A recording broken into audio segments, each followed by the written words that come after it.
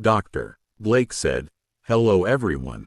I'm Dr. Blake. As many of you know, I have officially concluded my seminar series. Those circles were meaningful, and they served their purpose.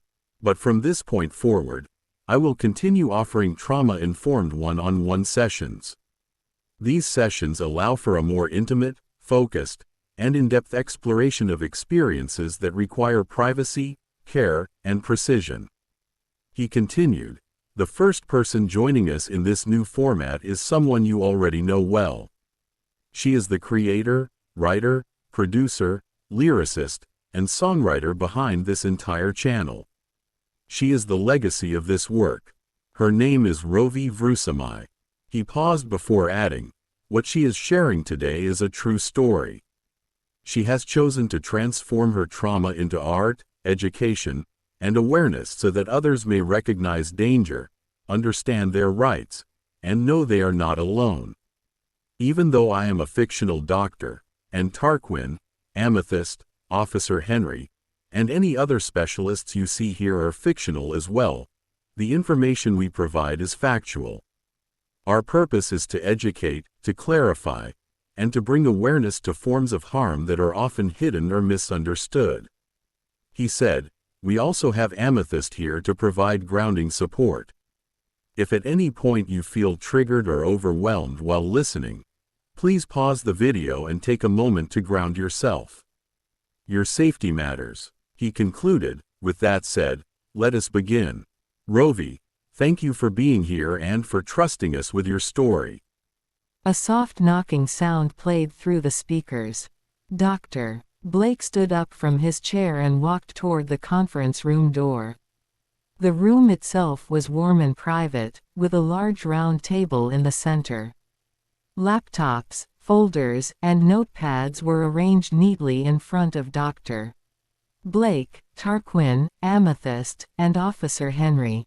A tray of coffee, fruit, donuts, and boxed water sat on a side table to the right, creating a welcoming atmosphere without feeling clinical.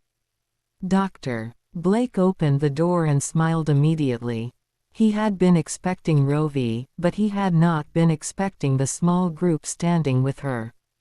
Rovi stood in front, and beside her were Rich, Peggy, and Earl. Dr. Blake's face lit up when he saw his brother Earl and his sister-in-law Peggy. Dr. Blake said, "Come in, all of you. You're very welcome here." Everyone stepped inside. Tarquin stood and greeted them with a respectful nod. Amethyst greeted them warmly, her presence calm and grounding.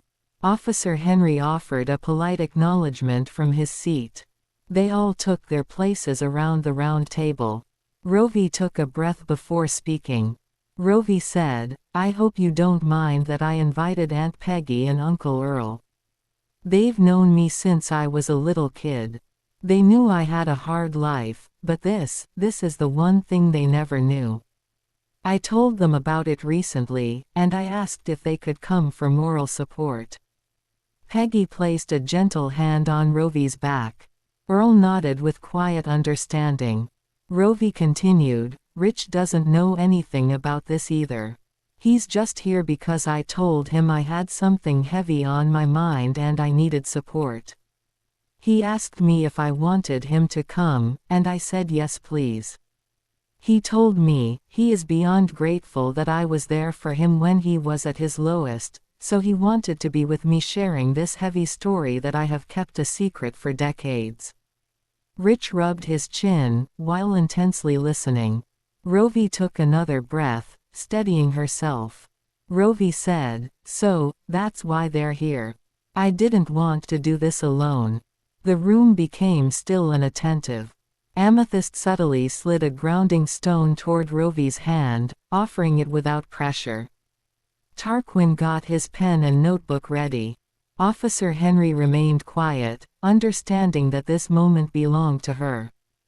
Dr. Blake leaned forward slightly, his voice gentle and steady. Dr. Blake said, "Rovi, you are safe here. Take your time. When you're ready, you can begin." Rovi nodded slowly. Her eyes softened, and her voice lowered into a more vulnerable register. Rovi said, "Okay, I'm ready." And this is where she begins to tell her story. Rovi said, "Before I begin, I want to speak directly to everyone who is listening.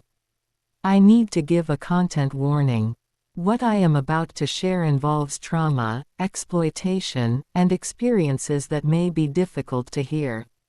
I will keep everything non-graphic and safe, but the themes themselves may still be triggering for some people. If at any point you feel uncomfortable, overwhelmed, or emotionally activated, please pause the video and take a moment to ground yourself. Your safety matters more than anything." She took a breath, grounding herself with the stone Amethyst had placed in her hand. "'Kay, now I will begin. My update is this. First of all, there was a layoff at the daycare. The people with the least seniority were let go first, so I was one of them. But I was not upset about it. It actually gave me the perfect opportunity to work on things I have tucked away for years.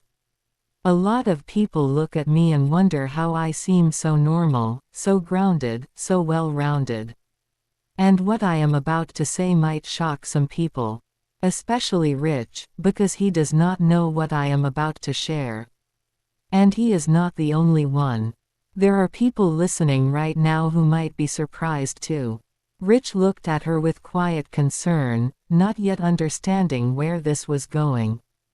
Rovi continued, "Some people expect that someone who has been through what I have been through would be falling apart, are struggling with addictions, are showing all kinds of unhealthy behaviors. But I am going to explain why that is not my story. Dissociative identity disorder, to some people it might seem like a curse. But to me, it has actually been a blessing. When the mind dissociates, your alters separate you from the trauma. They hold it so you do not have to. That is why I can go about my life without being constantly triggered or overwhelmed. Most of the time, I am walking in an altar that is not attached to the trauma. And it is only in a one-on-one setting like this that I have to go back and recall things that are usually locked away. Those memories are in a vault. Only certain altars talk about them, because only certain altars were there. I will never forget when I used to babysit Rich's little girl, Karma. He came to my house one day and saw the playroom. The whole room is full of toys. If anyone else asks, sometimes I just say I am babysitting. It is easier. People accept that. I told Rich that the toys were part of my inner child healing. And that was true. But it was not the whole truth. I did not want him to know the real reason. So let me start from the beginning, and then I will come back to the toys. Peggy nodded gently. Earl placed a hand on the table, steady and supportive. Rovi continued, "I am going to keep this safe and non-graphic. You will have to read between the lines, but I will not go into deep detail. You will understand what I mean. First of all, I have mosaic Down syndrome. That is why I am bringing this to the listeners' attention. There are things I cannot detect or process the way other people can. It puts me in a vulnerable position. It puts me in danger. When you are a child with mosaic Down syndrome, and the people who are supposed to protect you are the ones hurting you, you have no one. It forces you to cling to anyone who shows you kindness. Anyone who gives you attention. Anyone who feels safer than the people who are supposed to love you.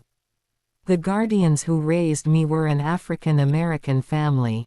They brought me abuse. They brought me shame. They made fun of my nose, my hair, my culture. I have already talked about that in the Cultural Trauma series, so I will not go into it again. But it confused my brain.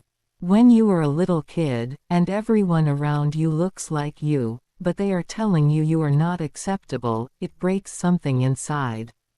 And at school, the African American girls bullied me too. They expected me to talk a certain way, act a certain way, like certain music. They did not understand why I liked opera and classical music. They did not understand why I did not fit their mold. So I did not fit in with my own culture. And that made me cling to anyone who would accept me. Even strangers. Now fast forward to adulthood. I am vulnerable. I have mosaic Down syndrome. I am asexual. I do not know anything about danger signs. And the guardians did something terrible. They withheld all information about the birds and the bees. As punishment. Because I kept telling on them. They wanted me ignorant. I did not even know how babies were born. I did not know anything. And that is why I am telling you this. Because that ignorance made me the perfect target. There was a group of people who targeted me. I do not know the proper terminology, but they can explain it later. I will just say it in my own words.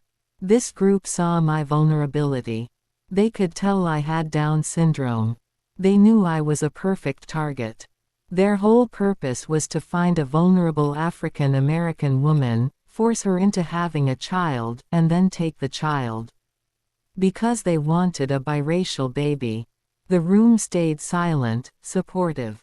She continued, I know it sounds far-fetched. But you would be surprised how often this happens. They sent scouts. First it was a woman. We learned about this in the grooming seminar, someone who mirrors you. She was Caucasian. Then another woman joined her, a Mexican woman. They were both big girls. They were both part of the group. These two decoys pretended to be my friends. Nobody else talked to me at work. The African American people there bullied me, laughed at me, and I was terrified of them. To show you just how frightening it was, when we had our lunch break, I would go into the break room, and as soon as I walked in, all of the African American women would be sitting together. They would look at me and burst out into this hysterical laugh. I felt so embarrassed I would turn around and walk out. It happened so much that I just stopped going into the break room. I would sit at my workstation, open up my lunch, and eat it there while I read my Bible. I sat alone, and that's how it was for me there. The men were afraid to talk to me because they knew I was no nonsense. The African American women felt I wasn't black enough, so they excluded me. And the Caucasian individuals could see that I had some type of Down syndrome-like traits, and they treated me like I was beneath them. They would be rude to me because I asked them to repeat themselves or told them I didn't understand. They would make fun of me for talking slow and stuttering a little bit. So I sat alone, and all I did was eat my lunch and read the Bible. So when these two women were kind to me, it caught me off guard. When they came up to me and started trying to befriend me, they said something very strange. They told me that people at work, people at the place where we all worked, were saying to stay away from me. They said people were calling me a no-nonsense person, and warning all the men not to touch me because I filed for sexual harassment. They said all the men were afraid to talk to me because I filed sexual harassment when someone touched me inappropriately. And then they said, rumor is going around here that you're a virgin. Is that true? And then they started asking me questions such as whether I was married, if I had kids, if I had siblings, and whether my parents lived in town. I am going to give him a name so you can follow the story. His name is Damien. Once the two decoys got the information they needed, they told Damien. And then, after a while, Damien walked up to me while I was on break, reading my Bible, minding my business, when nobody else talked to me. He came up to me and said, "Wow, you must be the first person I ever saw reading your Bible on break. My mother is a Christian too. She would absolutely adore you." Now, as an adult, Looking back with the awareness I have now, I understand why they targeted me. It had gone around the plant that people didn't like me because I really was touched inappropriately, and I really did file sexual harassment at work a couple of times. And it spread around the job site very quickly. The retaliation came with the bullying, especially from an African American gentleman. But now, as an adult, I look back and think, that's interesting. The two scouts came to me and told me all of this. That's why they picked me. Now I get it. They invited me to their house. They told me their cousin liked me. They said he wanted to take me out. And that is where everything began. Rich's jaw tightened, as if he sensed that what she was about to say would change his understanding of her forever. She continued, Damien took me out to what he called a birthday party at his family's house. It was not dating. It was just spending time with his family. Kind of like how Aunt Peggy and Uncle Earl have barbecues and invite people over. That is all it was. Barbecues. Birthday parties. Nothing more. And then the grooming started. One day, Damien invited me to his house to get ready for another cookout. His parents were not home. That is when he told me he liked me. He said he wanted to date me. He said he wanted me to move in. I told him I could not. I explained that I was asexual, at least in the limited way I understood it then. I did not yet have the full language for what I was trying to express, but he understood what I meant when I said I had chosen a life of celibacy. I told him I did not want a relationship. I told him I did not want to move in. I told him I needed to go home. He did not let me leave that day. Rich's jaw tightened again. Rovi continued, some people would say, you should have seen that coming. But I did not. I have mosaic Down syndrome. I do not see danger the way other people do. He kidnapped me. He held me hostage. His whole family knew I was there. They kept me there. I told him I did not love him. I told him I did not want to be there. He told me, when I was in that house, no one came looking for me. And they knew it. That is why they asked me all those questions in the beginning. They kept asking, are you alone? Do you have brothers? Do you have siblings? Do you have family? They were trying to figure out if anyone would come searching for me. Rich's eyes widened slightly, realizing the calculated nature of those questions. Rovi continued, when they realized I was alone, that is when they moved in. That is when they made their plan. She steadied herself. Rovi said, when Damien would not let me leave, I ran to the door. He forced me back into the room. He took all the phones. There were no cell phones back then, but he took the landlines. He hid them in another room so I could not call for help. Peggy's hand tightened around Rovi's. Rovi said, he physically assaulted me every day. And the whole family, they were drunks and drug users. I had never seen drugs in my life. Never smelled them. Never been around them. But one night, I smelled something strange. I cracked the door open, and I saw them smoking something. I did not know what it was back then, but now I know it was drugs. She looked down, remembering. Rovi said, I saw they were distracted, so I ran to the door to escape. They saw me. They ran to the door and blocked it with their arms and legs. They said, you are not going nowhere. They threw me back into the bedroom. Rich's jaw clenched again. Rovi said, another night, I tried to escape again. I cracked the door open. They were sitting around the table drinking and smoking. I overheard them say, as soon as she has the baby, we are going to dump her. I have always wanted a mixed baby. Earl's face darkened with controlled anger. Rovi continued, I ran to the door again. They blocked me again. Damien's mother, she was a very large woman, around 300 pounds or so. She began striking me in my face repeatedly, and then, she grabbed me and slammed me to the floor.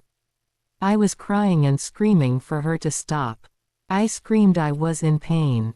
She sat on top of me and bounced up and down on my petite body repeatedly. She yelled threats at me while she crushed my body. I was only 110 pounds. I was in so much pain. She said, "You are not going anywhere." Then she started beating me again. Peggy covered her mouth, horrified. I want to go back to those two scout girls. There's something interesting I've realized about them. Those two decoys, those two big girls, were the ones who groomed me over to Damien. He kept threatening that if I didn't cooperate, they were going to beat me up again. I was triggered when he said that, because these were huge females.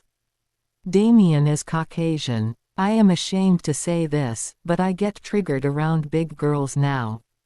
I tense up. I am learning to overcome it, but being assaulted like that, it left injuries I still have today. I am terrified when I see big women because I am so small and petite. Damien kept repeatedly raping me over and over and over, and I was in so much pain, so much pain. I kept getting all these diseases and viruses and ringworm all over my body. I didn't know what STDs were at the time, but that's what was happening. I was getting all these different viruses and diseases on me. Rich, even though he had a poker face, was extremely upset about what he was hearing. He began to move his leg under the table a little bit, letting out some of the frustration. Rovi continued. At the time, I was a Christian, so I kept praying to Jesus Christ and God to help me, you know, the God of the Holy Bible. I kept saying, "Jesus Christ, please help me. Jesus Christ, Son of God, please help me." But he never came. And when I would say that, Damien would say, "Where is your Jesus now, huh?" And he would beat me. "Where is your Jesus now, huh?" And he would beat me again. Jesus Christ never came, and those people, kept assaulting me for all that time I was there, almost a year, until they got what they wanted from me. And that's when I stopped believing a God existed. I stopped believing that Jesus Christ existed. Picking to wipe the tears from her eyes, Rovi continued. He kept sexually assaulting me. I kept resisting and fighting back. The more I fought back, the more he tortured me. It was like he was a sadist. I told him again that I am asexual. I told him I did not want a relationship. But he forced me anyway. Against my will. He hurt me. He violated me. He called me the N-word over and over. He told me I was nothing. I begged him to stop. I told him he was hurting me. I told him I do not want to have children, I do not want to have children. He said something I will never forget. He said, "Well then, what good are you for?" And he just kept beating me and raping me until I got pregnant. One of Rich's hands rubbed his chin, the other hand curled into a fist on the table. Rovi continued. I had no one to turn to, and I had all of these STDs that I was not getting any treatment for. And when he found out I was pregnant, he refused to let me go to the hospital. He kept me there the whole time. When the baby was born, I did see that it was covered in ringworms. Because Damien would do inappropriate things to me, he was putting bacteria in a very sensitive area where bacteria is not supposed to be in a woman's body, and I was covered in ringworms. And when the baby was born, it was covered in ringworms. It must have gotten it from when I tried to breastfeed it, or maybe from skin-to-skin contact. I don't know. Once the baby was born, they made me stay there at the house. The baby was born, and they took the baby away from me. They wouldn't let me have the one-day-old infant to breastfeed it. And when I tried to get my baby, Damien's mother pushed me to the ground again, and she began to sit on top of me with her body and bounce on me. I had just given birth, so I was still sore and in a lot of pain and very sensitive. And this big, 300-pound woman sat on me and began to bounce on me, up and down, up and down. I was in so much pain. This is another reason why I'm triggered by large, big women, big girls. I'm frightened by them. Her massive weight may have pulled something inside of me, because, after she sat on me, I had pain in my stomach area for nearly 6 months. All I know is that it was never treated, and they took the baby, and they basically just threw me out. I had to deal with that alone. Everything he did was forced upon me, and if I fought back, he would overpower me because he was much bigger than me. Oh, and another thing. I was vegan even back then, and he refused to accommodate my dietary needs. I ate what he gave me, crackers, mostly. He barely fed me. He sexually assaulted and beat me all through the pregnancy. After they took the baby for me, they threw me out, my breasts were leaking. I was in pain. And they were gone. I had no support. No one. When I tried to tell the police, the guardians, the African American family who raised me, sided with those people. They told the courts I was a liar. They said I had been lying since childhood. The court did not believe me. Those people walked free. And what it left me with was agoraphobia. This veil and cloak that I wear is not a fashion statement, it's one of the things that helped me to leave the house. It's like a protective armor. Rich's eyes widened as pieces clicked into place. She continued, "People say, but you go to work. You go to the daycare. What they do not know is that dissociative identity disorder is what made that possible. The alter who worked at the daycare was not the little person who went through all of this. That is why I could function. That is why I was not triggered. The personality that was out there working was not the one who lived the trauma." She gestured to herself. "You can see I am talking about this plainly. I am not crying. I am not shaking. Because the one telling you this is the representative. She is detached. If the little one came out, I would fall apart. That is why I have phantom pregnancy. My body still reacts. If I hear a baby cry, smell baby powder, see a pregnant woman, see a stroller, see a diaper commercial, my body goes into threat mode. It thinks something is missing. It thinks something is wrong. I start having pregnancy symptoms. Morning sickness. Weight gain. And yes, I lactate. That is why I wear loose clothes. I never know when it will happen. My body is constantly looking for a baby. I have phantom pregnancy because of what happened. The toys calm my nervous system. They tell my body, the baby is safe. Also, when I am at home rocking the therapy baby doll, my body calms down. It says, okay, the baby is here. Without it, my body panics. It thinks something is missing." Rich's eyes softened with sudden understanding. Tarquin nodded. Dr. Blake nodded. Earl and Peggy exchanged a knowing look, they had already heard this part. Rovi continued, "Dr. Blake, the reason I am here is to bring awareness. Because when I told people I thought were my friends, they said, you should have known better.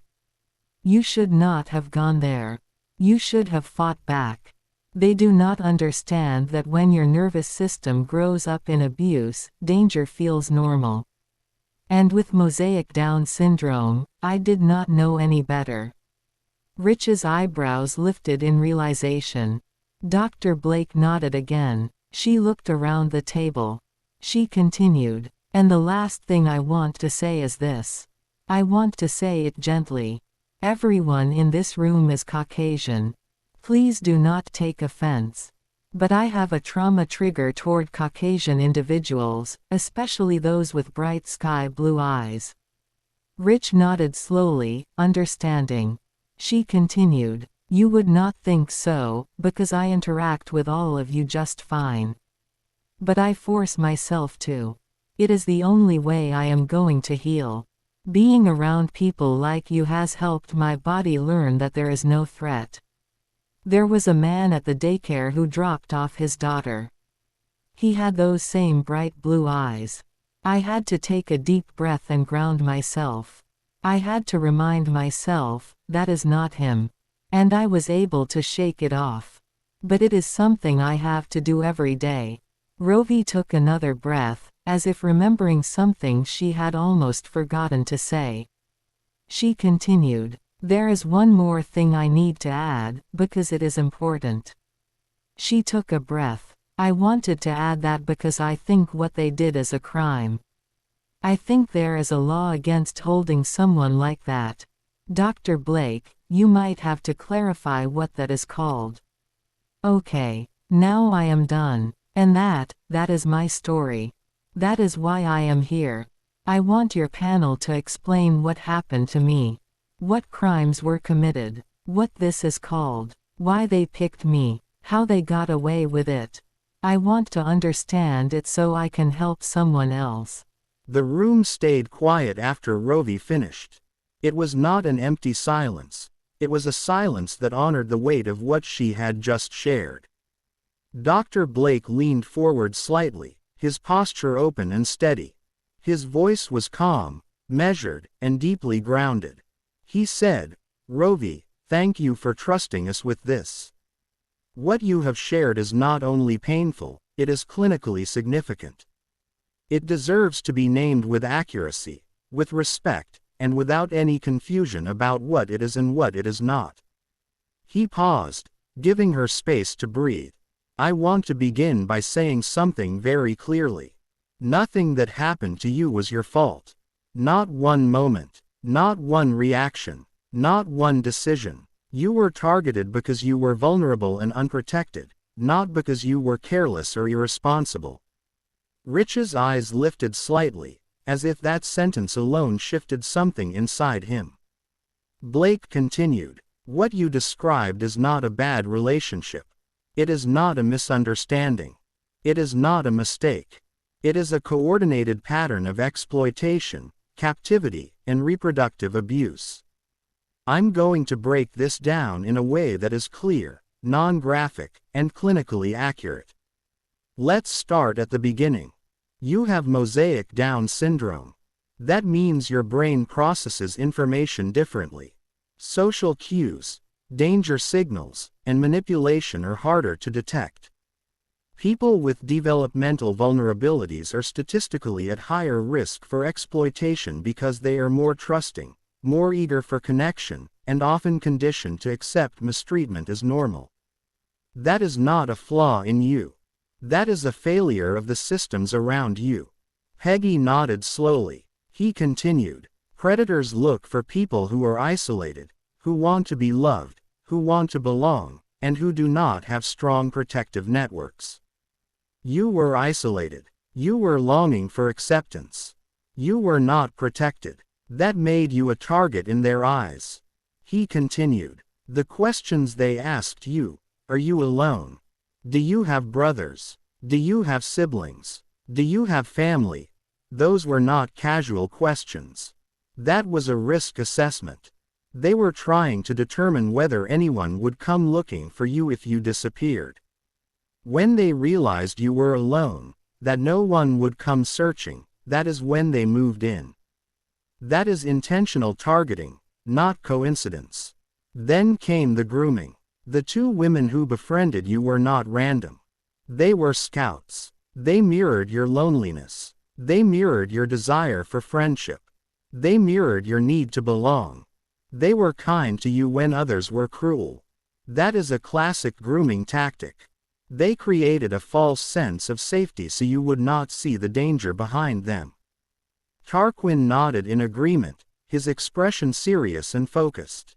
Blake continued, "You were already carrying cultural trauma. You were harmed by people who looked like you. You were shamed by an African American family who should have protected you. You were bullied by African American peers who expected you to fit a stereotype you did not fit. That created a fracture inside you, a sense that you did not belong even in your own culture.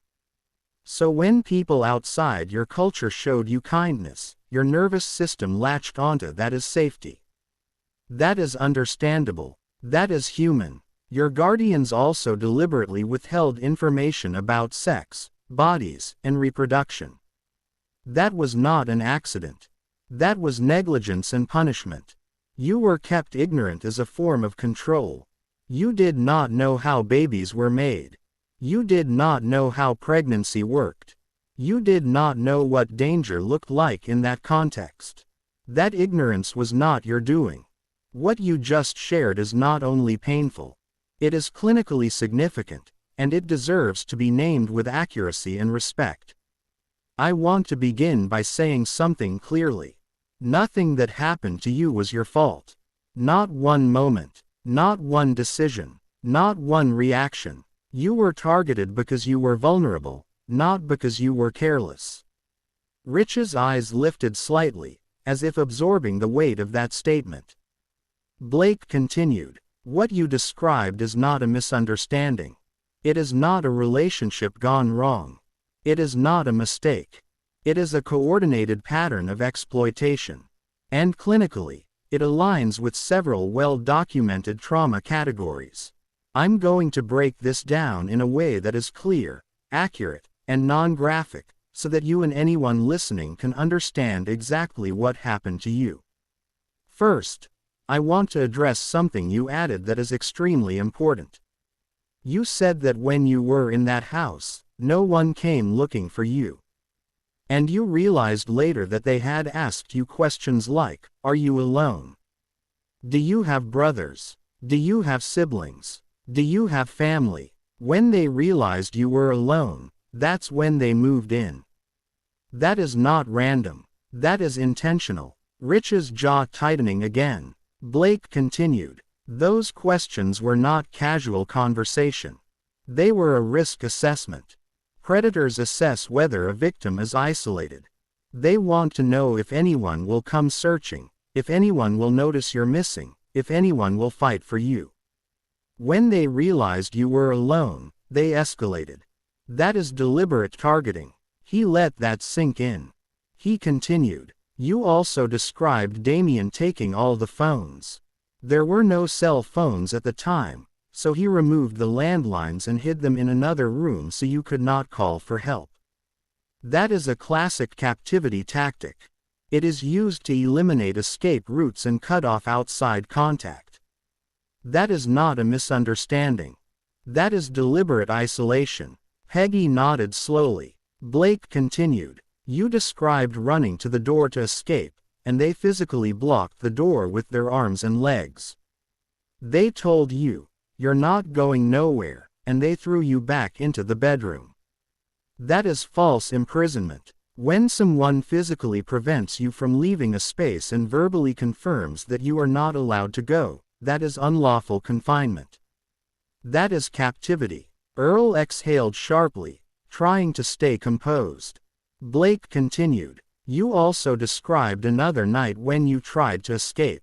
You cracked the door open and saw them drinking and smoking. You overheard them say, 'As soon as she has the baby, we're going to dump her. I've always wanted a mixed baby.'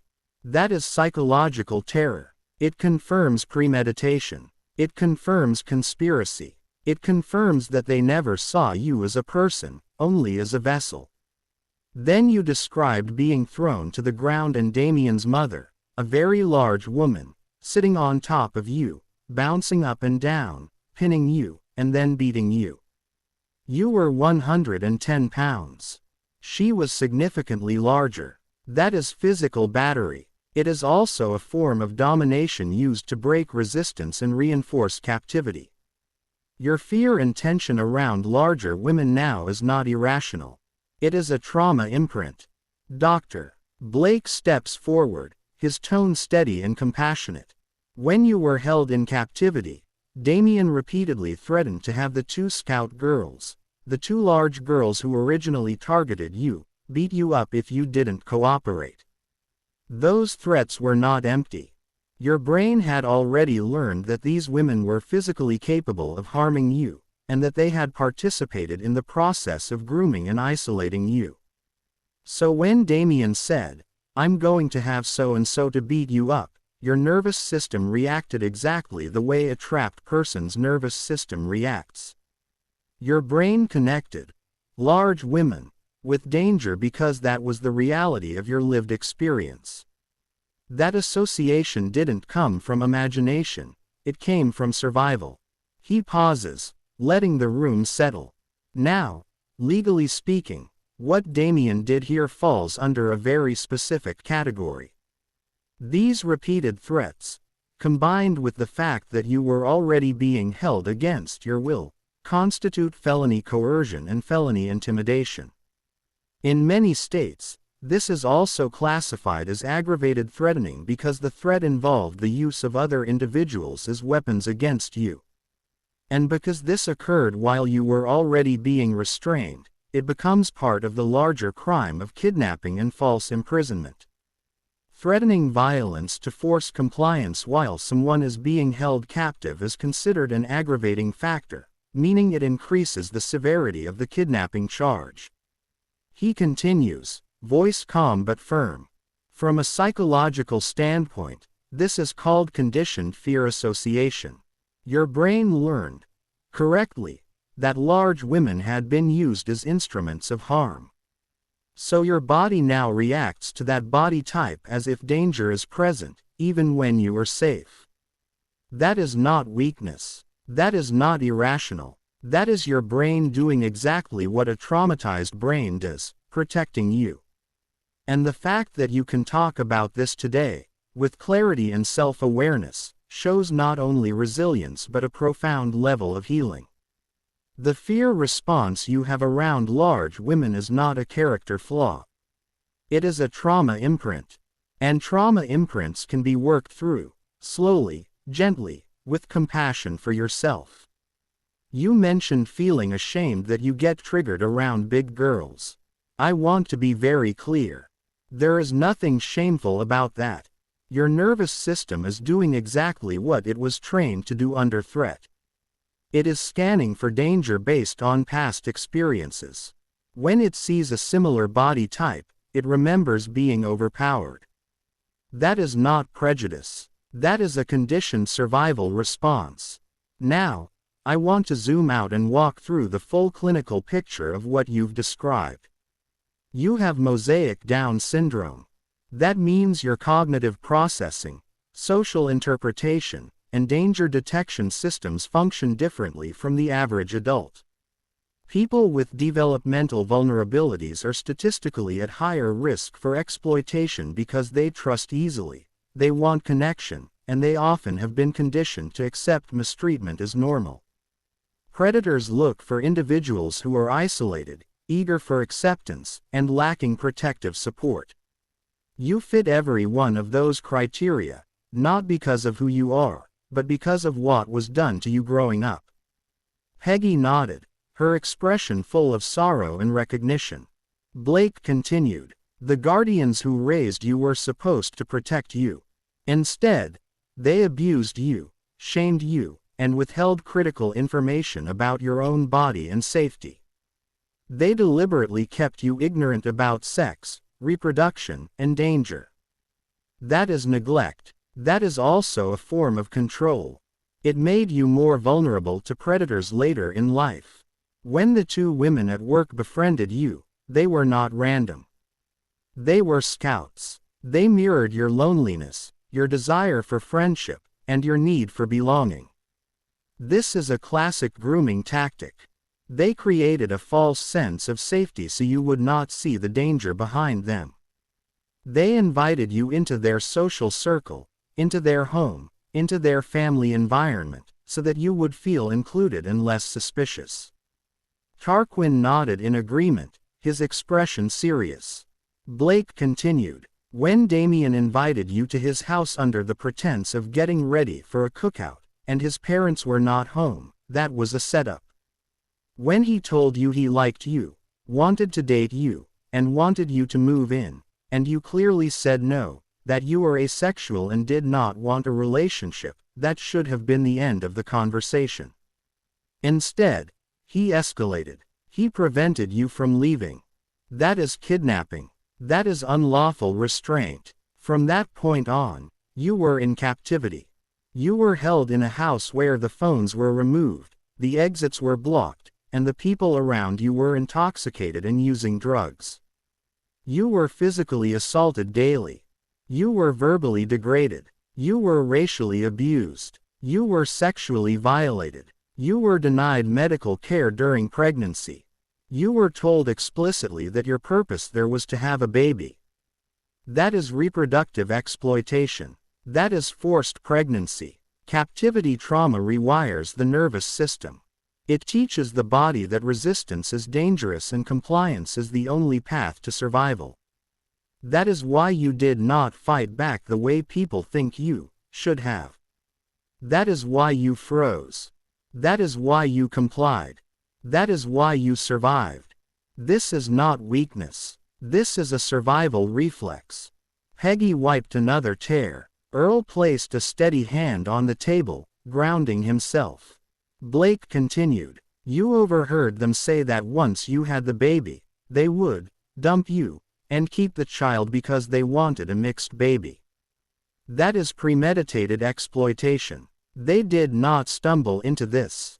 They planned it. They chose you because you were African American, because they wanted a biracial child, because you were vulnerable, because you were alone, and because they believed no one would come looking for you and no one would believe you.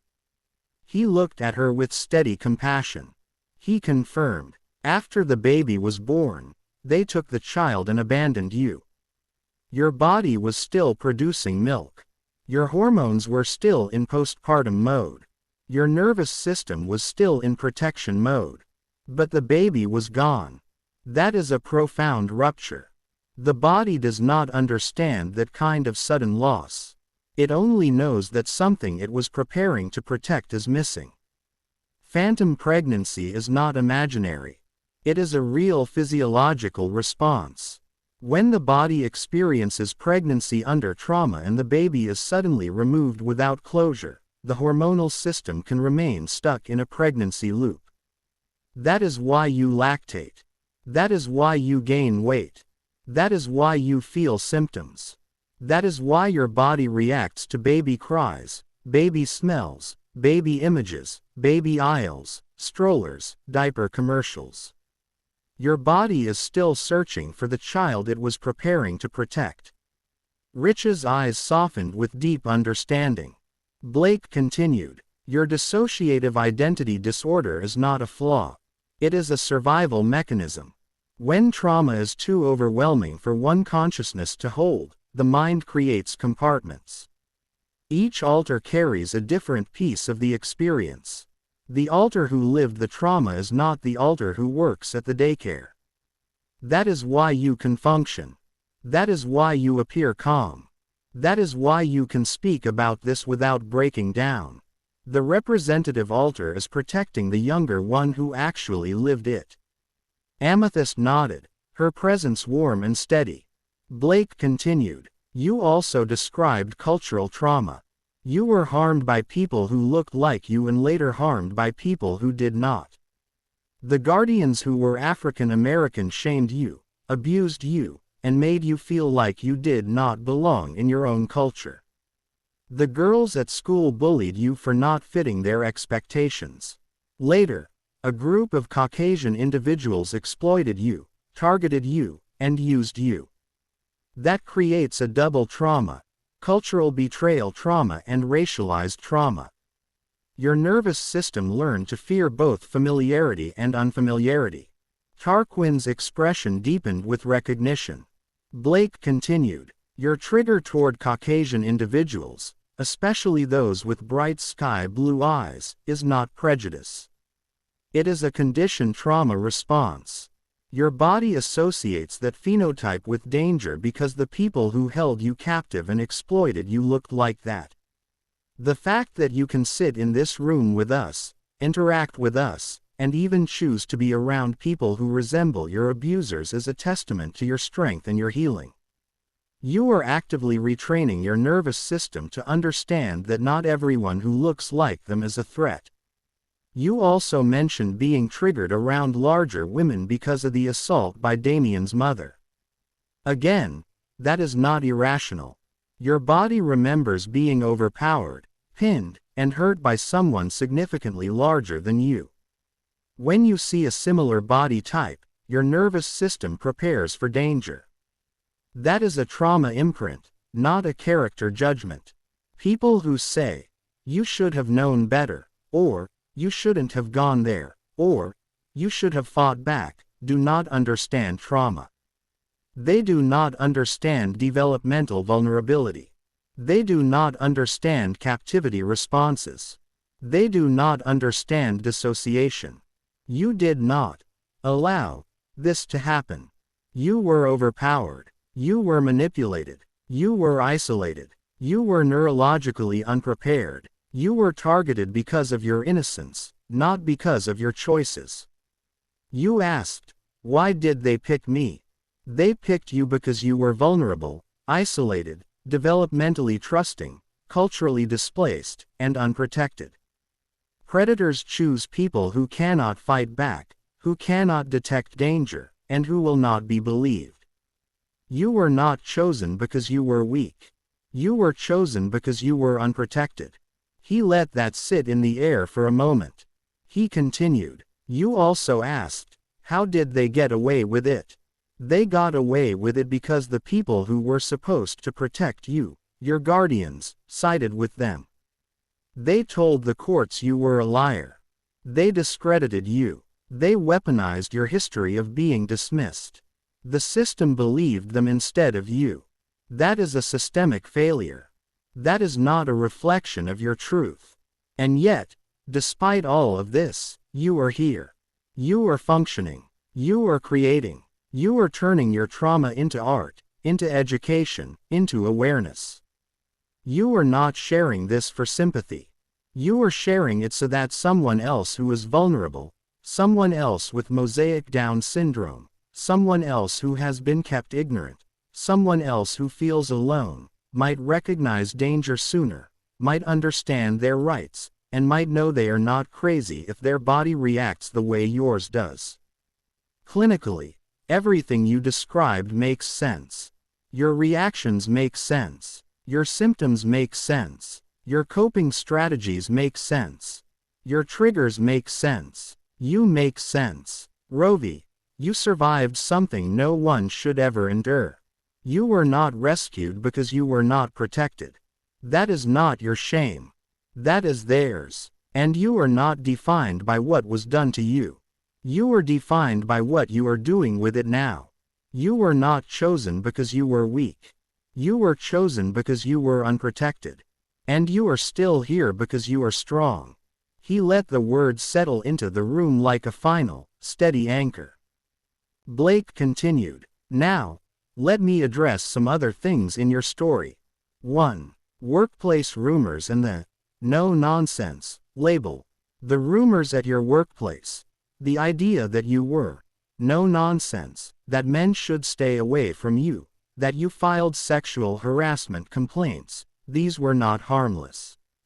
They created a social environment where you were isolated, stigmatized, and viewed as a problem rather than a person. Predators look for people who are already socially isolated. The gossip made you more vulnerable. It signaled to the scouts that you were unprotected, misunderstood, and already dismissed by your peers. Rich nodded slowly, understanding the connection. Blake continued, 2. Fetishization of your virginity. The fact that the scouts asked whether you were a virgin is deeply concerning. That question was not curiosity. It was assessment. Virginity fetishization is a known risk factor in exploitation.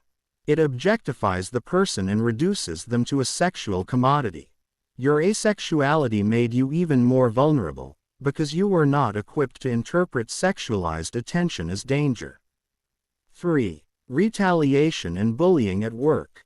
You mentioned that after filing sexual harassment complaints, you experienced retaliation and bullying, especially from an African American man at the workplace. That is a form of workplace abuse. It reinforced the message that your voice would not be believed and that reporting harm would make you a target. This history made it even harder for you to seek help later, because your nervous system had already learned that speaking up leads to punishment. 4. The Scouts using workplace gossip as leverage. The Scouts approached you with information they should not have had. They used workplace gossip as a tool to gain your trust. They positioned themselves as the only people willing to talk to you. That is strategic grooming. They weaponized your reputation to isolate you further. 5. Repeated infections and untreated illnesses. You described developing multiple infections, skin conditions, and untreated illnesses. This is medical neglect. It is also a sign of prolonged exposure to unsanitary conditions and repeated bodily harm. The fact that you did not understand what was happening to your body made the situation even more traumatic. You were experiencing symptoms without context, without treatment, and without support. Rich rubbed his chin, visibly distressed. Blake continued. 6. Religious trauma and spiritual crisis. You prayed for help. You called out to the God you believed in. And instead of comfort, you were mocked for your faith. That is spiritual abuse. When someone weaponizes your belief system against you, it creates a deep rupture. Your loss of faith was not a failure. It was a trauma response. When someone is suffering and their prayers are met with cruelty, the nervous system interprets that as abandonment. That is a profound spiritual injury. 7.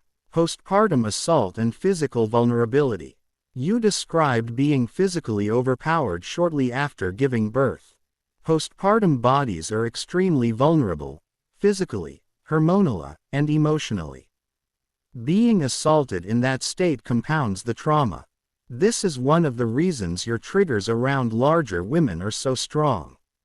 Your body remembers being overpowered at a moment when you were already physically compromised. 8. The infant's medical condition. You mentioned that the infant showed signs of infection at birth. That is consistent with untreated maternal infections and lack of prenatal care. This is another layer of medical neglect, both toward you and toward the child. You were denied medical care, denied support, and denied the ability to protect your own child. That is a profound violation. 9.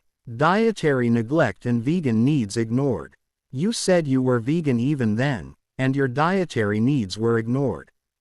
Food restriction is a control tactic. When someone limits your nutrition, especially during pregnancy, it weakens your body and increases dependence. Being fed only crackers is starvation-level neglect. Your body was deprived of essential nutrients during a critical time. Earl's jaw tightened again. As Dr. Blake continued speaking, something shifted in Rich's expression. A quiet understanding settled over him. For the first time, it became crystal clear why Rovi had such strict boundaries at work. Why she kept physical distance. Why she didn't allow casual touch. Why she always maintained structure and control around her personal space. Rich felt a small ache in his chest as he remembered the day he had reached out and hugged her without thinking. It had been an innocent gesture, a moment of gratitude, nothing more, but now he understood why she had stiffened, why she had pulled back, why she had immediately re-established space. He regretted it deeply, not because she ever blamed him, but because now he understood the weight behind her boundaries. Internally, he made a quiet promise to himself.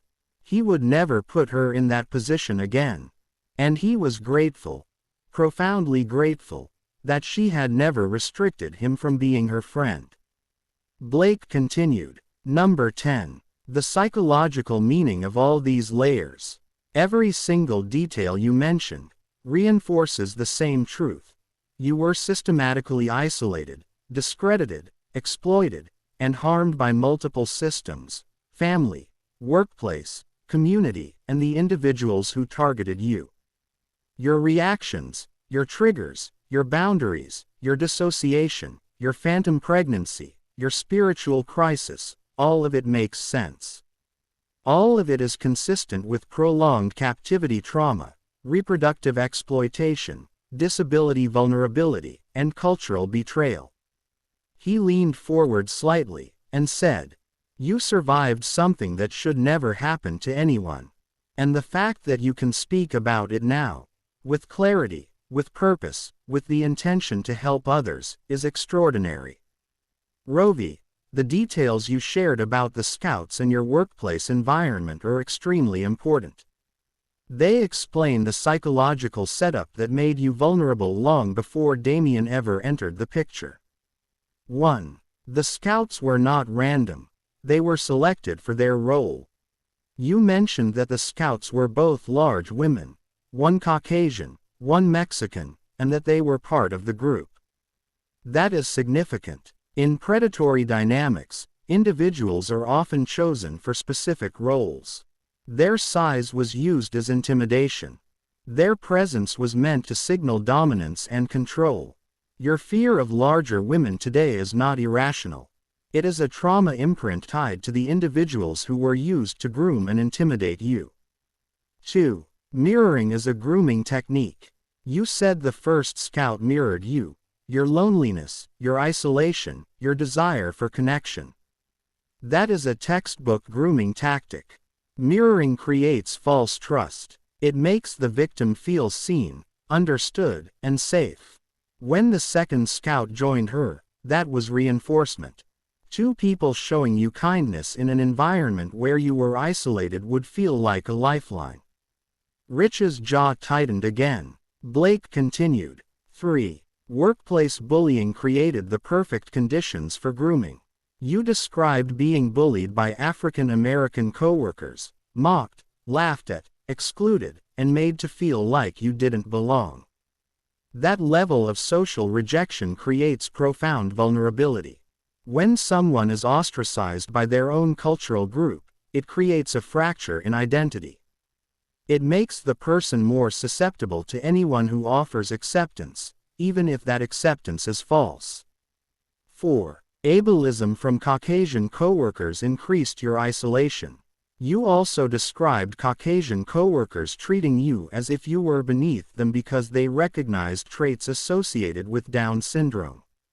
That is ableism. It is discrimination based on perceived cognitive difference.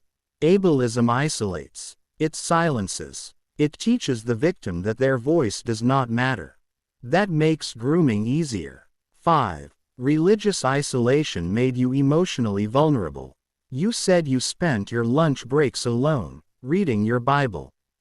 That tells me you were seeking comfort, grounding, and safety in the only place you felt accepted, your faith. When someone is socially isolated and turns inward for comfort, they become more susceptible to external manipulation.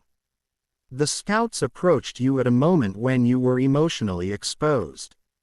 6. The Scouts exploited your need for human kindness.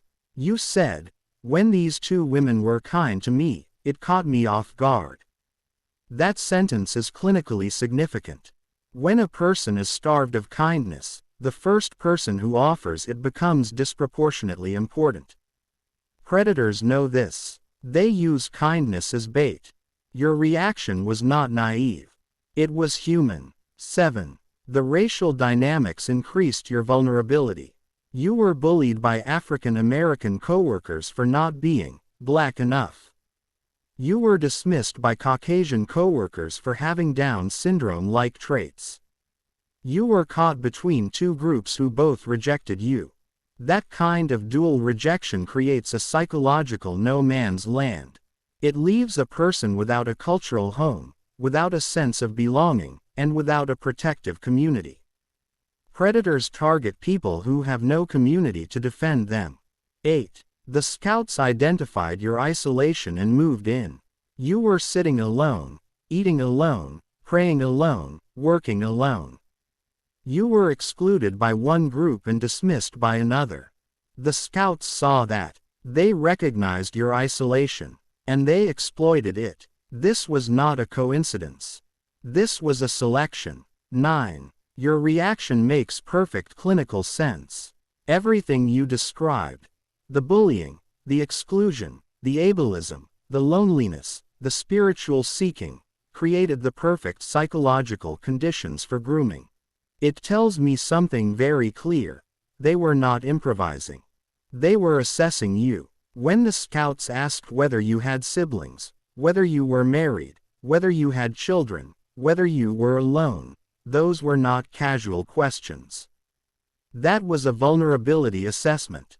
Predators ask those questions to determine whether anyone will come looking for you, whether anyone will fight for you, and whether anyone will notice if you disappear.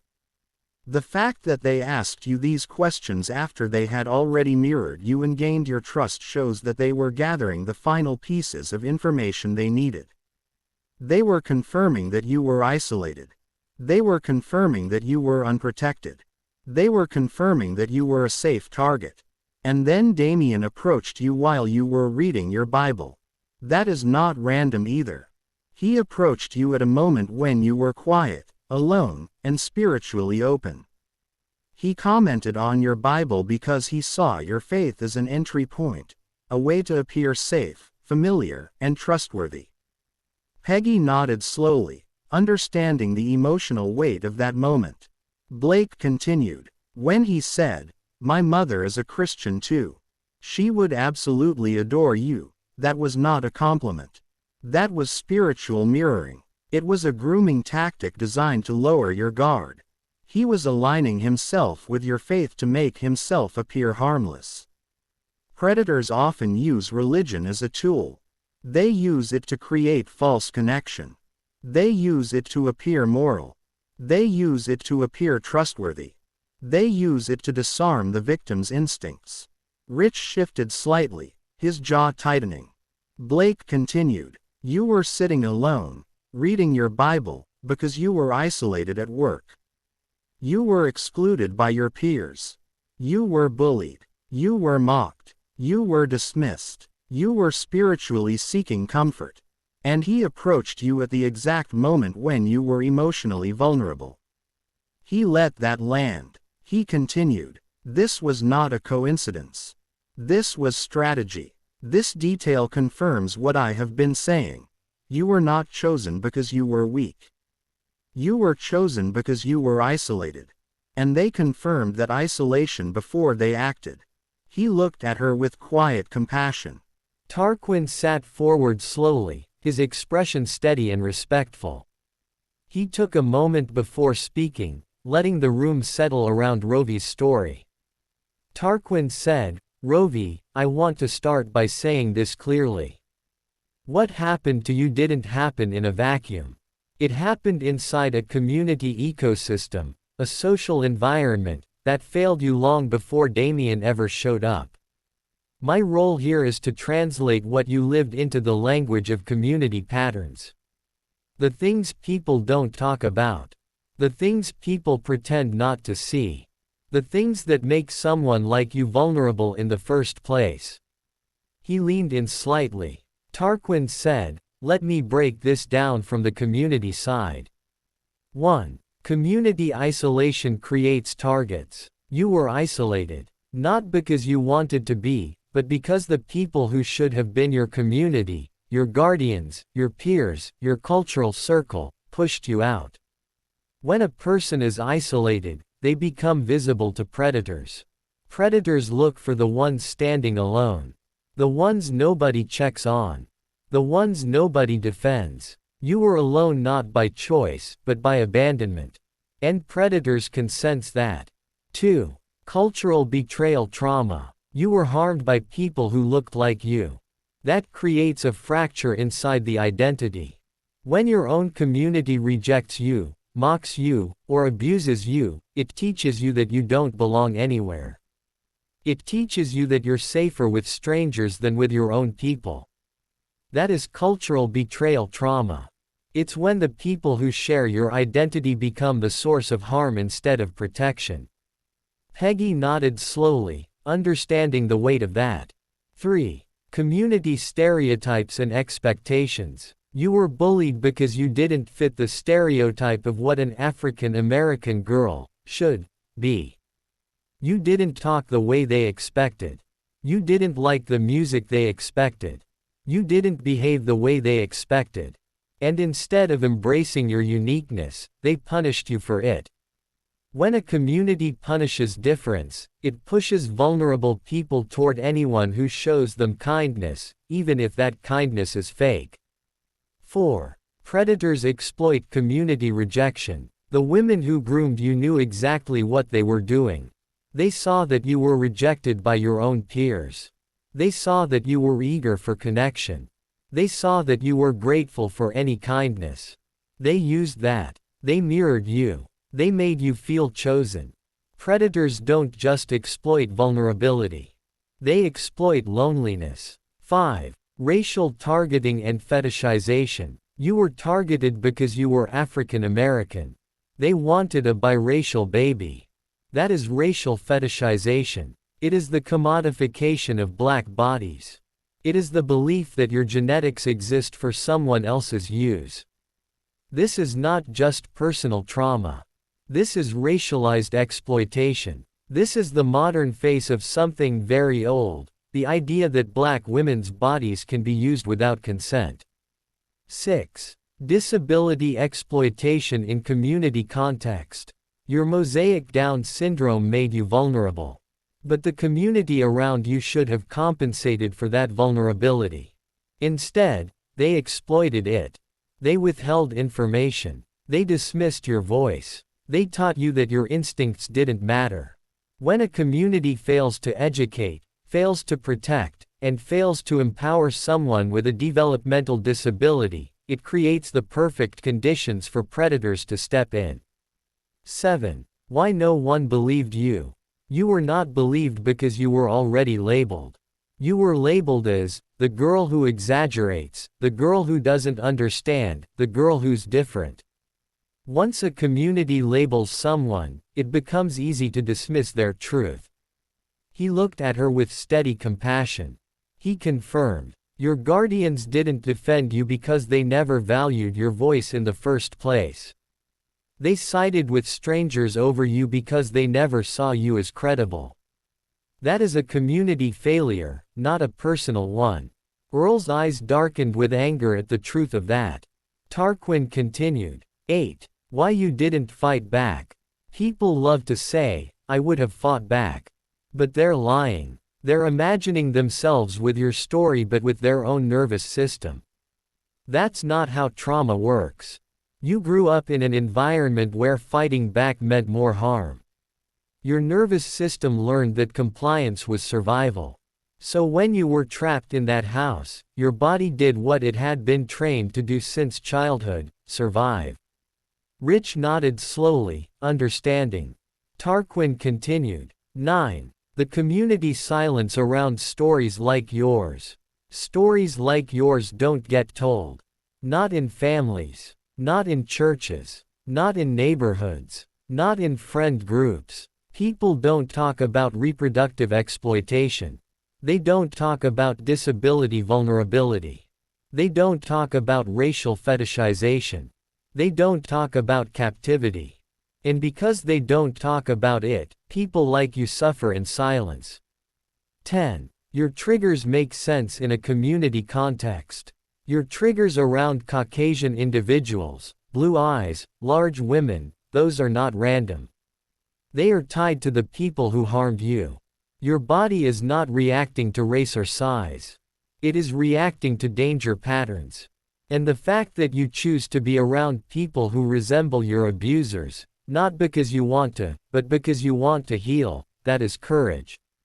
That is intentional healing. That is reclaiming your space in the world. Peggy nodded with admiration. Tarquin continued. 11. Why you are here today. You're here because you're breaking the silence. You're telling a story that communities don't want to face. You're naming something that people pretend doesn't happen. You're giving language to experiences that many survivors don't know how to describe.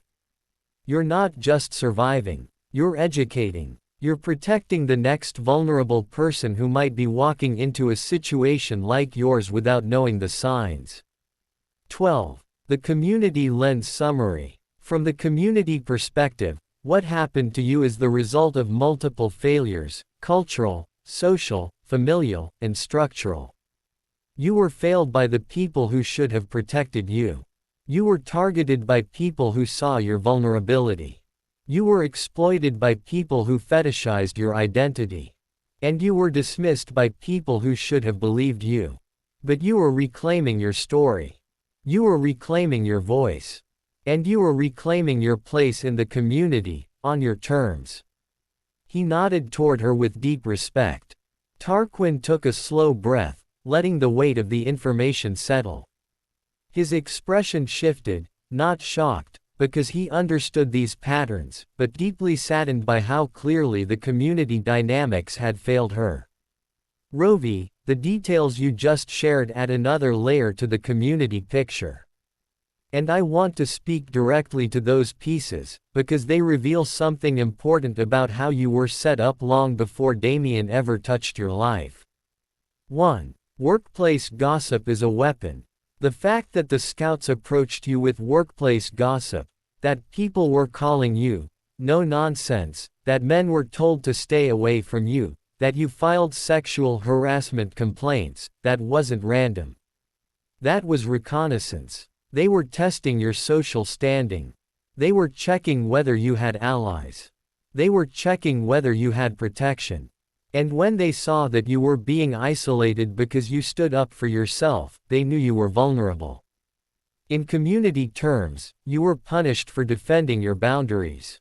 And predators love a person who has been punished for speaking up. 2. The virgin question was not innocent. When they asked if you were a virgin, that wasn't curiosity. That was fetishization. That was objectification. That was them assessing your value in a predatory system. In some circles, a vulnerable African American woman who is perceived as inexperienced becomes a target for exploitation. They weren't asking to get to know you. They were asking to evaluate you. 3. Retaliation at work made you an easier target. You were bullied at work for reporting sexual harassment. That retaliation didn't just hurt you emotionally, it marked you socially. It told everyone, she's alone. She's not protected. She's not believed. Predators look for people who have already been discredited. It makes the grooming easier. Peggy nodded slowly, understanding the pattern. Tarquin continued. 4. The scouts were chosen because of their size. You mentioned that the scouts were large women, and that Damien used their size as a threat. That's not accidental. In predatory groups, people are chosen for specific roles. Their size was used as intimidation. Their presence was meant to reinforce the idea that you couldn't fight back. Your fear of larger women is not shameful. It's a trauma imprint tied to the people who were used to control you. 5. The repeated illnesses and untreated conditions. You talked about getting sick over and over, developing infections, and not understanding what was happening to your body. In community terms, that's what happens when someone is trapped in an environment where no one cares for their well-being. Neglect is a form of violence. And untreated illness is a sign of how completely you were abandoned by every system that should have protected you. 6. The spiritual betrayal. You prayed for help. You called out to the God you believed in. And instead of comfort, you were mocked for your faith. That is spiritual abuse. When someone uses your belief system to break you down, that creates a wound that goes deeper than the physical. Losing your faith wasn't a failure. It was a response to being spiritually betrayed at the worst moment of your life. 7. The postpartum assault and community meaning. You described being physically overpowered right after giving birth. In community terms, that is one of the most vulnerable moments a person can experience. And instead of support, you were met with violence. He added, "Your fear of larger women isn't about their bodies. It's about the memory of being overpowered when you were already physically fragile." 8. The baby's condition and community neglect. You mentioned the infant showing signs of infection. That's not just medical neglect, that's community neglect. That's what happens when a vulnerable woman is denied care, denied support, and denied dignity. You were failed. And the child was failed. 9. The vegan neglect. You said you were vegan even then, and they refused to accommodate your dietary needs. That's not a small detail. Food is a form of care. When someone denies you the food your body needs, especially during pregnancy, that is another layer of control. They weren't just starving your body. They were starving your identity. 10. Why the Scouts told you the workplace rumors. The Scouts didn't tell you those rumors to warn you. They told you to isolate you further. They wanted you to feel like they were the only ones who understood you. That's how grooming works, they make themselves the only safe place. They weren't your friends. They were your handlers. 11. Why you were the perfect target in their eyes. When you put all these new details together, the workplace gossip, the retaliation, the virgin fetishization, the bullying, the disability vulnerability, the spiritual innocence, it becomes clear why they chose you. You were isolated. You were misunderstood. You were unprotected. And you were someone they believed no one would fight for. But they were wrong about that last part. Because you're here now. And you're telling the truth. And you're building a community around yourself that sees you, believes you, and protects you. He leaned forward slightly, his voice steady and clear.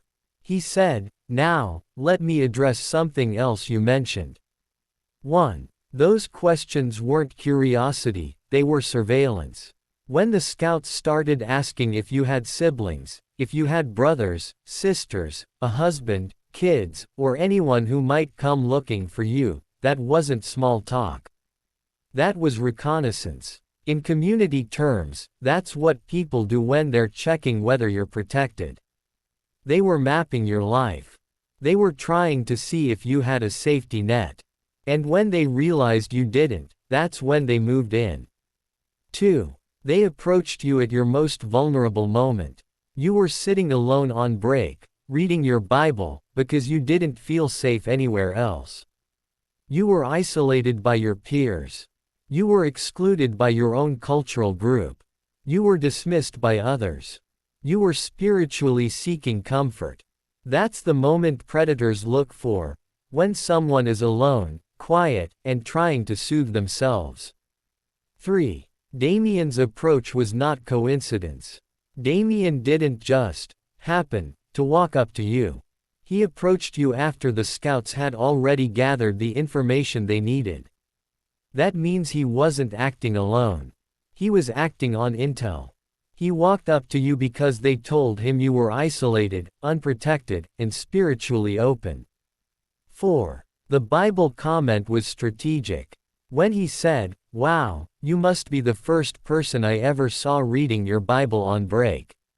My mother is a Christian too. She would absolutely adore you," that wasn't admiration. That was spiritual mirroring. Spiritual mirroring is when someone pretends to share your faith or values to make you feel safe. It's a manipulation tactic. It's a way of saying, "You can trust me. I'm like you." Peggy nodded slowly, understanding the emotional weight of that. Tarquin continued. 5. He used your faith as a doorway. Tarquin continued. You were reading your Bible because it was the only place you felt grounded. He used that moment to step into your emotional space. He used your faith as a bridge to get close to you. That's not just manipulation, that's spiritual exploitation. 6. The timing shows coordination. The Scouts asked their questions first. They confirmed you were alone. Then Damien approached you. That sequence matters. That tells me this wasn't random. This was coordinated. They were working together. They were following a pattern. 7. You were targeted because you were alone, not because you were weak. Everything about this detail reinforces the same truth. You were isolated by your community, and they took advantage of that isolation. Tarquin said, "You weren't chosen because you were weak. You were chosen because you were alone. And that loneliness wasn't your doing, it was created by the people around you." 8. This detail confirms the full pattern. The scouts assessed you. They mirrored you. They checked your support system. They confirmed your isolation. And then they sent Damien in with spiritual language to lower your guard. Tarquin said, "This wasn't friendship. This wasn't coincidence. This was a coordinated approach designed to make you feel safe right before they harmed you." Rovi stood up slowly, took a breath, and spoke with a mixture of relief, clarity, and long-carried pain finally being released. "Thank you, Dr. Blake.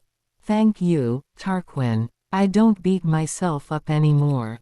For years, people made me believe everything was my fault. I didn't realize crimes were being committed against me.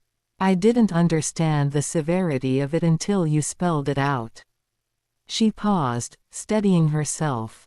"What I told you earlier happened to me as an adult, after I left the army. But now I need clarity about what happened to me as a child, because I have been blaming myself for decades. The adults around me made me believe I did something wrong. I need to know the truth." She took another breath. "I entered that foster home at age 5, and I stayed there until I was 18. The foster parents physically beat me with objects until I was black and blue. Whenever the male guardian wanted to punish me, he would take me into his bedroom, close the door, and demand that I pull down my underwear and pants. I was 6 or 7 years old. I cried, but I did whatever adults told me to do. When he was angry, he would make me take off all my clothes and stand outside on the porch completely naked. He would lock the door and leave me there. I was a little girl, maybe 6, 7, 8 years old, standing outside with strangers passing by, completely exposed and unprotected. The female guardian was a chain smoker, and I am highly allergic to cigarette smoke. Every Sunday we drove an hour to church. She smoked non-stop in the car. I would crack the window because I couldn't breathe, and she would demand I close it. If I didn't, the male guardian would pull the car over and threaten to beat me. I spent those rides suffocating. I tried to tell them their oldest son was touching me inappropriately.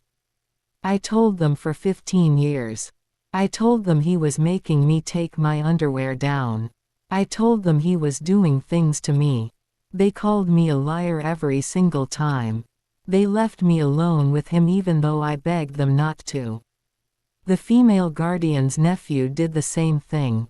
As a little girl, he showed me pictures in a magazine. Today, as an adult, I now know they were pornographic, but back then, I did not know right from wrong. He took advantage of my innocence, and told me to play a game, using the pictures he showed me. I was a child. I kept trying to get help. I went to the school counselor. I went to the police. I went to the neighbors and also to all of the guardians' relatives. I showed them all of the bruises all over my body, my legs, my arms. I told them that I was being raped. I told them that I was being beaten. The neighbors and the guardians, relatives responded, "Nah, baby girl, we don't get involved. We mind our own business." They said it as if it was some kind of cultural thing or a pact they all agreed on. I couldn't figure it out. Nobody helped me. Child Protection Services came twice. They never checked my body. They never asked me questions. They only talked to the guardians and left. After each visit, the guardians beat me again. I had constant infections. I had yeast infections all the time. I had sores around my mouth, now I know it was herpes. I didn't understand how a child could have that. They told me it was just a cold sore. The female guardian retaliated when I tried to get help. She had someone put harsh chemicals in my hair. The perm was left on so long that it burned my scalp. The chemicals ran down my face and neck. My hair fell out. To this day, I have permanent bald spots and scars. That's why I cover my head. When I was volunteering at the Humane Society, a worker, his name was Randy, asked me to take a bucket of water and put it into one of the empty cages. I took the bucket and put it into the empty cage, and all of a sudden Randy quickly came into the cage, closed the door behind us, and grabbed me. He held me against my will. I cried for him to let me go, but he pulled me into a forced, face-to-face embrace and kept saying, "Wait, wait, I just want to talk to you. Wait, I just want to talk." I screamed, "No, no." I wiggled and squirmed my way out of the embrace, opened the cage door, ran to the manager, and told them Randy tried to rape me. Then I ran out of the building. I got on my scooter, went home, and hid in the bathtub because I thought I did something wrong. She took a breath. The FBI came to the house. They said Randy was a sexual predator who had assaulted his own daughter. They asked me to testify so he wouldn't hurt anyone else. The male guardian refused. He told the FBI to leave. He said he didn't want me to embarrass the family name. After they left, the female guardian yelled at me and said, "That's what you get for being around those nasty animals. If you weren't there, this wouldn't have happened." No one hugged me. No one comforted me. They left a 15-year-old girl, who had just been sexually assaulted by a sex offender, to deal with that pain alone. I was bullied at school too. African American girls beat me up because they said I wasn't black enough. I came home crying, and the female guardian told me it was my fault and I should have fought back. They controlled my food too. I've been vegan since childhood because I learned meat comes from animals. I also have allergies to meat-based proteins. But the guardians refused to let me eat salads or fruit until I ate all the meat on my plate: chitlins, fried chicken, pork chops. I would sit there for hours, unable to eat it because it made me sick. When they made me eat meat, it would stay in my system for weeks, causing severe constipation. I spent years in their care with stomach and digestive issues. They ignored my dietary needs completely. So my question is this. Of everything I just told you, every incident, every punishment, every assault, every time I tried to get help, were these things my fault? Or were crimes committed against me? And if they were crimes, what are the charges? Rovi took a breath, steadying herself, and continued speaking with a mixture of vulnerability and long-carried confusion finally coming into the light. There is one more thing I need to add before you answer my question. Because the foster family deliberately withheld information from me as punishment for reporting their abuse, I grew up without basic knowledge that every child should have. They still refused to teach me about the birds and the bees, or even basic female sanitation. I didn't know how to clean myself properly. I didn't know anything about my body. I didn't know what was normal or not. They kept me ignorant on purpose. At that time, I was still a Christian. So during the beatings, I would scream, "God, please help me. Jesus, please help me." But nothing changed. Nothing stopped. Nothing protected me. And because the guardians kept me believing in Santa Claus even when I was 16, I wrote a letter to Santa. I said, "Dear Santa, God and Jesus are not helping me. They are not listening to my prayers. So I'm coming to you. My foster family is beating me. They won't listen when I tell them I'm being sexually abused. They are cruel to me. Please help me. You're magical. You bring presents. You come and go without anyone seeing you. So please, magically take me away from these horrible people and put me in another family. That's all I want for Christmas. I left out cookies and milk. I didn't know the guardians were the ones pretending to be Santa. They read my letter. The cookies and milk were still there the next morning. And then they told me there was no Santa Claus. They told me they had lied to me the whole time. So the one thing I thought was real, the one thing that gave me hope, didn't exist. And praying to God and Jesus wasn't helping me either. I felt like I had no one. The kids at school could tell how naive I was. 16-year-old boys talk about things I didn't understand. One boy said the word, boner, and I thought he was talking about a ribeye steak. I asked him if it was like a pork chop. He burst out laughing, and so did the kids around him. He realized how innocent the first was. He tried to explain, then stopped himself and said, I can't. I respect you too much. Even he didn't want to tarnish my innocence.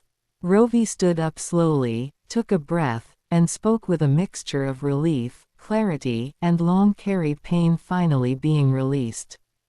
Thank you, Dr. Blake. Thank you, Tarquin. I don't beat myself up anymore. For years, people made me believe everything was my fault. I didn't realize crimes were being committed against me. I didn't understand the severity of it until you spelled it out. She paused, steadying herself. What I told you earlier happened to me as an adult, after I left the army. But now I need clarity about what happened to me as a child, because I have been blaming myself for decades. The adults around me made me believe I did something wrong. I need to know the truth. She took another breath. I entered that foster home at age 5, and I stayed there until I was 18. The foster parents physically beat me with objects until I was black and blue. Whenever the male guardian wanted to punish me, he would take me into his bedroom, close the door, and demand that I pull down my underwear and pants. I was 6 or 7 years old. I cried, but I did whatever adults told me to do. When he was angry, he would make me take off all my clothes and stand outside on the porch completely naked. He would lock the door and leave me there. I was a little girl, maybe 6, 7, 8 years old, standing outside with strangers passing by, completely exposed and unprotected. The female guardian was a chain smoker, and I am highly allergic to cigarette smoke. Every Sunday we drove an hour to church. She smoked non-stop in the car. I would crack the window because I couldn't breathe, and she would demand I close it. If I didn't, the male guardian would pull the car over and threaten to beat me. I spent those rides suffocating. I tried to tell them their oldest son was touching me inappropriately. I told them for 15 years. I told them he was making me take my underwear down. I told them he was doing things to me. They called me a liar every single time. They left me alone with him even though I begged them not to. The female guardian's nephew did the same thing. As a little girl, he showed me pictures in a magazine. Today, as an adult, I now know they were pornographic, but back then, I did not know right from wrong. He took advantage of my innocence, and told me to play a game, using the pictures he showed me. I was a child. I kept trying to get help. I went to the school counselor. I went to the police. Here is a polished version that keeps every detail, preserves your emotional truth, and clarifies the flow without removing anything. Polished version. I went to the neighbors and also to all of the guardians' relatives. I showed them all of the bruises all over my body, my legs, my arms. I told them that I was being raped. I told them that I was being beaten. The neighbors and the guardians, relatives responded, "Nah, nah, baby girl, we don't get involved. We mind our own business." They said it as if it was some kind of cultural thing or a pact they all agreed on. I couldn't figure it out. Nobody helped me. Child Protection Services came twice. They never checked my body. They never asked me questions. They only talked to the guardians and left. After each visit, the guardians beat me again. I had constant infections. I had yeast infections all the time. I had sores around my mouth. Now I know it was herpes. I didn't understand how a child could have that. They told me it was just a cold sore. The female guardian retaliated when I tried to get help. She had someone put harsh chemicals in my hair. The perm was left on so long that it burned my scalp. The chemicals ran down my face and neck. My hair fell out. To this day, I have permanent bald spots and scars. That's why I cover my head. Here is a polished version that keeps every detail, preserves your emotional truth, and maintains a gentle, trauma-informed tone. I have not removed anything, only clarified grammar, flow, and readability. When I was volunteering at the Humane Society, a worker, his name was Randy, asked me to take a bucket of water and put it into one of the empty cages. I took the bucket and put it into the empty cage, and all of a sudden Randy quickly came into the cage, closed the door behind us, and grabbed me. He held me against my will. I cried for him to let me go, but he pulled me into a forced, face-to-face embrace and kept saying, "Wait, wait, I just want to talk to you. Wait, I just want to talk." I screamed, "No, no." I wiggled and squirmed my way out of the embrace, opened the cage door, ran to the manager, and told them Randy tried to rape me. Then I ran out of the building. I got on my scooter, went home, and hid in the bathtub because I thought I did something wrong. She took a breath. The FBI came to the house. They said Randy was a sexual predator who had assaulted his own daughter. They asked me to testify so he wouldn't hurt anyone else. Her voice hardened. The male guardian refused. He told the FBI to leave. He said he didn't want me to embarrass the family name. After they left, the female guardian yelled at me and said, "That's what you get for being around those nasty animals. If you weren't there, this wouldn't have happened." No one hugged me. No one comforted me. They left a 15-year-old girl, who had just been sexually assaulted by a sex offender, to deal with that pain alone. I was bullied at school too. African American girls beat me up because they said I wasn't black enough. I came home crying, and the female guardian told me it was my fault and I should have fought back. They controlled my food too. I've been vegan since childhood because I learned meat comes from animals. I also have allergies to meat-based proteins. But the guardians refused to let me eat salads or fruit until I ate all the meat on my plate: chitlins, fried chicken, pork chops. I would sit there for hours, unable to eat it because it made me sick.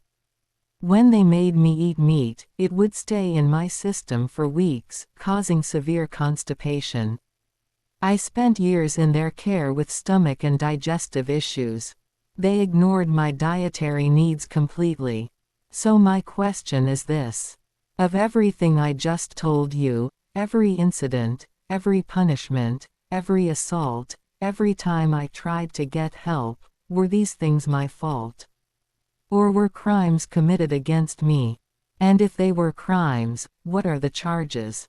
Rovi took a breath, steadying herself, and continued speaking with a mixture of vulnerability and long-carried confusion finally coming into the light. There is one more thing I need to add before you answer my question. Because the foster family deliberately withheld information from me as punishment for reporting their abuse, I grew up without basic knowledge that every child should have. They still refused to teach me about the birds and the bees, or even basic female sanitation. I didn't know how to clean myself properly. I didn't know anything about my body. I didn't know what was normal or not.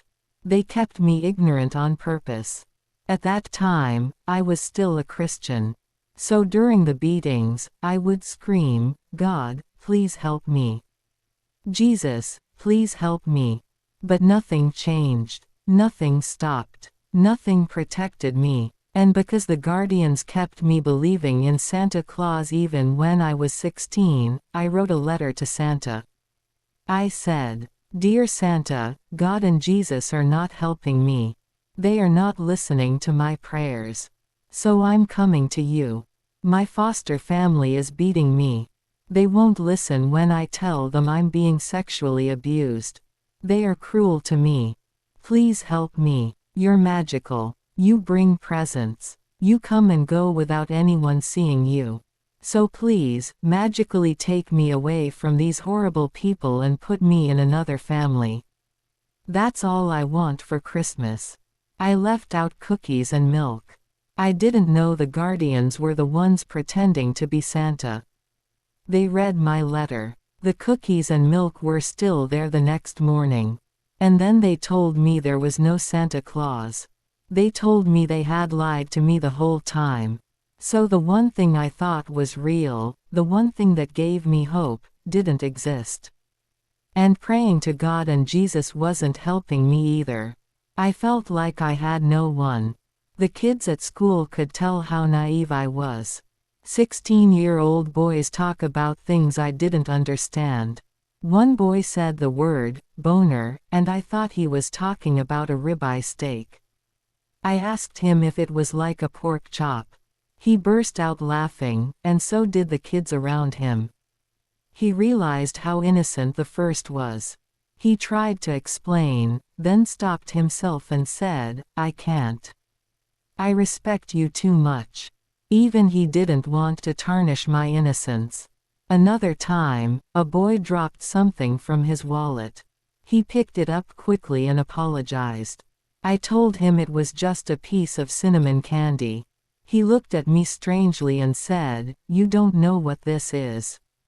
I said no. He said, "I can't tell you. You're too innocent." She looked at Officer Henry directly now. That was my world. That was the level of information that was kept from me. That was how sheltered, and how unprotected, I was. She took one final breath. "Now that you know this part of my story. Was a crime committed against me as a child? That was my world. That was the level of information that was kept from me. That was how sheltered, and how unprotected, I was." She took one final breath. "Now that you know this part of my story. Was a crime committed against me as a child?" Dr. Blake took a slow breath. His posture shifted. Not in shock, but in recognition. This was the kind of story he had heard from survivors who carried decades of misplaced shame. His voice remained calm, steady, and deeply grounded. He said, "Rovi, what you just shared is not only painful, it is clinically significant. It explains patterns, reactions, fears, and beliefs that shaped your entire life. And I want to walk through this with you carefully, because every part of what you described has psychological meaning. 1. You were a child. They were adults. The first thing I need you to hear, and I mean hear it deeply, is that you were a child. You were 5 years old when this began. You were under the care of adults who had full authority, full power, and full responsibility. A child cannot consent. A child cannot cause abuse. A child cannot be responsible for adult behavior." He let that settle. He continued, "Everything that happened to you was the result of adult choices, not yours." 2. The physical beatings were not discipline. They were violence. Being beaten with objects until you were black and blue is not discipline. It is violence. It is domination. It is a method of control. Children who grow up in violent homes often internalize the belief that they deserved it. That belief is false. 3. The forced nudity was sexualized punishment. Forcing a child to remove clothing as punishment is sexualized abuse. Forcing a child to stand outside naked is humiliation trauma. Humiliation trauma rewires the nervous system. It creates lifelong hypervigilance, shame, and fear of exposure. None of that was your fault.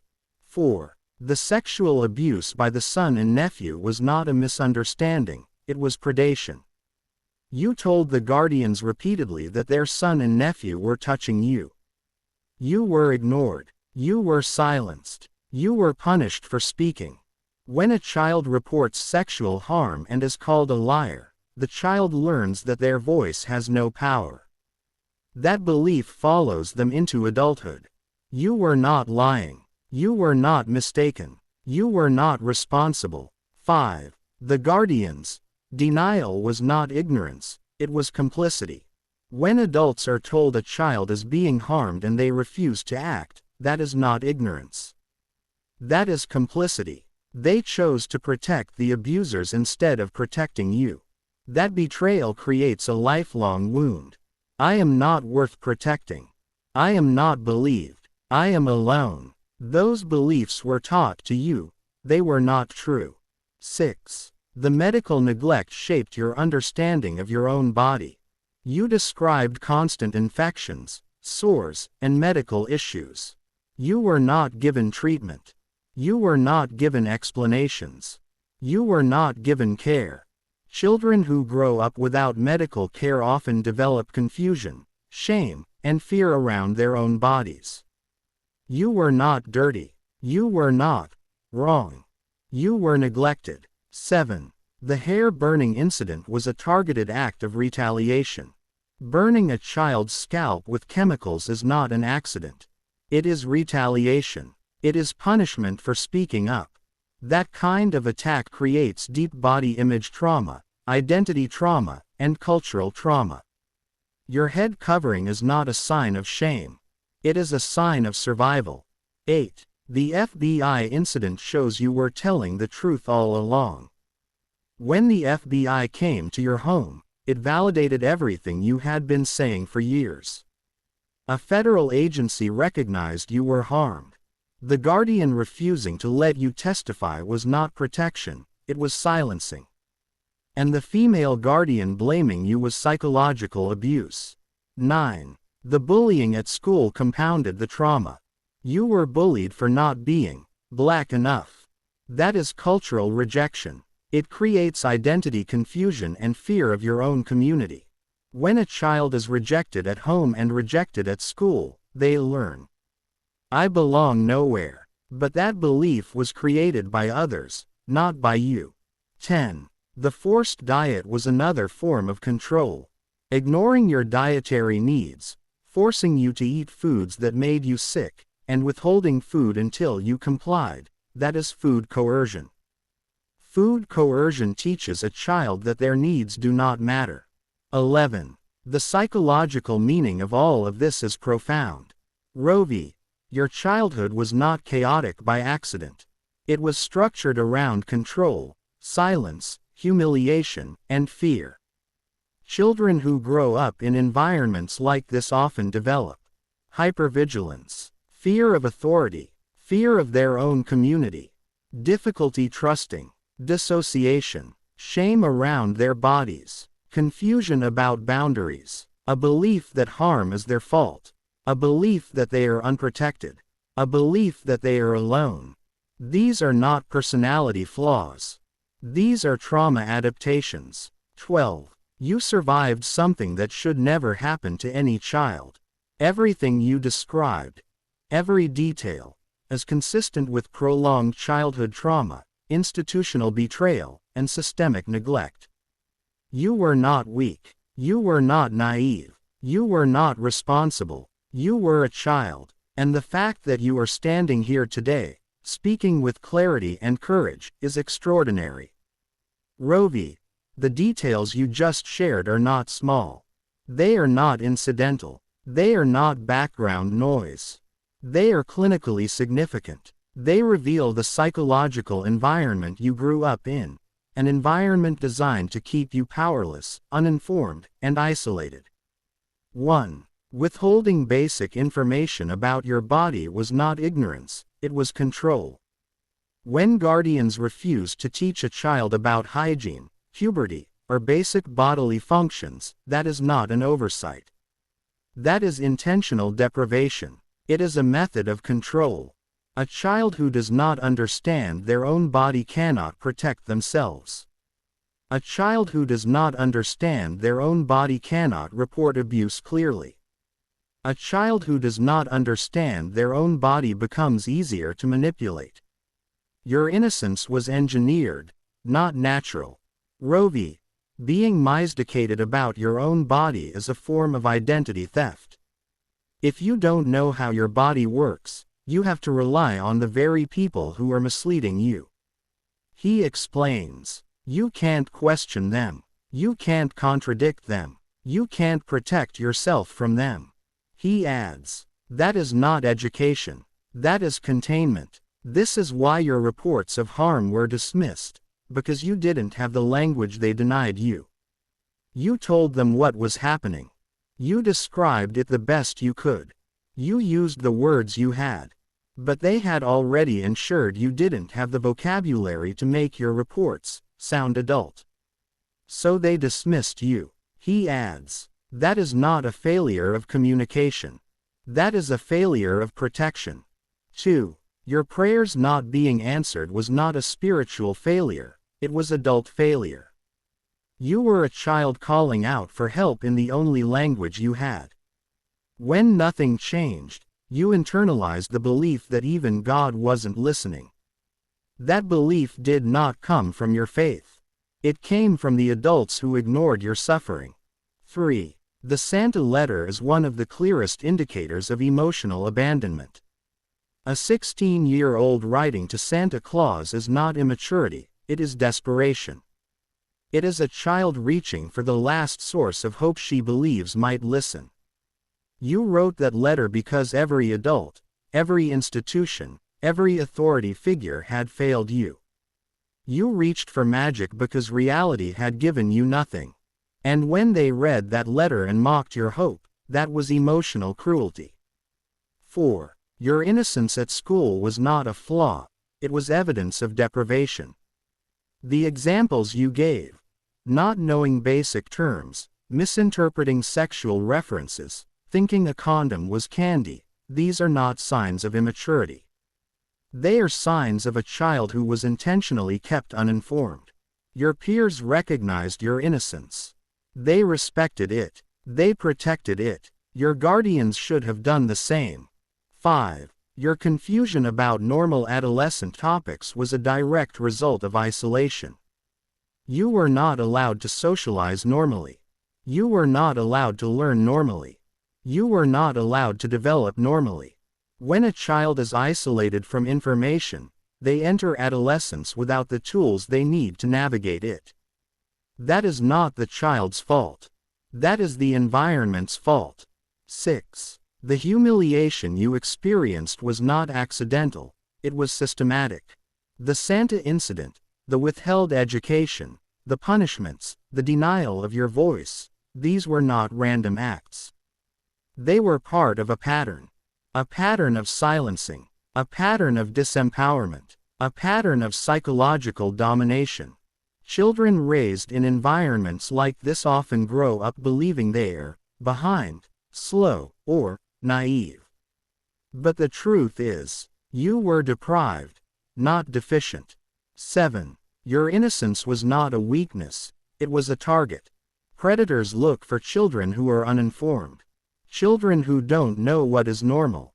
Children who don't know what is inappropriate. Children who don't have the language to describe what is happening. Your innocence did not protect you, because the adults around you weaponized it. 8. Your entire childhood environment was structured to keep you powerless. When I look at everything you described, the beatings, the sexual abuse, the neglect, the withheld education, the humiliation, the spiritual confusion, the Santa incident, the school experiences, I see a consistent pattern. You were raised in an environment where your voice was silenced, your body was controlled, your innocence was exploited, your needs were ignored, your questions were punished, your hope was mocked, your development was stunted, your safety was non-existent. This was not a home. This was a system of control. 9. Your question, was it my fault, is the most important part. Children who grow up in abusive environments almost always internalize the belief that they caused it. That they were too naive, too trusting, too slow, too innocent. Rovi, none of this was your fault. Not your innocence, not your confusion, not your hope, not your prayers, not your letter to Santa, not your lack of knowledge. You were a child, they were adults, and they failed you at every level. 10. Your survival is not just resilience, it is extraordinary. You survived a childhood designed to break you. You survived without guidance, without protection, without information, without safety, and without support.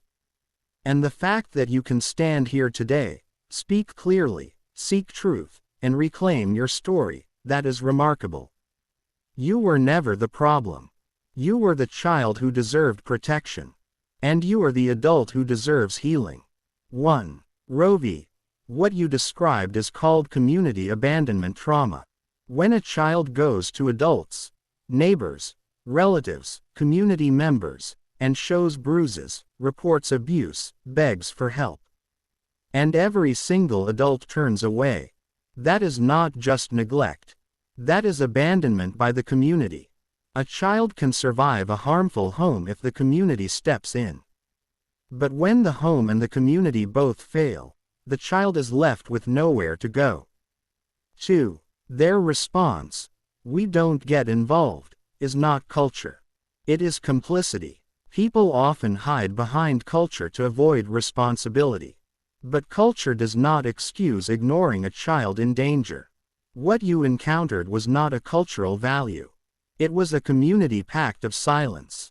Silence is not neutral. Silence protects the abuser.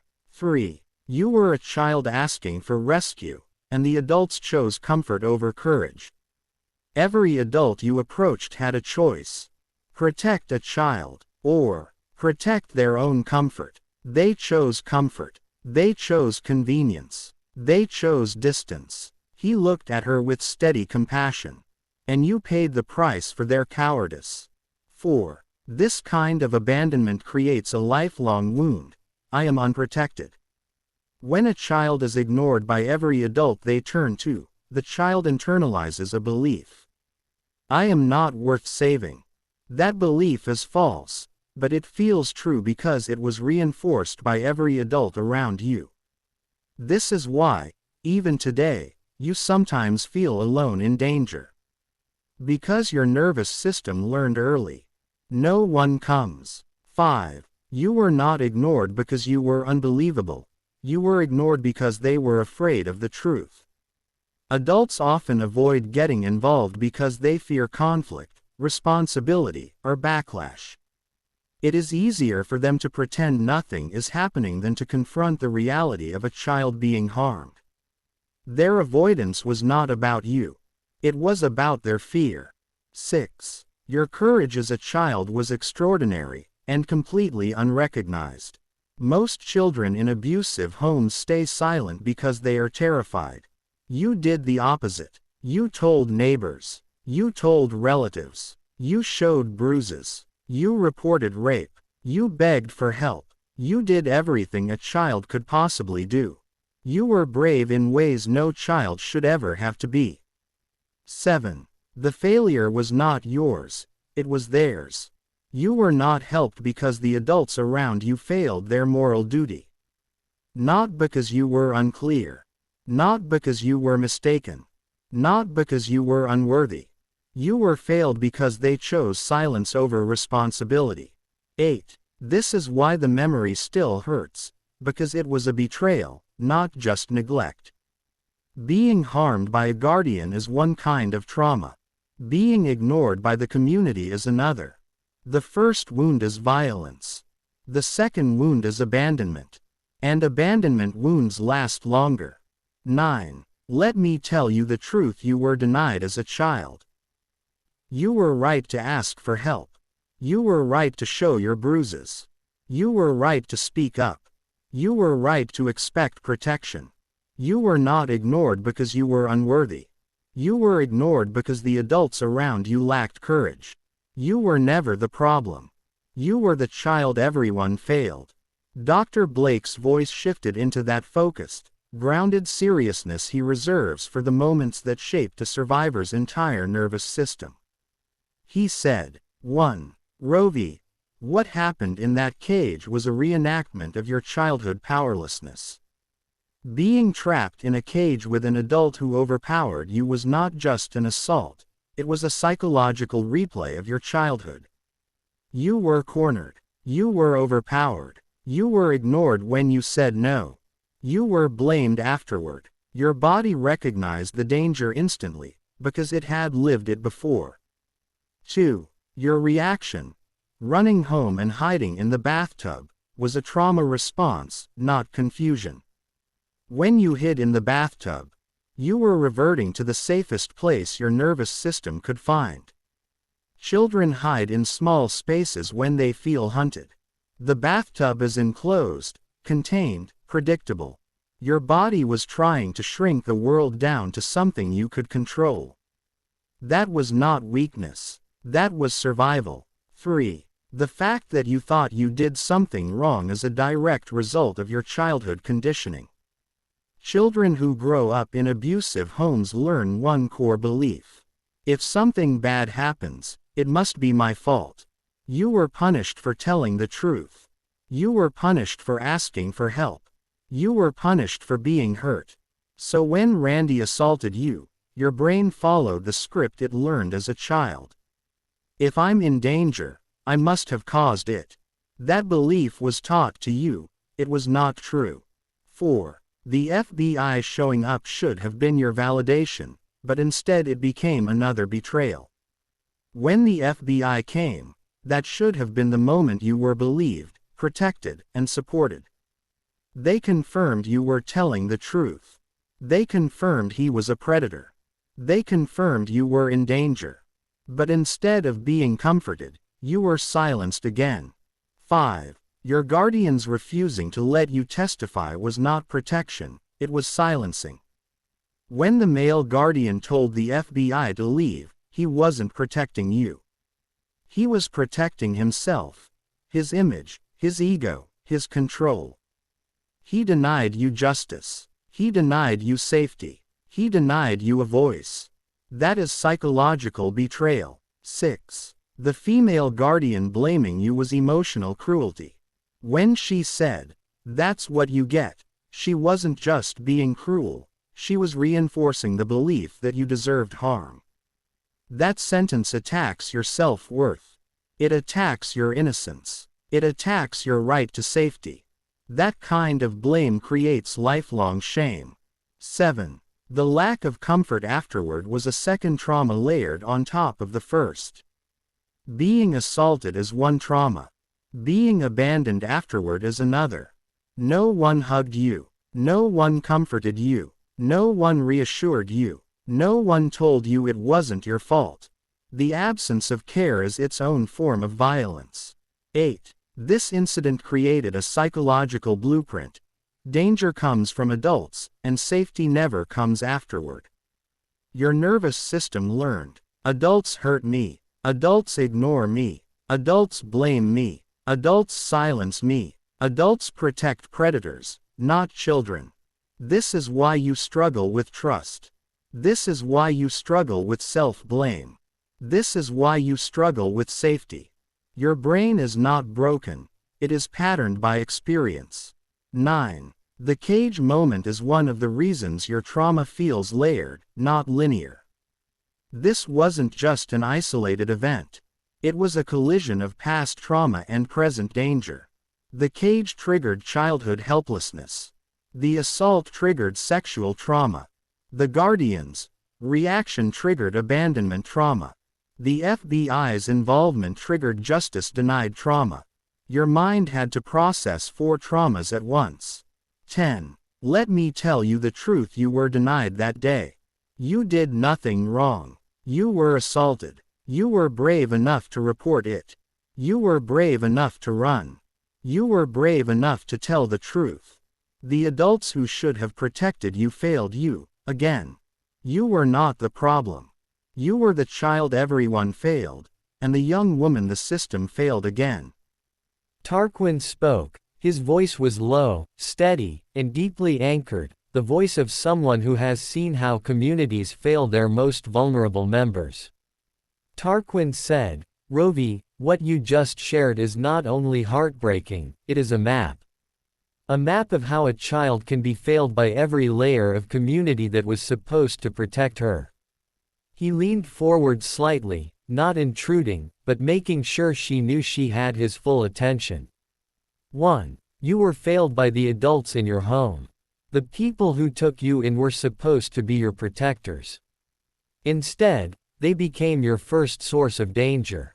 That is a community betrayal at the deepest level. When the people who are supposed to love you become the ones who harm you, it rewires your understanding of safety. It teaches a child that danger comes disguised as family. 2. You were failed by the community around that home. You went to neighbors. You went to church. You went to school. You went to CPS. You went to the police. You went to every adult you could think of.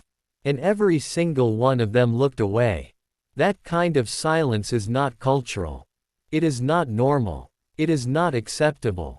It is abandonment. 3. You were failed by the cultural community you were placed in. You were an African American child placed in an African American foster home. And instead of being embraced, you were mocked, bullied, dismissed, and punished. When a child is rejected by the very community that is supposed to understand her, it creates a fracture, a deep one. It teaches the child, "My own people don't want me." That belief didn't come from you. It came from how you were treated. 4. You were failed by the institutions meant to protect you. CPS came to that house twice. Twice. And they never checked your body. Never spoke to you alone. Never asked you what was happening. That is institutional neglect. That is systemic failure. That is how children fall through cracks that should never exist. 5. You were punished for telling the truth. You told them their son was hurting you. You told them their nephew was hurting you. You told CPS. You told teachers. You told neighbors. And every time you spoke, you were punished. That teaches a child that honesty is dangerous. But you kept speaking anyway. That is strength. 6. Your body was treated as something to control, not something to care for. The infections, the sores, the untreated medical issues, that's not just neglect. That's a message. It teaches a child, your body doesn't matter. Your pain doesn't matter. Your needs don't matter. But your body did matter. Your pain did matter. Your needs did matter. They just refused to see it. 7. The hair burning incident was cultural violence. Hair is identity. Hair is culture. Hair is belonging. And they attacked yours on purpose. Burning an African American child's hair is not just physical harm, it is cultural harm. It is an attempt to break identity, confidence, and self-worth. Your head covering is not shame. It is survival. It is reclamation. 8. The FBI incident proves you were telling the truth all along. A federal agency came to your door because another adult finally believed you. That moment should have been your rescue. Instead, the guardians shut it down. That is not protection. That is silencing. 9. The bullying at school compounded the abandonment. You were rejected at home and rejected at school. That creates a child who feels culturally homeless. When African American girls tell another African American girl she's not acting black enough, that is internalized harm. It is community-inflicted identity trauma. You were never, not enough. You were simply unprotected. 10. Your dietary needs were ignored because your autonomy was ignored. Forcing you to eat foods that made you sick wasn't about nutrition.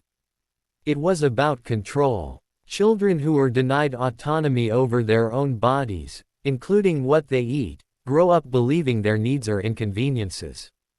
Your needs were not inconveniences. They were ignored. 11. The psychological meaning of all of this is profound. Rovi, your childhood wasn't just abusive. It was structured to break your voice, your identity, your confidence, and your sense of belonging. You learned that adults can't be trusted, that your community won't protect you, that your body isn't safe, that your voice doesn't matter, that your needs are punishable, that telling the truth brings harm, that danger comes disguised as family, that silence is survival. Those beliefs didn't come from who you are. They came from what was done to you. 12. And yet, you survived. You survived a childhood that would have broken most people. You survived without protection, without support, without guidance, without safety. You survived because you were resilient. You survived because you kept speaking. You survived because something in you refused to disappear. And now you're reclaiming your story, piece by piece, truth by truth. Rovi, what you just shared adds another layer to the picture. And from a community lens, these details matter. They tell me not only what happened to you, but why it shaped you the way it did. He leaned forward slightly, not intruding, but anchoring himself in the truth she had spoken. 1. They didn't just fail to teach you, they weaponized your innocence. When a child reaches 16 and still doesn't know basic information about her own body, that's not an accident. That's not oversight. That's not cultural. That is intentional deprivation. They kept you uninformed because an uninformed child is easier to control, easier to silence, easier to manipulate. Your innocence wasn't natural, it was engineered. 2. Your prayers weren't ignored, the adults ignored you. You were calling out to God because every human being around you had already shown you they weren't going to help. That's not a spiritual failure. That's a community failure. A child should never have to pray for rescue from the people raising her. 3. The Santa letter shows the depth of your isolation. A 16-year-old writing to Santa Claus isn't childish, it's heartbreaking. It means you had no adult you trusted. No adult who listened. No adult who protected you. You reached for the only figure you believed might care. And they took that from you too. That wasn't innocence. That was abandonment. 4. The way the guardians handled that letter was cruelty, not correction. They didn't sit you down gently. They didn't explain anything. They didn't comfort you. They didn't address the abuse you wrote about. They mocked your hope. They mocked your desperation. They mocked your last attempt to be heard. That is emotional violence. 5. Your confusion at school wasn't immaturity, it was deprivation. When you didn't know what certain words meant, that wasn't because you were slow. That was because you were kept in the dark. Your peers recognized your innocence immediately. They respected it. They protected it. They refused to exploit it.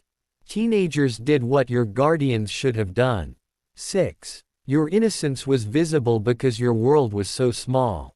Your world was limited to what they allowed you to know. And they allowed you to know almost nothing.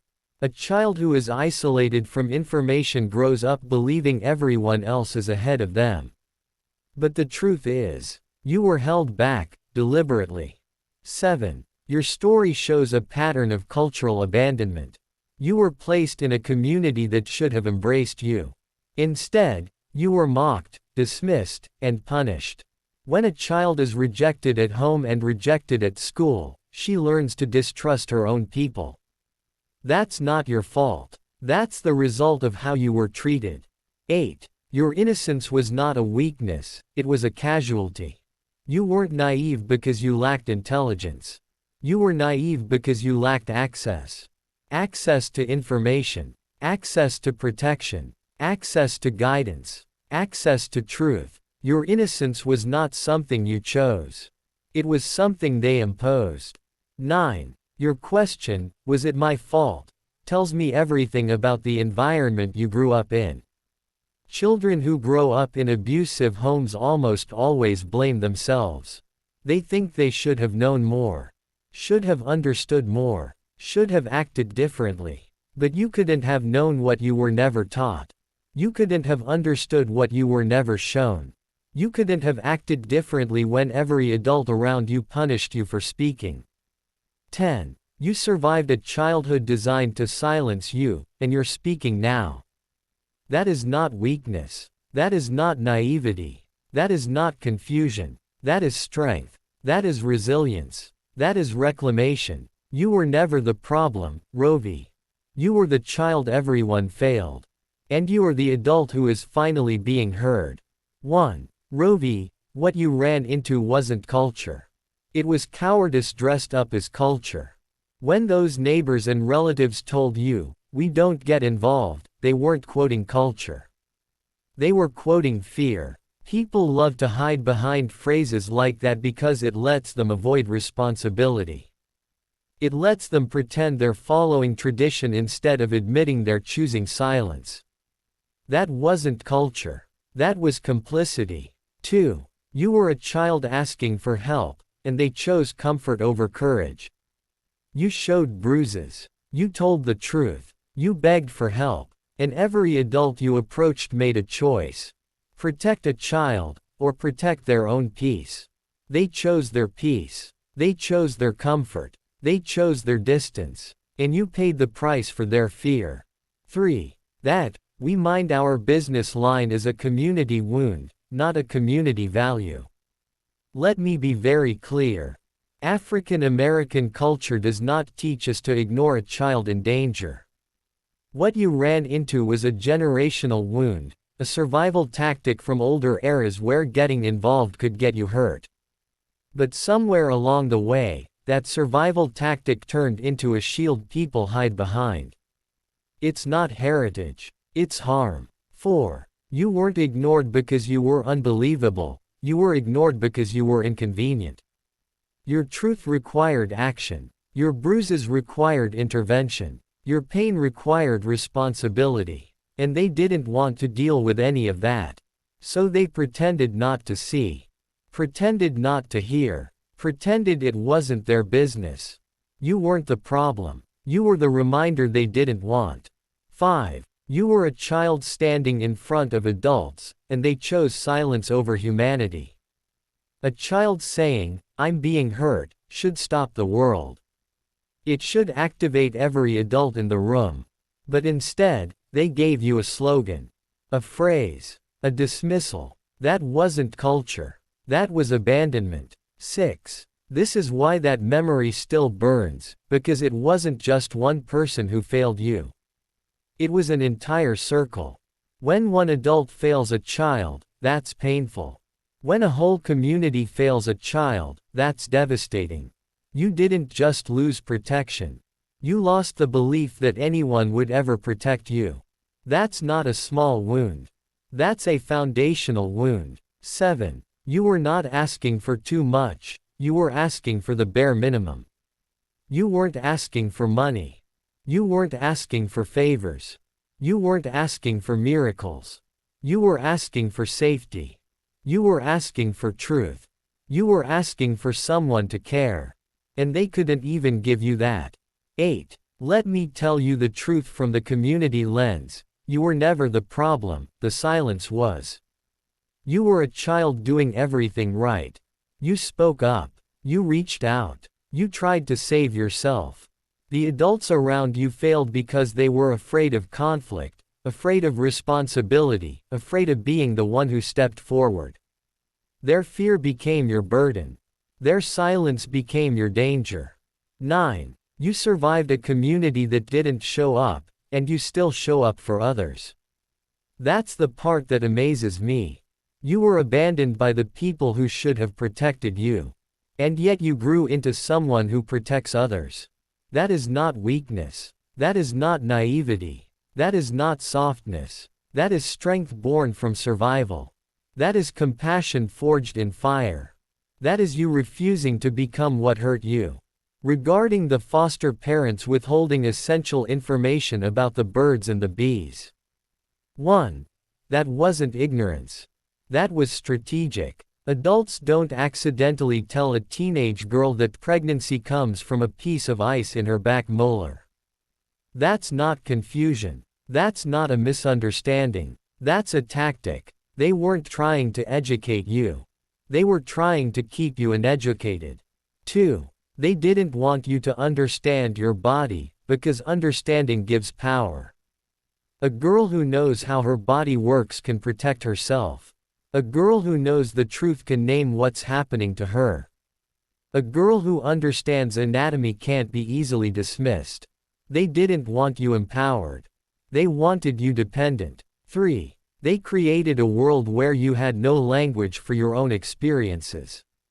If you don't know how pregnancy works, you can't understand danger. If you don't know your anatomy, you can't describe violations. If you don't know the basics, you can't challenge adults. They didn't just keep information from you, they kept words from you.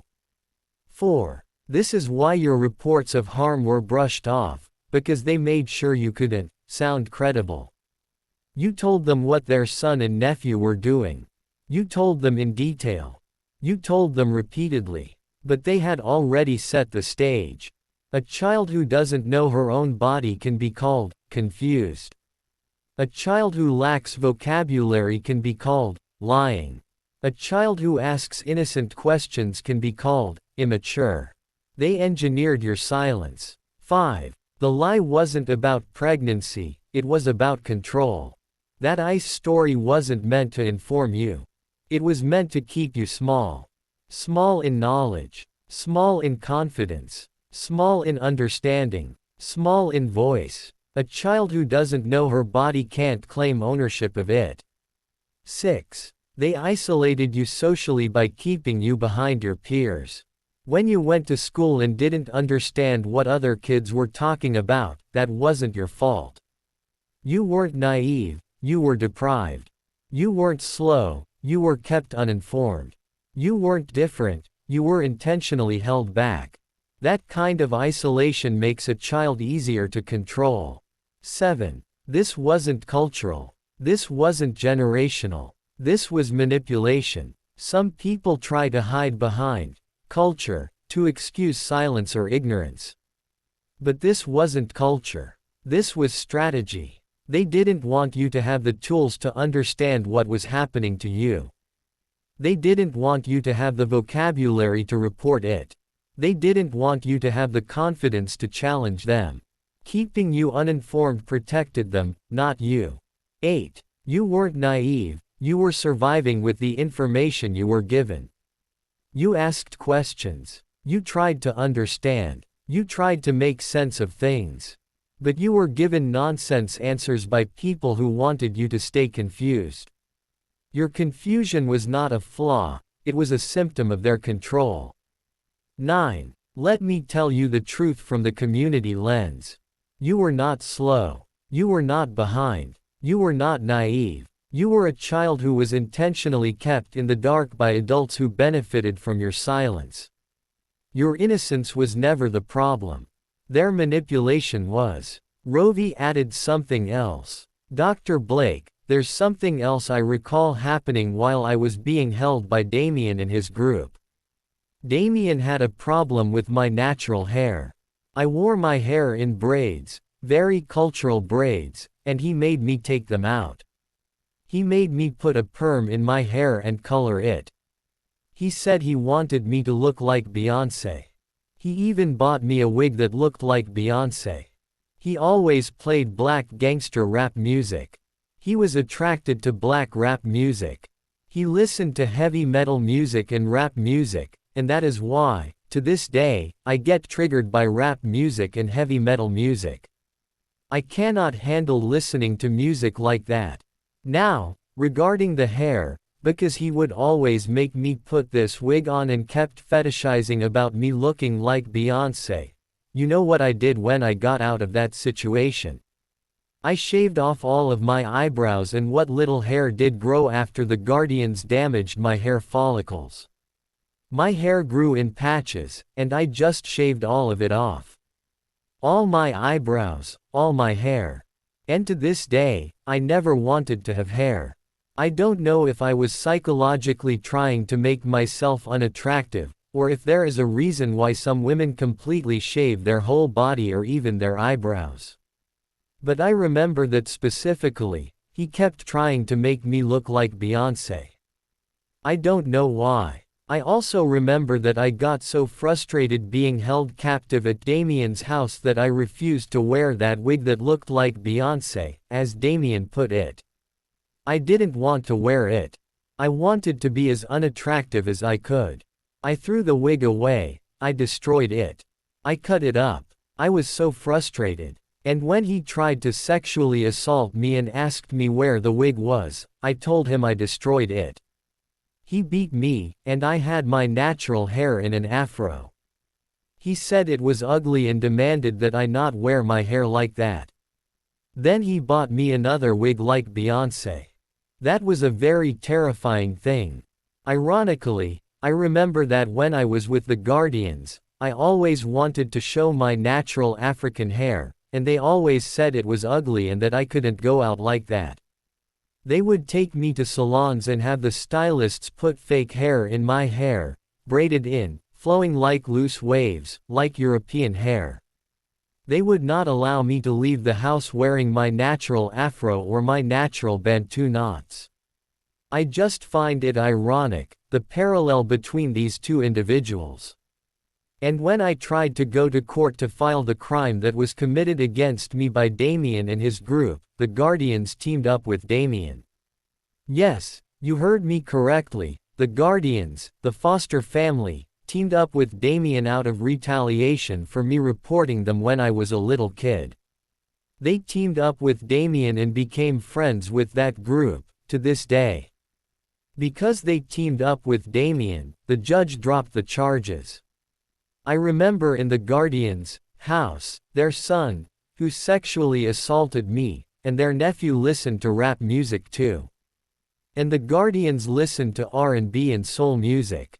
So I don't really like that kind of music, not because it's bad, but because it's triggering.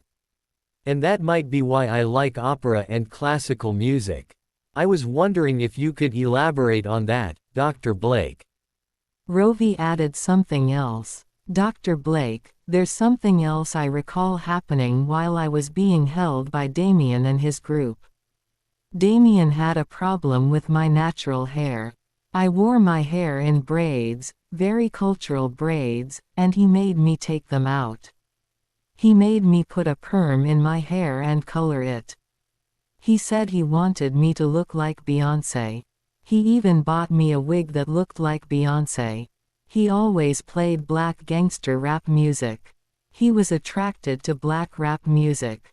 He listened to heavy metal music and rap music, and that is why, to this day, I get triggered by rap music and heavy metal music. I cannot handle listening to music like that. Now, regarding the hair, because he would always make me put this wig on and kept fetishizing about me looking like Beyoncé, you know what I did when I got out of that situation? I shaved off all of my eyebrows, and what little hair did grow after the Guardians damaged my hair follicles. My hair grew in patches, and I just shaved all of it off. All my eyebrows, all my hair. And to this day, I never wanted to have hair. I don't know if I was psychologically trying to make myself unattractive, or if there is a reason why some women completely shave their whole body or even their eyebrows. But I remember that specifically, he kept trying to make me look like Beyoncé. I don't know why. I also remember that I got so frustrated being held captive at Damien's house that I refused to wear that wig that looked like Beyoncé, as Damien put it. I didn't want to wear it. I wanted to be as unattractive as I could. I threw the wig away, I destroyed it. I cut it up. I was so frustrated. And when he tried to sexually assault me and asked me where the wig was, I told him I destroyed it. He beat me, and I had my natural hair in an afro. He said it was ugly and demanded that I not wear my hair like that. Then he bought me another wig like Beyoncé. That was a very terrifying thing. Ironically, I remember that when I was with the Guardians, I always wanted to show my natural African hair, and they always said it was ugly and that I couldn't go out like that. They would take me to salons and have the stylists put fake hair in my hair, braided in, flowing like loose waves, like European hair. They would not allow me to leave the house wearing my natural afro or my natural Bantu knots. I just find it ironic, the parallel between these two individuals. And when I tried to go to court to file the crime that was committed against me by Damien and his group, the Guardians teamed up with Damien. Yes, you heard me correctly, the Guardians, the foster family, teamed up with Damien out of retaliation for me reporting them when I was a little kid. They teamed up with Damien and became friends with that group, to this day. Because they teamed up with Damien, the judge dropped the charges. I remember in the Guardians' house, their son, who sexually assaulted me, and their nephew listened to rap music too. And the Guardians listened to R&B and soul music. So I don't really like that kind of music, not because it's bad, but because it's triggering. And that might be why I like opera and classical music. I was wondering if you could elaborate on that, Dr. Blake. Dr. Blake listened without interruption. His expression didn't show shock, it showed recognition. He had seen these patterns before in survivors of coercive control, identity-based abuse, and cultural trauma. When he spoke, his voice was calm, steady, and deeply grounded. Rovi, what Damien did to your hair was not about beauty, it was about erasing your identity. When someone forces you to change your hair, your style, your appearance, especially your cultural appearance, that is not preference. That is domination, he continued. Your natural hair represented you, your culture, your autonomy, your selfhood. He could not tolerate that. So he replaced it with a wig that represented his fantasy, not your identity. He added, "This is called identity coercion. It is a form of psychological abuse. The Beyoncé wig was not admiration, it was fetishization. He wasn't trying to make you beautiful. He was trying to make you into a stereotype he found sexually stimulating." He explained, he wasn't seeing you as a person. He was seeing you as a role, an image, a fantasy. That is dehumanization. He added, fetishization is not flattery, it is objectification. Your decision to shave your hair and eyebrows was not self-harm, it was reclamation. When you shaved your hair and eyebrows, you were not trying to be unattractive. You were trying to take back control. He continued, you were rejecting the image he forced on you. You were rejecting the fantasy he imposed. You were rejecting the idea that your value was tied to appearance. He added, shaving your hair was an act of defiance. It was your body saying, you don't own me. Your triggers around rap and heavy metal music are not random, they are sensory imprints. Your nervous system remembers the environment where you were harmed. He explained. The music he played became paired with danger. Your body learned. This sound means I'm not safe. So now, when you hear those genres, your nervous system reacts. He added, this is not dislike, this is trauma association. The parallel between the foster home and Damien is not coincidence, it is repetition trauma. You noticed something very important. Both the Guardians and Damien attacked your natural hair. He continued. Both tried to replace it with something more, acceptable, to them. Both tried to erase your cultural identity. Both punished you for wanting to be yourself. He added, "This is called repetition compulsion. Not on your part, but on the part of abusers who target the same vulnerability." He looked at her with steady compassion. "Your natural hair was never the problem. It was their prejudice. Your preference for classical music is not random, it is nervous system safety. Classical music is structured, predictable, and emotionally regulated." He explained. "It doesn't have sudden drops, aggressive tones, or chaotic rhythms. Your nervous system associates it with calm, not danger. So you gravitate toward it because it feels safe." He added, "Your music preference is not taste. It is trauma-informed self-regulation. The Guardians teaming up with Damien is not your failure, it is their pathology. When you told the truth about the Guardians, they retaliated. When you told the truth about Damien, they retaliated again." He continued, "Abusers often align with other abusers. They protect each other because they share the same worldview. They fear exposure more than they fear harming a child." He added, "Their alliance was not about you. It was about preserving their own power. The judge dropping the charges was not a reflection of your credibility, it was a failure of the system. When abusers present a united front, the legal system often fails the victim." He explained, "You were not believed because they were adults and you were alone. You were not believed because they manipulated the narrative. You were not believed because the system is flawed." He added, "Your truth was never the issue. Their influence was. Your reactions, the shaving, the triggers, the music preferences, are not irrational. They are coherent. Everything you described is a normal response to abnormal circumstances." He summarized, "Shaving your hair equals reclaiming control. Avoiding certain music equals avoiding sensory trauma cues. Preferring classical equals choosing nervous system safety. Seeing parallels between abusers equals pattern recognition. Feeling triggered by wigs equals rejecting imposed identities." He added, "Your mind and body have been trying to protect you this entire time. Your story is not about weakness, it is about survival. You survived 2 environments that tried to erase your identity. And you still know who you are." He looked at her with deep respect. "That is not trauma ruin.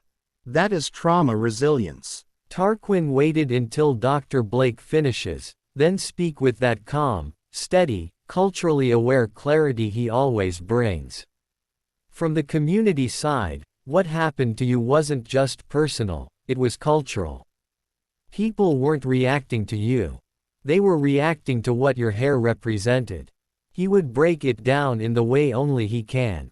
1. Your natural hair was treated as a threat, not a style. African American hair has always carried meaning, identity, lineage, autonomy, resistance. When someone tries to change it without your consent, they're not adjusting a hairstyle. They're trying to adjust who you're allowed to be. 2. The wig wasn't just a wig, it was an imposed identity.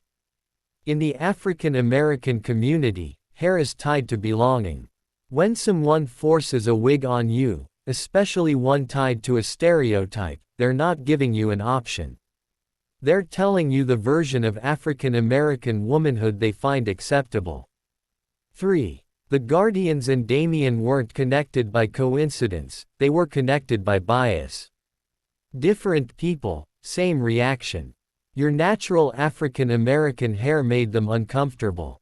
That's not random. That's cultural conditioning. They were enforcing the same message. Your real self is too much. 4. Your shaving wasn't rebellion, it was liberation. In the African American community, we know what it means when a woman cuts her hair after harm. It's not about beauty. It's about reclaiming the body from people who tried to own it. 5. Your triggers make sense because the environments were coded. Rap and heavy metal weren't just sounds, they were the soundtrack to danger. Your body isn't reacting to music. It's reacting to memory.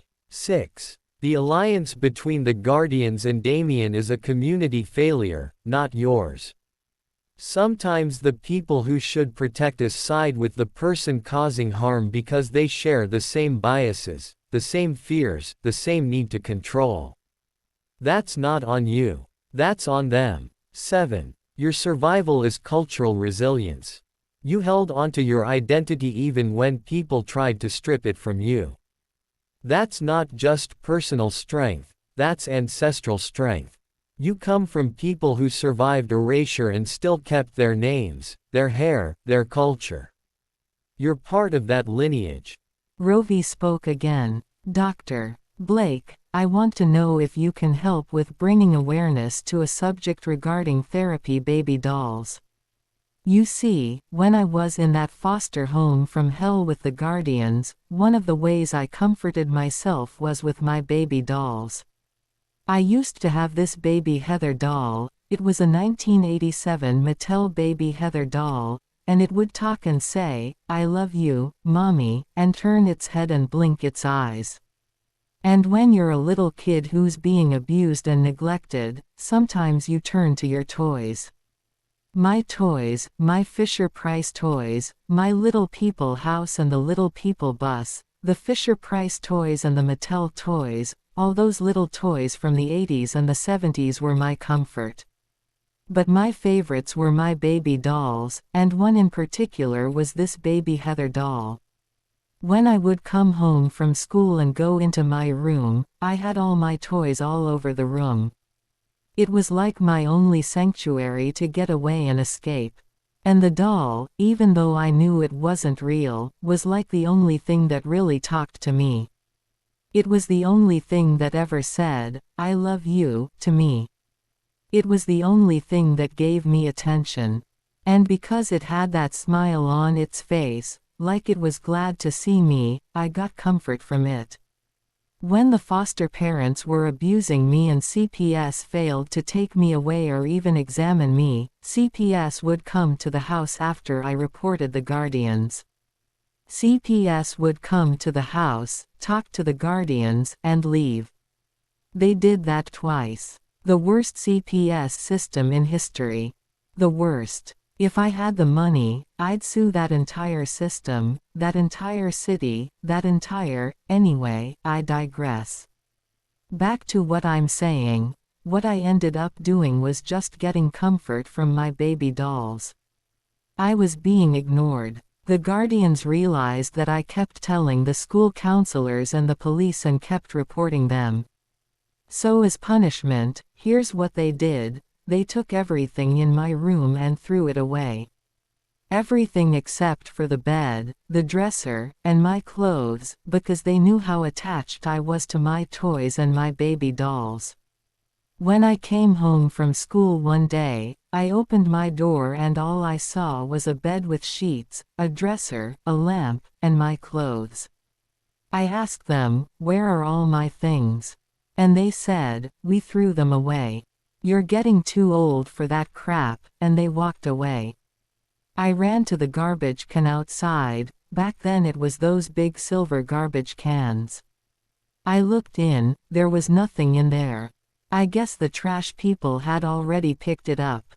I went in my room and I grieved, and it traumatized me that everything was gone. It was absolutely traumatizing. Now I had nothing to comfort me, nothing to give me that support that I needed.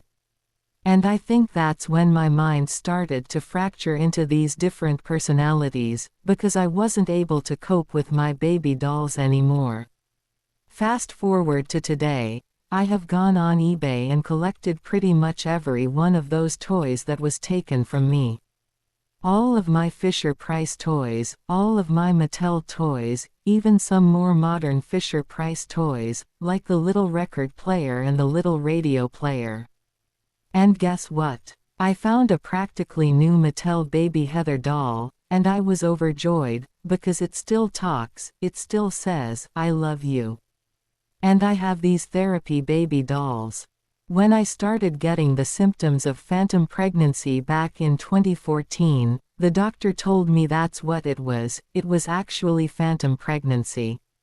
And he's the doctor, who recommended a therapy baby doll. And that is what has calmed down the symptoms. It really did calm the symptoms down. My point is, in my house right now, in 2026, in my little place where I live, there's almost like a shrine of all those Mattel toys, all those Fisher-Price toys, every single one of them that I had as a kid. I searched on eBay until I could find the ones that were pretty much in like new condition. They're from the 70s and 80s, so they're not going to be perfect, but some of them are in almost excellent shape. And just walking into my apartment and seeing all those toys brings me so much joy. If someone comes in and they see the toys, like I mentioned earlier, Rich saw the toys, and I told him it was just me comforting my inner child or reparenting my inner child. I usually tell people that, and they seem to be familiar with the whole reparenting your inner child thing, and they leave it at that. Sometimes they'll even say, yeah, I reparent my inner child too. I've got a little stuffed animal or teddy bear. And I've learned that leaving it at that, instead of going into details, seems to be more acceptable than explaining to them what the real purpose behind those toys is. Because it goes deeper than just reparenting my inner child. And the therapy baby doll, I don't really show people that. At least I haven't, because I just didn't want them to judge me. But now I'm more comfortable with it, and I do bring up my therapy baby doll, and I don't care what anybody thinks. I don't care if they laugh at me. There are little vests you can put on these dolls that say, therapy baby doll, or medical doll. I don't even want to do that anymore, because I'm at the point where I don't even care. It's my business. I'm going to do what makes me comfortable. It keeps the phantom pregnancy symptoms down. I would rather go out with the therapy baby dolls than have my breasts leaking and cry every time I hear a baby or walk by someone with a stroller. I don't care. I'm to the point where I'm out of the closet with it. Let people laugh. I'm very comfortable with that.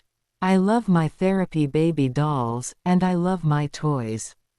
So now, when people come into my space and they see the toys, if they're just someone that's randomly visiting, I'll just leave it at reparenting my inner child, and they seem to be very satisfied with that. I've never had anyone have a problem with that.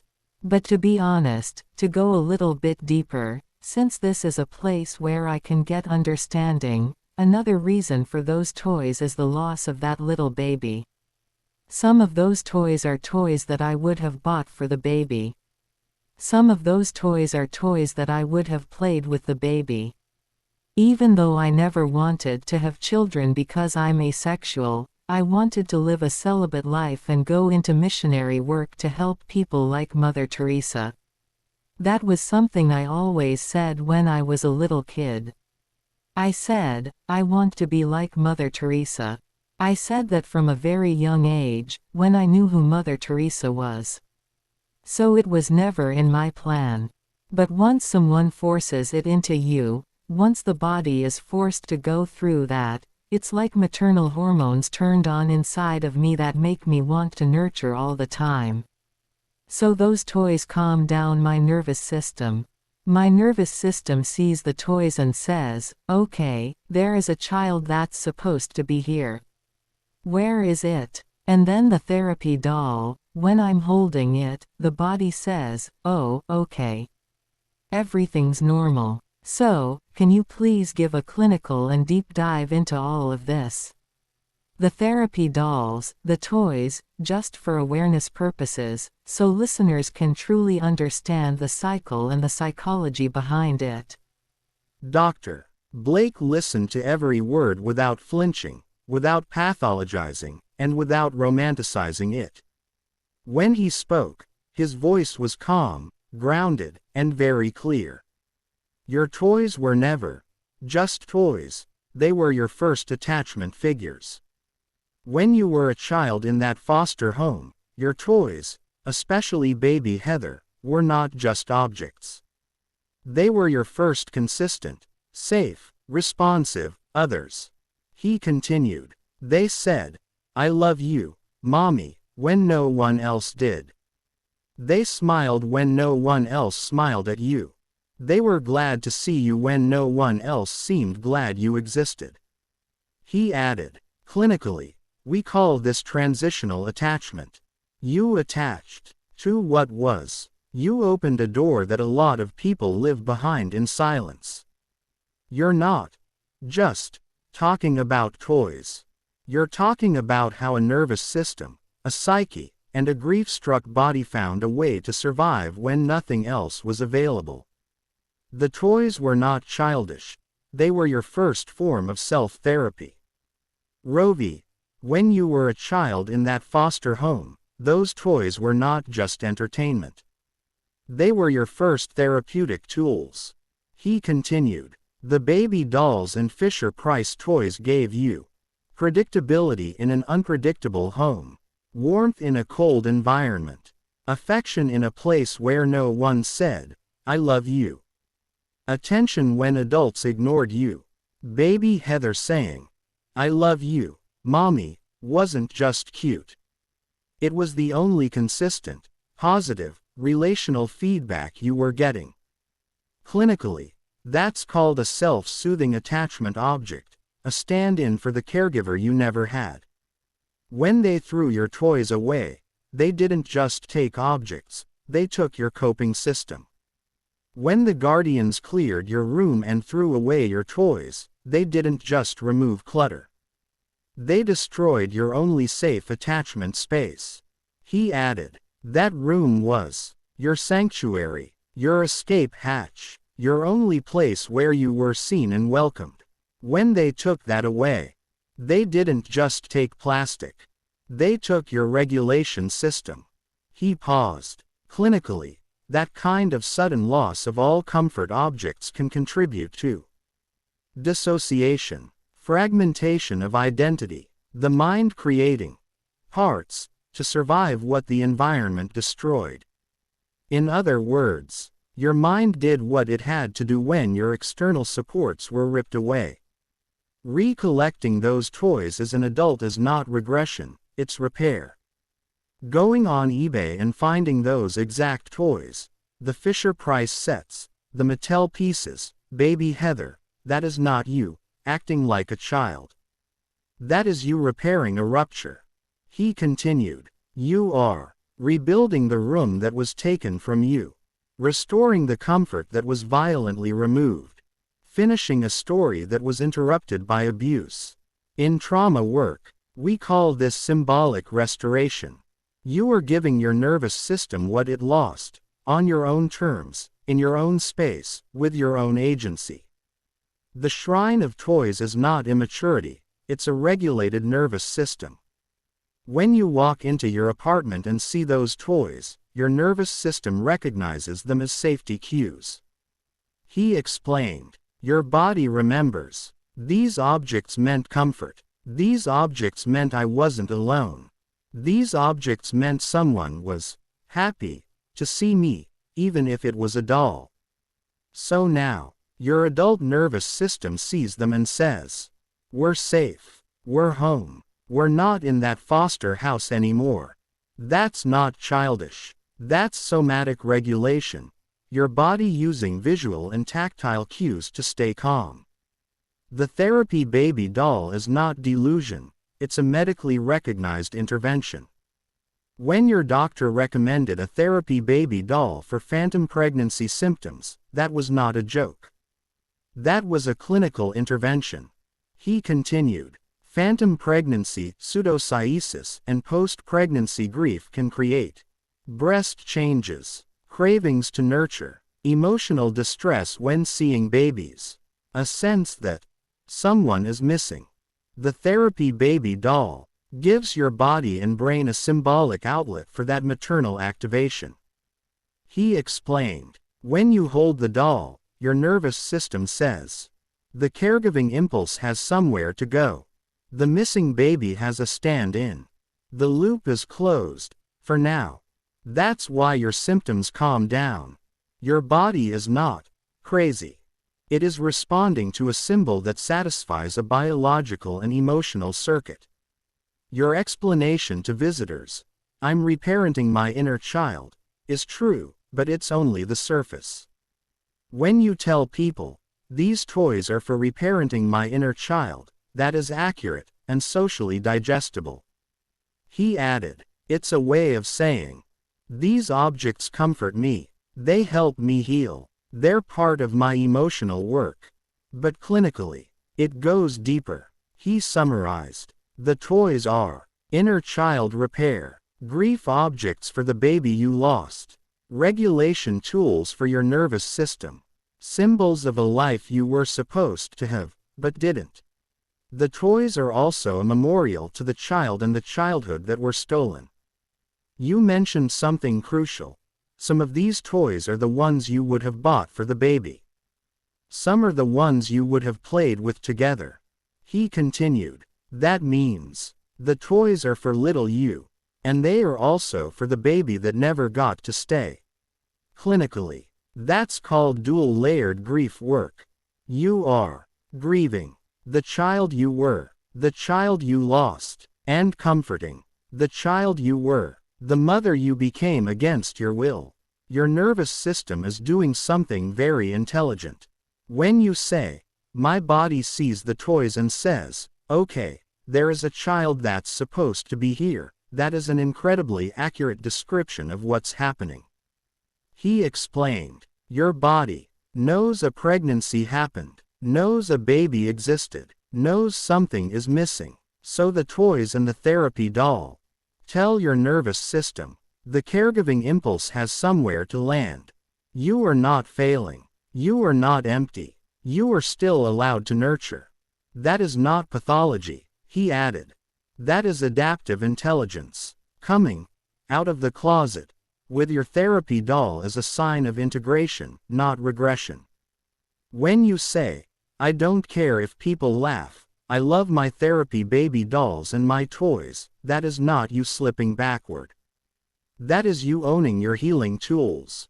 He continued, "You are no longer hiding your needs, apologizing for your coping, shrinking your comfort to fit other people's expectations. That is a sign of integration. You are saying, 'This is what keeps me regulated. This is what keeps me from breaking. This is what works for me.' From a clinical standpoint, nothing you described is crazy. It is coherent. If I put your story on a whiteboard and removed your name, any trauma-informed clinician would say, 'Of course she attached to toys. Of course losing them was traumatic. Of course she recollected them as an adult. Of course a therapy baby doll helps with phantom pregnancy. Of course her home is filled with symbols of safety and nurture.'" He looked at her with deep steadiness.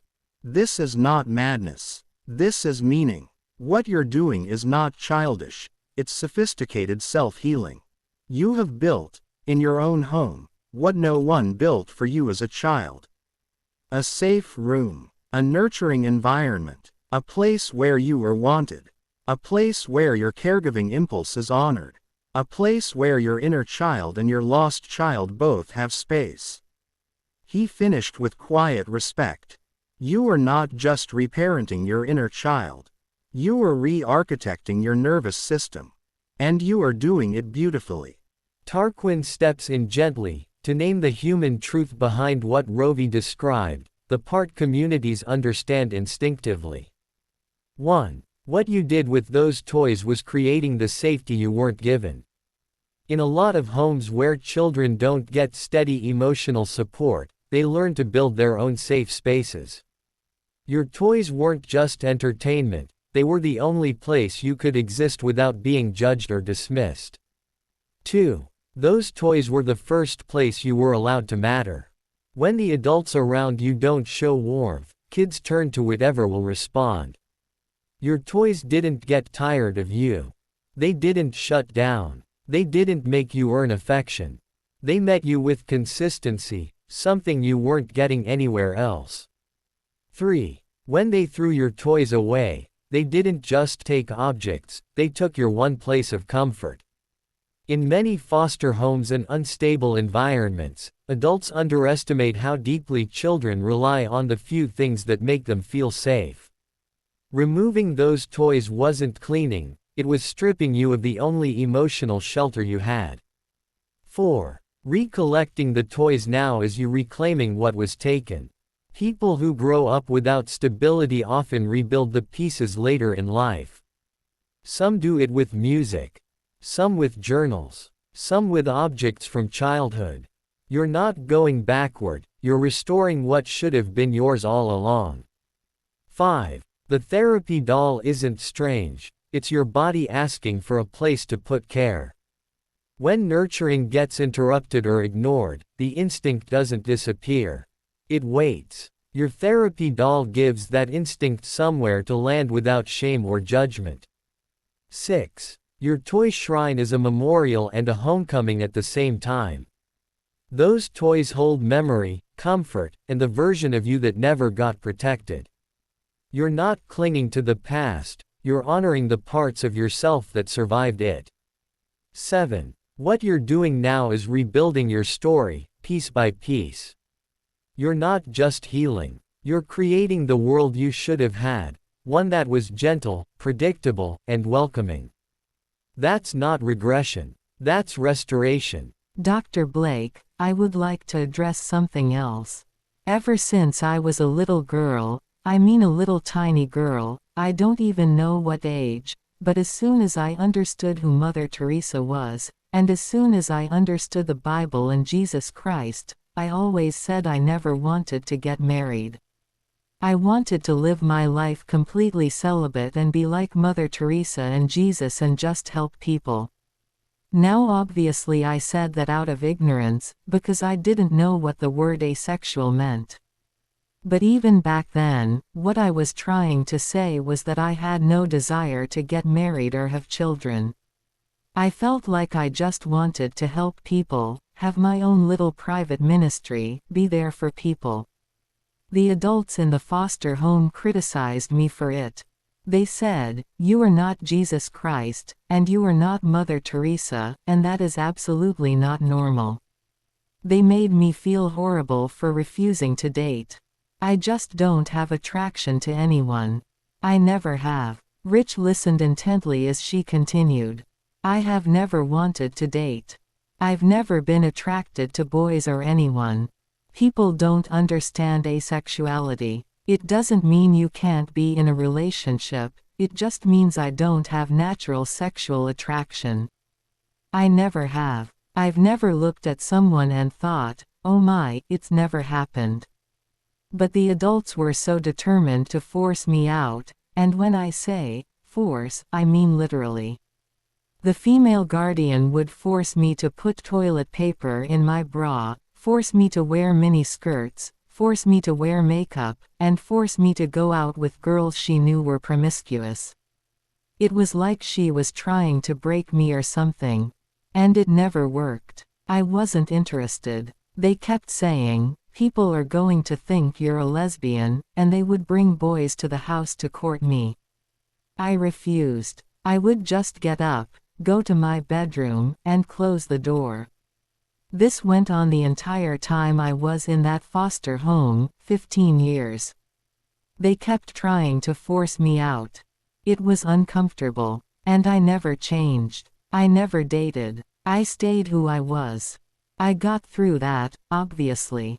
But as an adult, it's really interesting. I would walk into a church, because back then I was a Christian, and men, married men, would flock to me like I was fresh meat.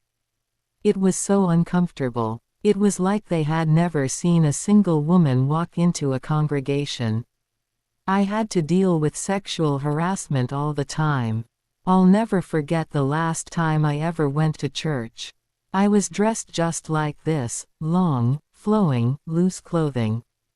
The assistant pastor came up to me and whispered in my ear that I needed to dress like the other women.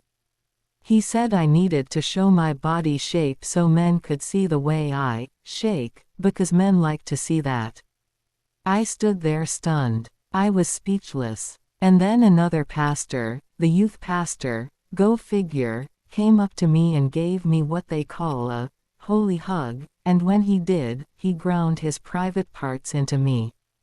Rich's jaw clenched. That is why I have a no-touch policy, she continued. And that youth pastor was married. The next person who offended me was another married man. I was a sound engineer at the church. While I was in the sound booth, my supervisor, also married, was training me. We were looking down at the pastor from the booth, and do you know what he said? He said, "I see you during praise and worship, dancing. I was watching you and thinking, my goodness, I bet she would be amazing in bed. I bet I could throw her up and flip her legs up." Then he asked me if I was a virgin. Now, I see some of your faces, you look shocked. This is a true story. This really happened. This man was older than me, married, with kids. And he was saying this to me while training me. She took a breath. And then the fourth guy, also married. I was in the sound booth, and he took my hand, flipped it over to look at my watch, and said, "Your hands are soft. I wish my wife was small and tiny like you. She's all fat." I told him, maybe you two can work out together. Maybe you can support her. She has 6 of your kids. And he said, "Nah, she's all fat. She'll stay fat." I thought, what a horrible thing to say. That's why I wrote that song called, "Baby, You Have My Unconditional Love."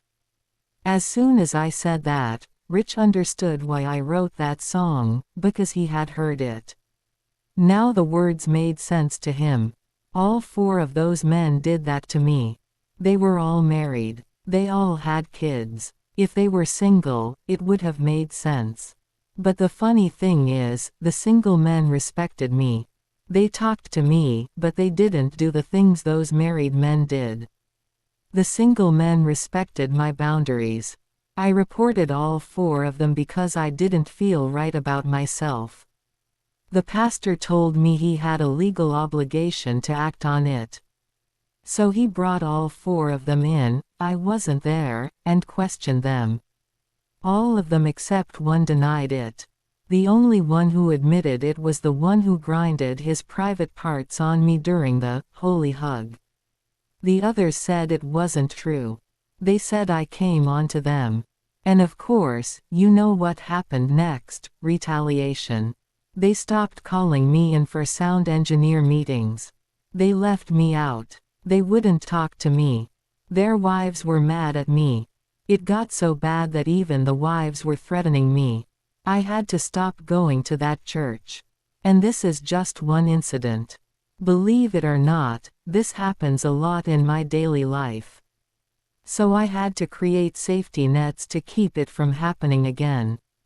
That's why I don't associate with men unless they're in my trusted circle. That's why I have a no-contact rule. That's why I dress the way I do. These are things I had to learn to protect myself. And this is something I've experienced in pretty much every church I've been in. When you're single and you're asexual, I guess the assumption is that you're available. It's funny, some men at different churches would ask me if I was single. I'd say yes. They'd say, "You don't have a boyfriend. You're not dating. I've never met someone your age who's single." I'd say, "I'm asexual." And they'd say, "That doesn't exist. You must have been raped or something. Maybe I can change your mind." They say sick things like that. Dr. Blake, can you help touch on that, please? Rich now fully understood that he could never cross that boundary with her. He had been tempted to ask her out, but at this point he accepted that she was asexual, and it was something he would always respect. Blake speaks. Rovi, what you described reflects 2 parallel realities that shaped your development.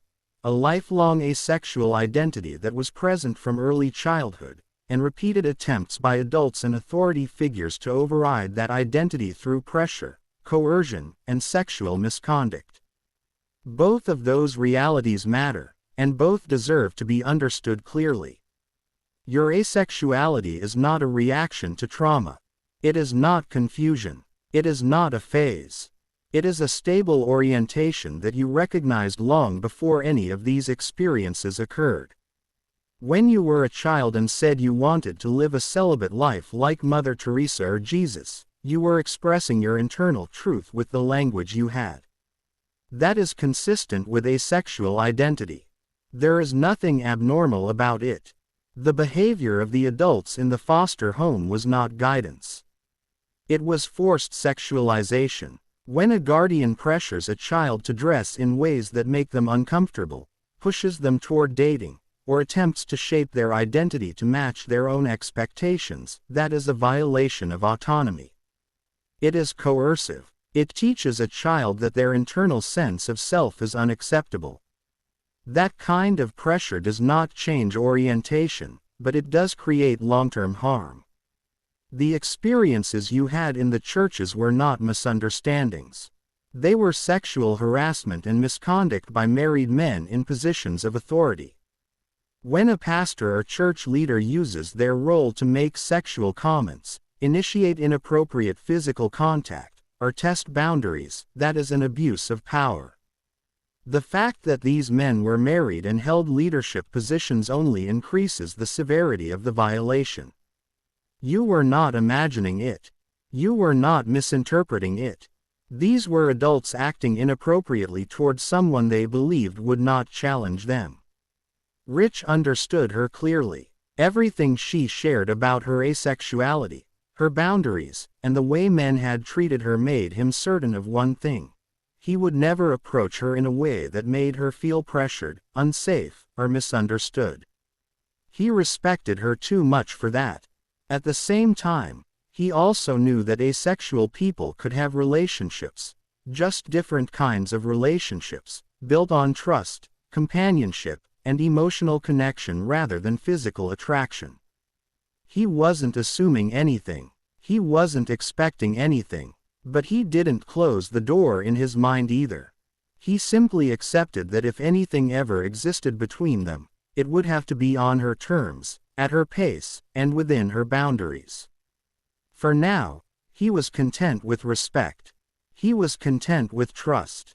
He was content with being in her circle. And if that was all it ever was, he would honor that without hesitation. Blake continued. The retaliation you faced after reporting them is also a known pattern in closed communities. When misconduct is exposed, the community often protects the offender rather than the person who reported it. Being excluded from meetings, being ignored, and being targeted by spouses were not accidental. They were consequences of you telling the truth in an environment that was not prepared to hold its leaders accountable. Your no-touch policy is an appropriate boundary. It is a direct response to repeated violations of your physical autonomy. Your clothing choices serve the same purpose. They are not about modesty. They are about safety. They are about reducing the likelihood of being targeted. These are adaptive strategies formed from experience, not fear. You also described a common misunderstanding of asexuality. Many people assume that if someone is asexual, it must be due to trauma or lack of experience. That assumption is incorrect. Asexuality is a legitimate orientation. It does not require explanation or justification. It is not something that can be changed by persuasion, pressure, or exposure. The comments you received from men who claimed they could change your mind were not only inappropriate, they reflected a fundamental misunderstanding of your identity. What you have done over the years is create a system of boundaries that protect you from environments that have repeatedly shown themselves to be unsafe. You limited physical contact. You narrowed your circle to people you trust. You removed yourself from settings where misconduct was tolerated. Those are not signs of avoidance. They are signs of self-preservation and self-respect. Your story is a clear example of how asexual individuals are often misunderstood, pressured, and targeted because others refuse to accept that asexuality exists. You have articulated your identity with clarity, and you have built boundaries that reflect your lived experience. Nothing you described is your fault. Your orientation is valid. Your boundaries are appropriate, and the misconduct you experienced was the responsibility of the adults who chose to violate their roles, not yours. Tarquin speaks. Rovi, what you described is something I have seen repeatedly in the community, especially among women who do not fit the expectations that adults or institutions place on them. When a girl or woman does not show interest in dating, does not respond to flirtation, or does not present herself in the way others think she should, people often react with pressure, suspicion, or hostility. They assume something is wrong with her instead of accepting that her identity is her own. In many communities, there is a belief that a woman's value is tied to her desirability, her relationships, or her willingness to participate in certain social norms. When a woman does not follow those norms, people try to force her into them. That is what happened to you in the foster home. They were not trying to help you. They were trying to make you fit their idea of what a girl should be. Forcing you to dress a certain way, forcing you to interact with boys, and trying to push you into situations you did not want was not guidance. It was an attempt to erase your identity. The behavior you experienced in the churches is also something that happens far more often than people admit. When a woman is single, quiet, or reserved, some men interpret that as availability. When she is asexual or uninterested, they interpret that as a challenge. And when she sets boundaries, they interpret that as rejection and respond with disrespect. Amethyst steps forward exactly the way she does when the room has reached an emotional saturation point, calm, steady, warm, and gently directive. She doesn't rush anyone. She doesn't force a mood shift. She simply guides the room back into their bodies. Amethyst places both hands lightly on the back of a chair, anchoring herself before she anchors everyone else. Her voice softens, but it stays clear enough for the whole room to follow without effort. All right, everyone, let's pause here. She gives the room a moment to breathe. We've covered a lot. Your bodies have been holding a lot. Before we move into our break, I want to bring us back down into ourselves. She gestures gently toward the table. We've got fruit and snacks here. If you need to use the restroom, you're welcome to. If you want to stay right here and chat quietly, that's fine too. If you'd rather step outside and stretch, that's also perfectly okay. She glances toward Dr. Blake and gives a small nod. Dr. Blake and I are going to input some information into the system while you all settle. You're welcome to stay in the room with us or take a moment for yourself, whatever makes your body feel most comfortable. Then she returns her attention to the group. Before we move, let's ground. Amethyst steps to the center of the room, her tone warm and steady. Place both feet flat on the floor. Let your hands rest wherever they naturally fall. You don't have to hold anything right now. Take a slow breath in through your nose. And let it out through your mouth. A quiet exhale moves through the space. Notice the weight of your body in the chair. Notice the temperature of the air on your skin. Notice the way your shoulders soften when you give them permission. If your jaw is tight, loosen it. If your breath is shallow, let it deepen on its own. If your mind is racing, let it slow just a little. She pauses, giving everyone space to follow. Bring your attention to the points of contact. Your feet on the floor.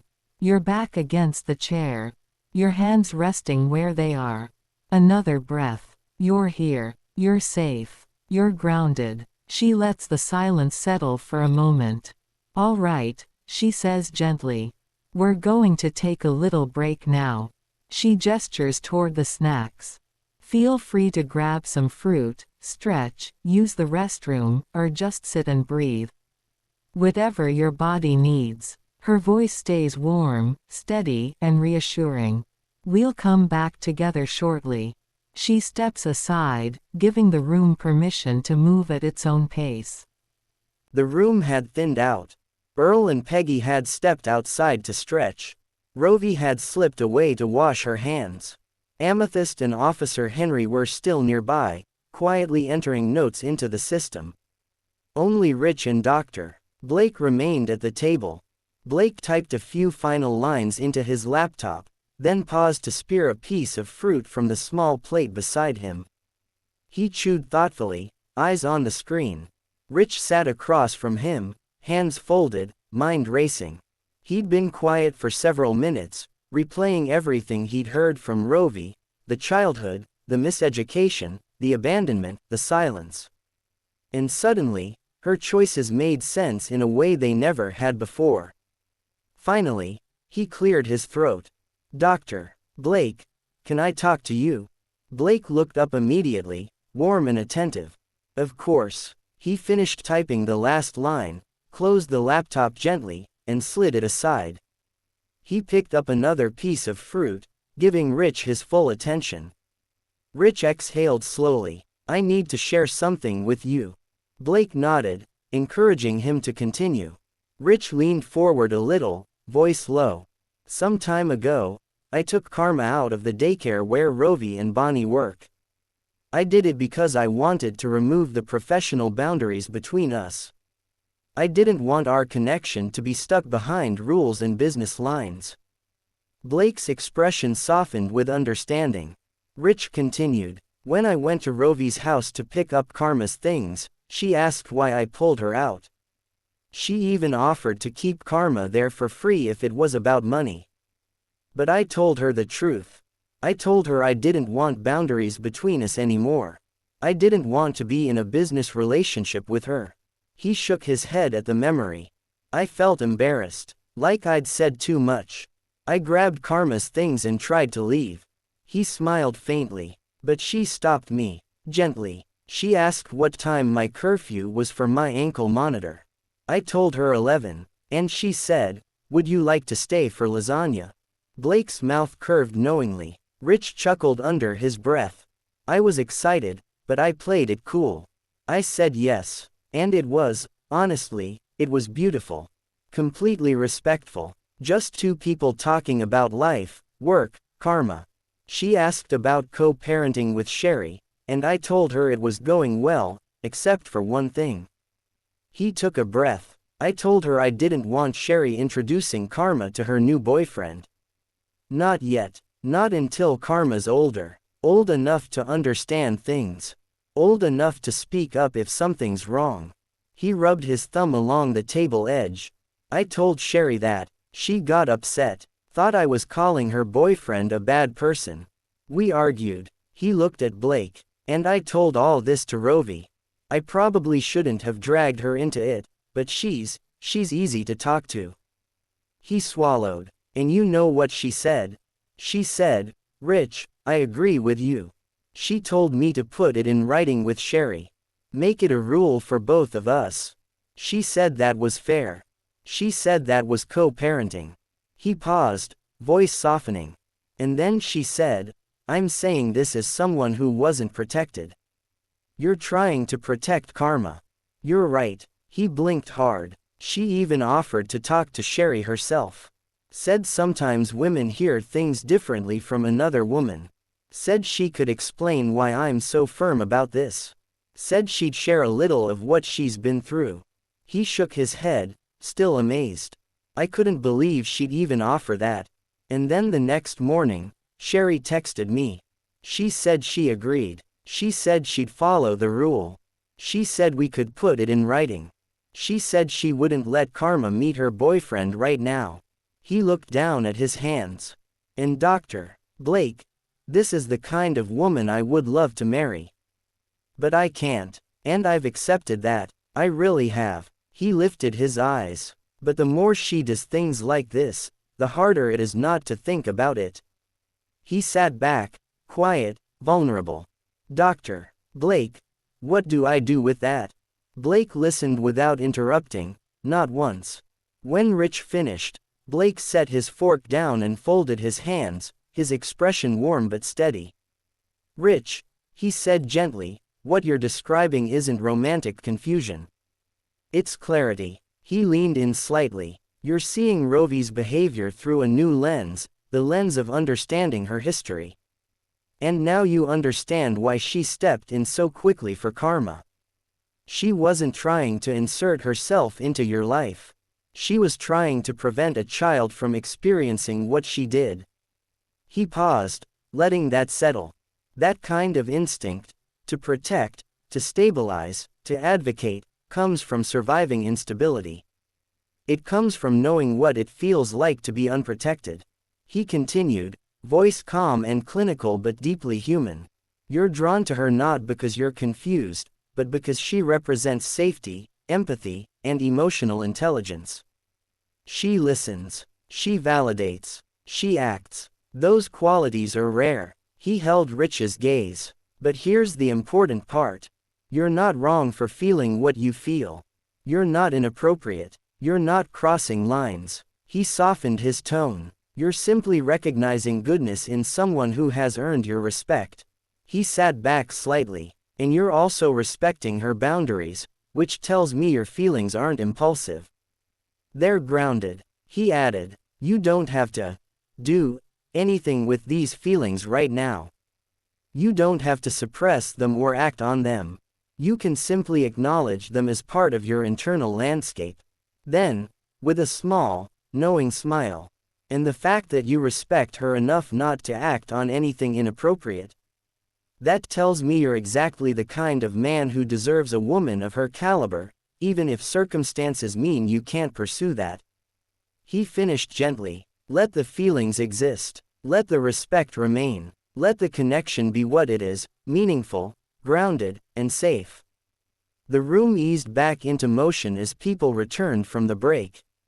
Rovi came in first, drying her freshly washed hands on a paper towel.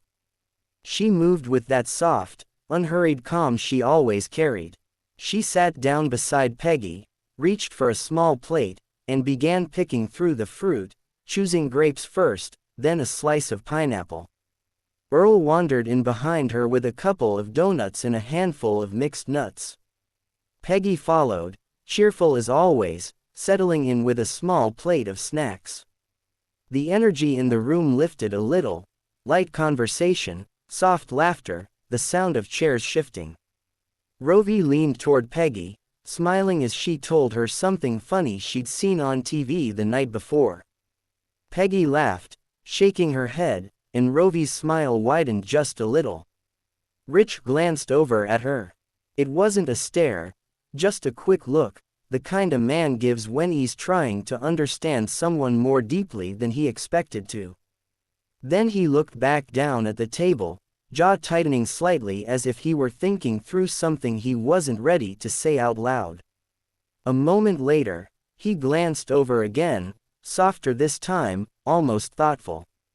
Dr. Blake noticed. He didn't comment. He didn't smirk. He didn't tease. He simply observed the shift, the way Rich's expression had changed since before the break, the way he seemed to be seeing Rovi through a different lens now that he understood her history. Rovi didn't notice any of it. She was still talking to Peggy, still smiling, still completely unaware of the quiet emotional recalibration happening across the table. Rich cleared his throat, pushed his chair back gently, and stood. I'm gonna step to the washroom real quick, he said quietly. Blake nodded, still watching him with that calm, knowing expression, the kind that sees more than it says. Rich walked out, steady but inwardly unsettled, needing a moment alone to breathe, to process, to settle the weight of everything he'd just realized about her, and about himself. Now that the break has ended and everyone has returned to the room, Dr. Blake says, Rovi, we're ready for you to continue. And so she continues. Dr. Blake, I would like to bring awareness to mosaic Down syndrome.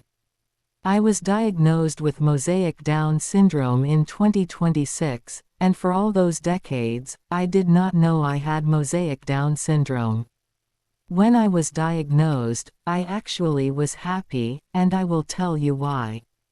What a relief to know that half of the things I went through were because I did not have the understanding to process what was happening.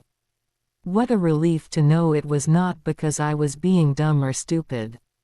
It was because I literally had the inability to comprehend what was happening. And that made a lot of things I went through make sense. I went back and started rewinding my life, thinking about all those years of landlords taking advantage of me because I did not know. I did not know what I was signing. All those years of getting into property scams and being sold lemons because I did not understand. I did not comprehend. They saw it. They saw my innocence. They could clearly see everything. And I found ways to protect myself, fortunately, because it kept happening. What I started doing was making my circle consist only of people I 100% trust. And most of those people are right here at this table. I have a very small circle. After Rovi said that, Rich, though he did not show it, felt something warm in his heart when he realized she included him in the circle she trusted. That alone let him know he could never cross a boundary. He would never want to ruin that. She continued. There have been so many times when I call customer service representatives, and they may speak too fast or say words I do not comprehend. And if I ask them, can you please slow down? Can you please say that again? Can you please repeat it? I am sorry, what does that word mean? I am sorry, I did not understand you. I guess they do not realize I can hear their irritation through the phone. You know how, when you are wearing one of those headsets with the little microphone right in front of your mouth, and they take a huge breath of irritation. I can hear that. And they will repeat my question or answer it again if I ask them to repeat or explain something. But they will put a little bit of micro-sarcasm in it. When they do things like that, I actually report them to their supervisor. After reviewing the company recorded call logs, their supervisor apologizes to me and says they will have to do a better job at customer service. But the point is, people expect persons who are classified as having a disability to look like they are rolling around in a wheelchair or have a visual impairment or something you can visibly see. But the invisible disabilities are the ones people stereotype and stigmatize. And people's favorite line is, well, you do not look like you are disabled. I hear it. I have been to a food bank. And the persons who work there might say, well, you do not look like you are disabled. I do not see anything wrong with you. They say things like that. Yes, they really do. And sometimes people think that just because they cannot see a person's disability, they have the right to treat them cruelly. Well, why do you have to treat only people with visible disabilities nicely? Why can you not treat everybody nicely? Why do you have to visibly see a disability before you treat someone with kindness? So what they are really saying is, if they cannot see that you have a physical disability, they have the right to be cruel to you and be mean. That is what I am beginning to notice. That is how I am seeing people treat me. With mosaic Down syndrome, people look at me and say, well, you look like you are fine right now. And then they hold me accountable for things I do not know any better about. It is difficult because that is what makes mosaic Down syndrome so hard sometimes. People expect a certain look or a certain learning style, and it gets stigmatized. And landlords have taken advantage of me so many times. I did not understand what I was signing. Like I said, I have been sold lemons. I have owned 3 houses, and all 3 of those houses had sewer problems, pipe problems, mold hidden behind painted walls, things like that. The real estate agent was friends with the home inspector. When she said that, they nodded knowingly. He had heard this many times in the community. She continued. And all 3 of those homes were purchased with my Montgomery GI Bill. And because of those housing scams, it ruined everything for me. Because I did not understand what I was signing. Real estate agents buddy with the home inspector, how about that? That is exactly what really happened to me. The home inspector passed the house for inspection, and then what ends up happening? Every time I run the water. She shakes her head in disbelief. Rovi continued. The first day I was in this one beautiful home I bought, I ran the water and raw sewage came through all the pipes. And then I found out there was a history of that house having issues, but it was not disclosed to me. This happened 3 different times. And some people might say, well, that was a dumb thing for you to do. But the thing about it is, when you have mosaic Down syndrome, you cannot pick these things up. Dr. Blake, I am telling this story, so you can bring attention to this. Tarquin, I would love for you to also bring attention to this from the community lens. And Officer Henry, from the legal side, crimes committed against people taking advantage of persons with disabilities.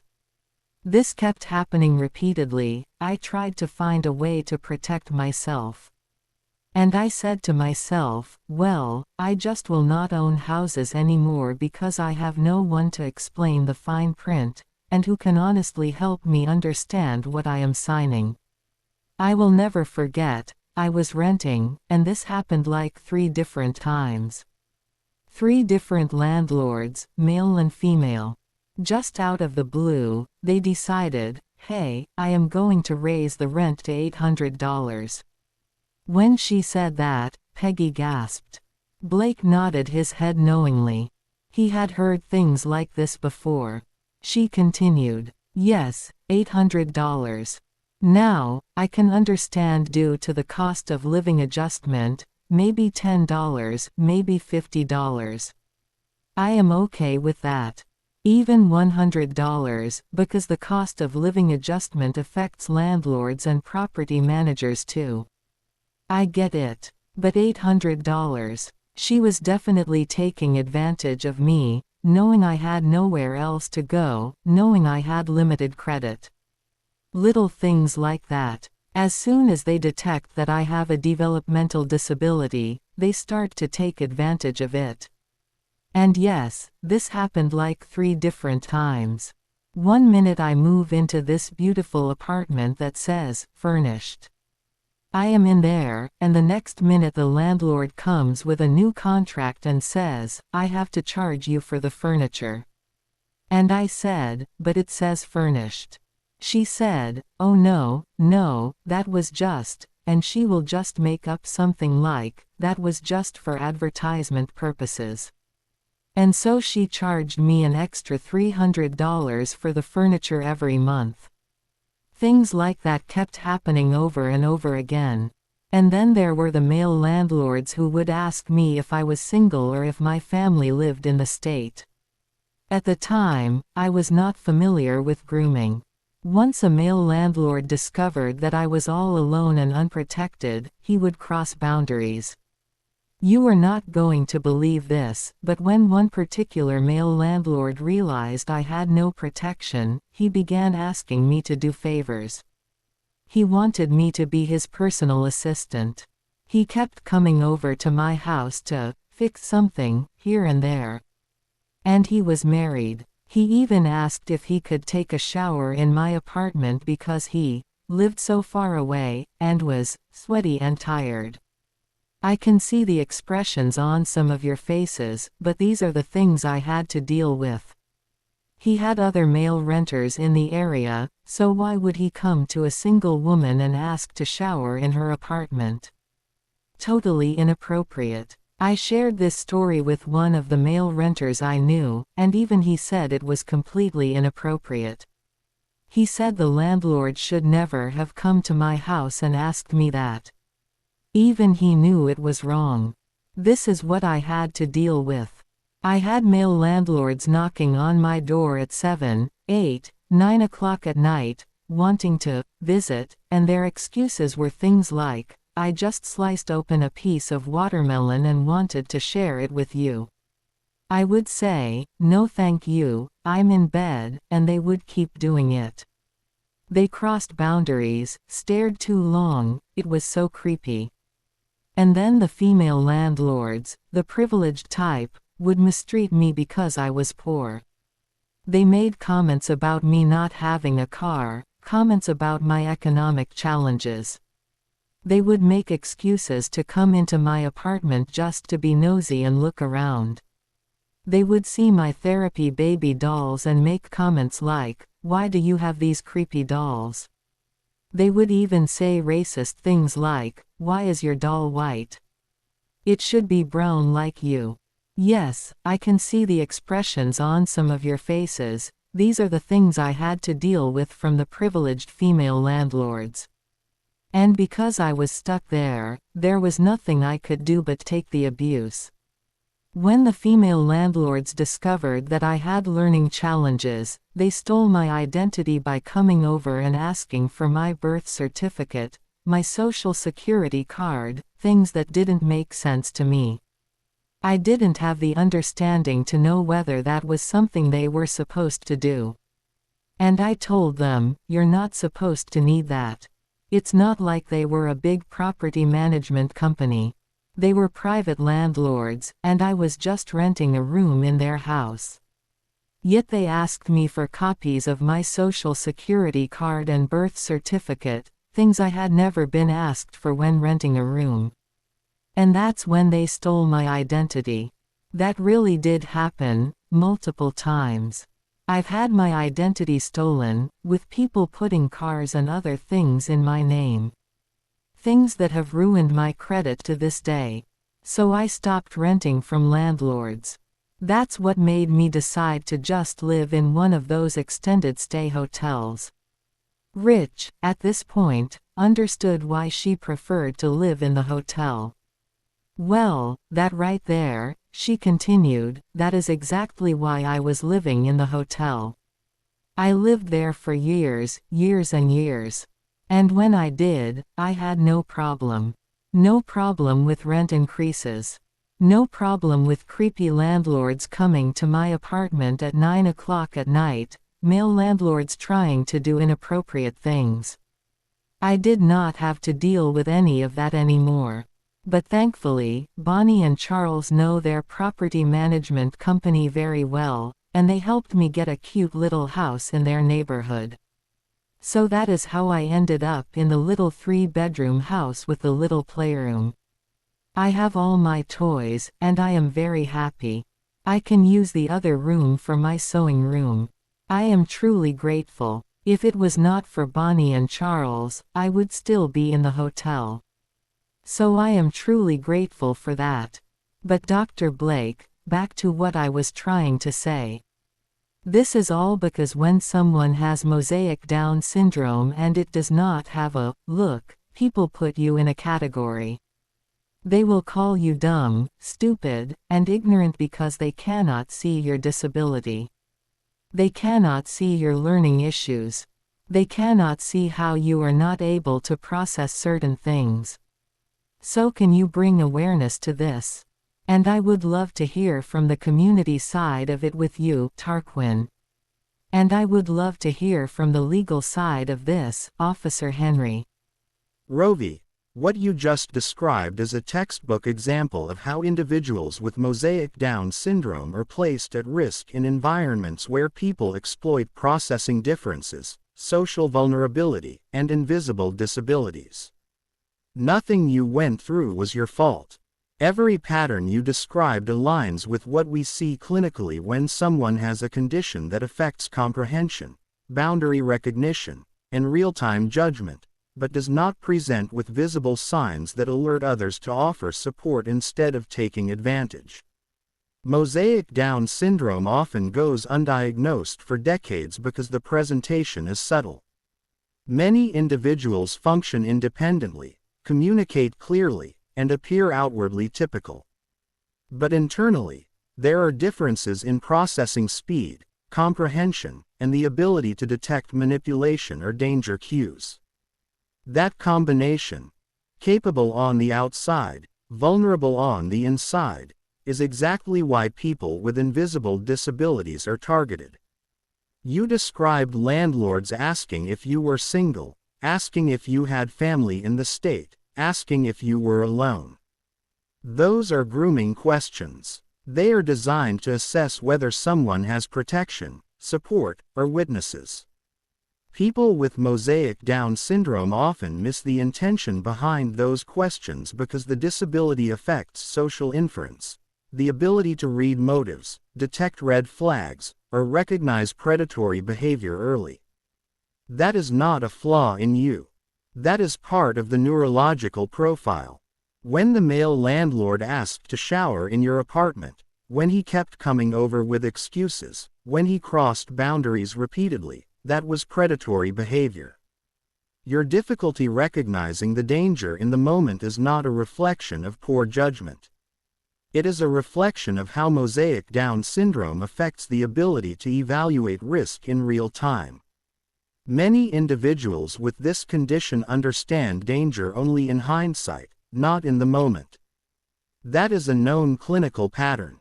The female landlords who mocked your poverty, commented on your belongings, made racist remarks, and entered your space without cause were exploiting a different vulnerability, the assumption that you would not challenge them.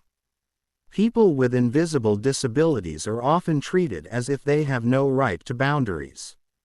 When they discovered your learning challenges and asked for documents no landlord should ever request, they were testing how much they could get away with. The fact that they stole your identity is not a reflection of naivete. It is a reflection of how predators behave when they sense someone who processes information differently. Your difficulty understanding contracts, legal documents, and financial agreements is directly connected to Mosaic Down syndrome. The condition affects abstract reasoning, long-term consequences, and the ability to detect inconsistencies or hidden clauses. That is why you were repeatedly sold homes with undisclosed problems. That is why you were pressured into signing things you did not fully understand. People recognized your processing differences and exploited them. That is not a moral failure. That is systemic vulnerability. Your decision to move into an extended stay hotel was adaptive. You removed yourself from environments where you were repeatedly harmed. You chose a setting with predictable rules, no private landlords, no surprise visits, no manipulation. That is not avoidance. That is self-protection. Many individuals with Mosaic Down syndrome thrive in structured environments where expectations are clear and interactions are limited to professional boundaries. Your story also highlights the stigma around invisible disabilities. People expect disability to look a certain way. When they cannot see it, they assume you are being difficult or irresponsible. They hold you accountable for things you do not have the neurological capacity to process. They judge you for not understanding what they think you should understand. That is why you were blamed for being scammed, blamed for not catching red flags, blamed for not understanding contracts. The blame was misplaced. The responsibility was never yours. Everything you described, the exploitation, the grooming, the identity theft, the financial abuse, the boundary violations, fits a pattern we see when someone with an invisible developmental disability is navigating adulthood without support. You were not protected. You were not believed. You were not given the accommodations or understanding you deserved. And yet, you survived it. You adapted. You found ways to protect yourself. You built a small circle of people you trust. You learned to report mistreatment. You learned to remove yourself from unsafe environments. Your diagnosis did not change who you are. It explained what you lived through. It gave context to decades of confusion, shame, and self-blame. It allowed you to understand that the problem was never your intelligence. It was the world's inability to recognize and respect your disability. Your story brings awareness to a population that is often overlooked. Adults with invisible developmental disabilities who are navigating systems designed for people with typical processing. You are not asking for pity. You are asking for recognition, protection, and understanding. And you are absolutely right to do so. Rovi, what you described is something a lot of people in the community recognize, not because of the diagnosis itself, but because of how people treat anyone they think they can take advantage of. What stands out in your story isn't just the disability. It's the way people reacted to what they thought you wouldn't notice, wouldn't question, or wouldn't challenge. In a lot of neighborhoods, people can sense when someone is isolated, new, or unsure of the rules. And instead of helping, some people test how far they can push. That's what those landlords were doing. They weren't responding to your diagnosis, they were responding to what they assumed was vulnerability.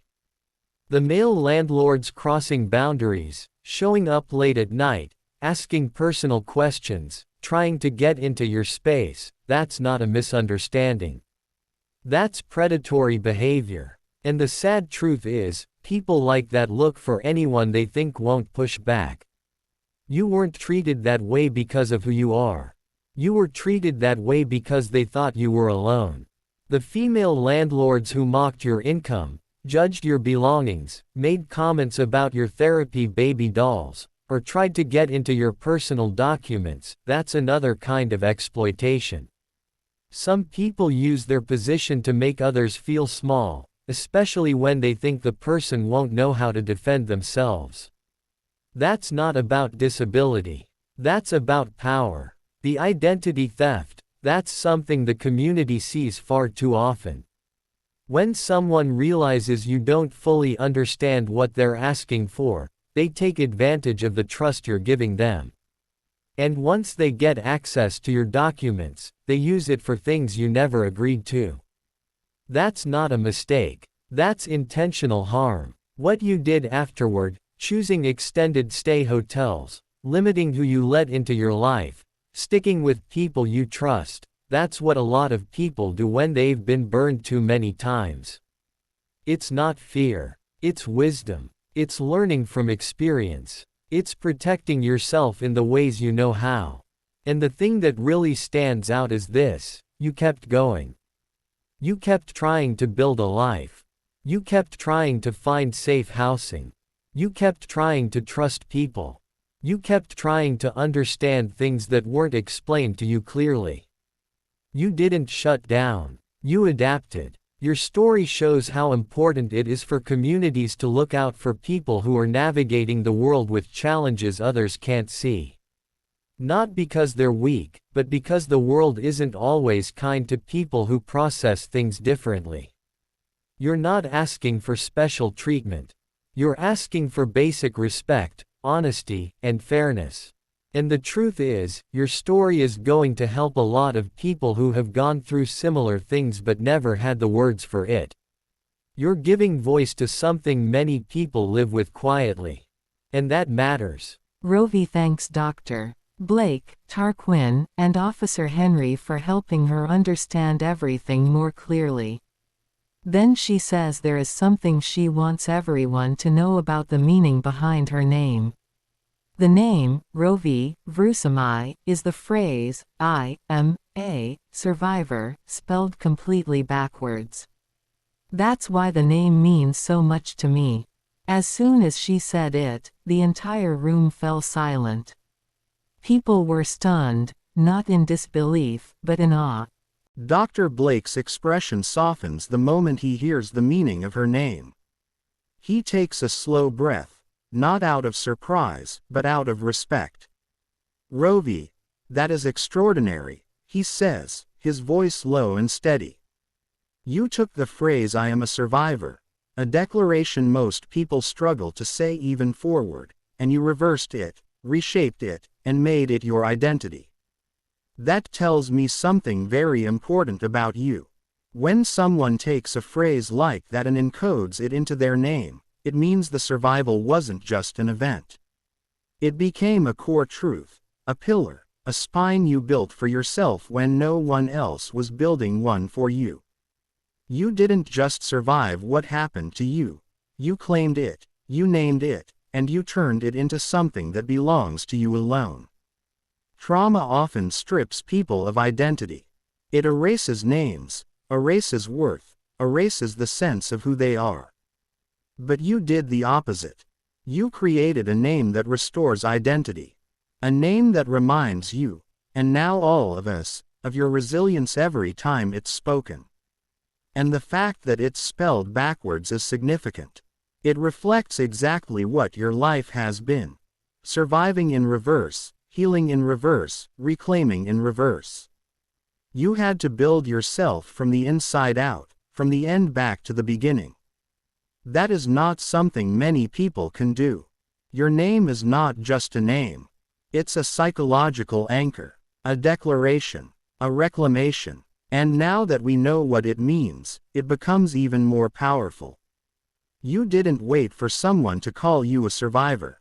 You named yourself one. That is the definition of agency. That is the definition of healing. And that is the definition of someone who refuses to be defined by what was done to them. Tarquin leans back slightly, eyes narrowed in that thoughtful way he has when something hits him deeper than he expected. When he speaks, his voice is low, steady, and unmistakably sincere. Rovi, that name tells me something about you that goes beyond survival. Anybody can survive something once. But to take the words "I am a survivor" and flip them backwards, that's the kind of thing people do when they've had to rebuild themselves from pieces nobody else could see. What strikes me isn't just the meaning.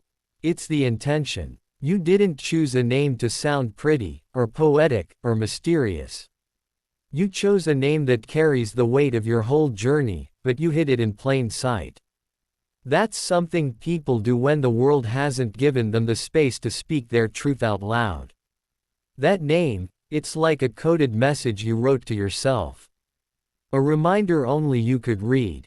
A way of saying, "I'm still here," even when nobody else saw you, believed you, or protected you. And the fact that you carried that name quietly, without announcing it, without asking for applause, that tells me everything I need to know about your strength. Not loud strength. Not showy strength. The kind that grows in the dark and still finds a way to stand upright. Rôvi Vrusamâiἰς. That's not just a name. That's a declaration you made long before anyone in this room ever heard your story.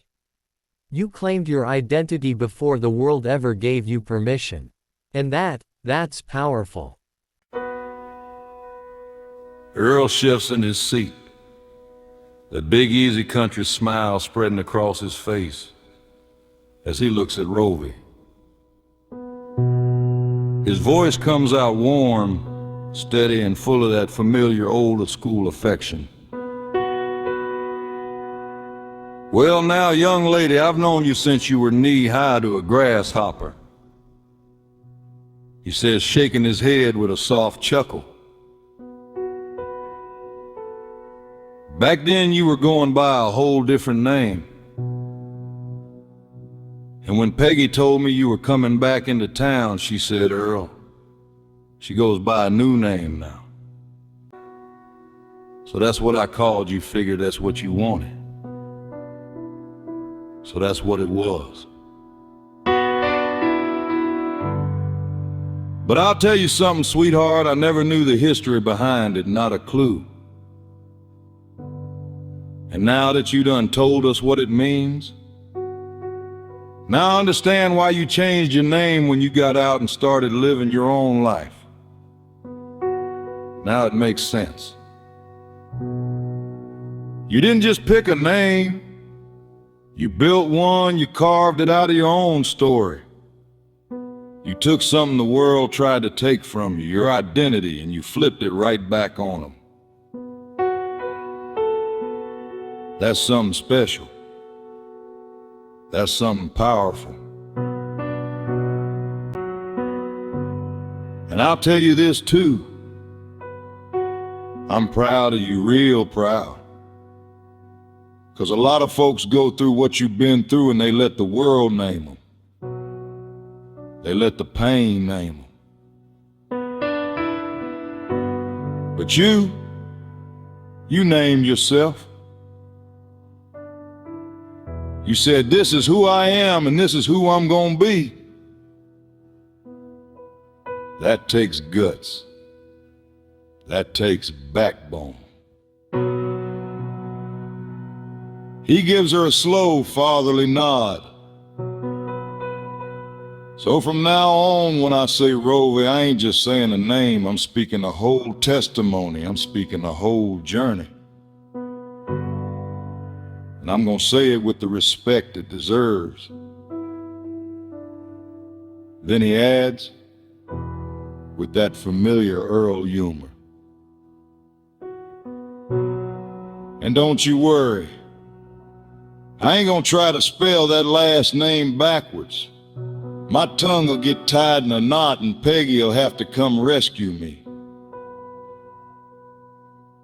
The room laughs softly, but Earl's eyes stay warm and steady on her.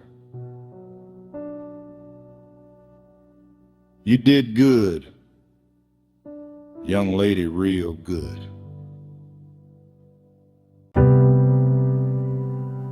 Peggy lets out a soft breath, her hand pressed lightly to her chest as she looks at Rovi with a mixture of surprise and admiration. Well, I'll tell you this, sweetheart, she begins, shaking her head gently. I always knew you were creative. I knew you were an artist, a songwriter. You've always had that artistic spark in you. So when you came back into town and told us your name was Rôvi, I just figured it was one of those artistic things y'all creative folks do. You know, pick a name that sounds unique, something that becomes part of your image. She laughed softly, glancing at Earl. And like Earl said, I don't even know how to pronounce that last name of yours. I just assumed it was something fancy and artistic. I had no idea there was an actual meaning behind it, and now that I do,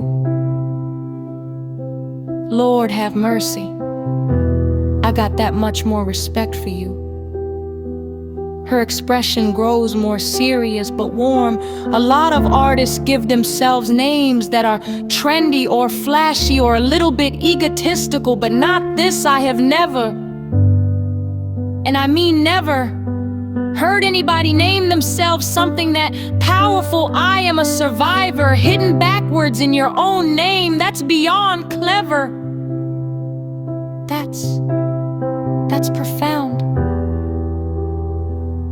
She pauses, then smiles with a touch of nostalgia. You know, when I was a little girl, I always liked the name Sunshine. I used to tell myself that name because it reminded me there's always light after the darkness. I even thought about using it as a nickname once, just to keep my spirits up. But what you did, what you created, that goes way beyond anything I ever imagined for myself. It's brilliant, absolutely brilliant. You didn't just give yourself a name, you gave yourself a whole story, a whole declaration without ever having to explain it to anybody. And now that I know the meaning behind it, I'll never hear Rovi the same way again.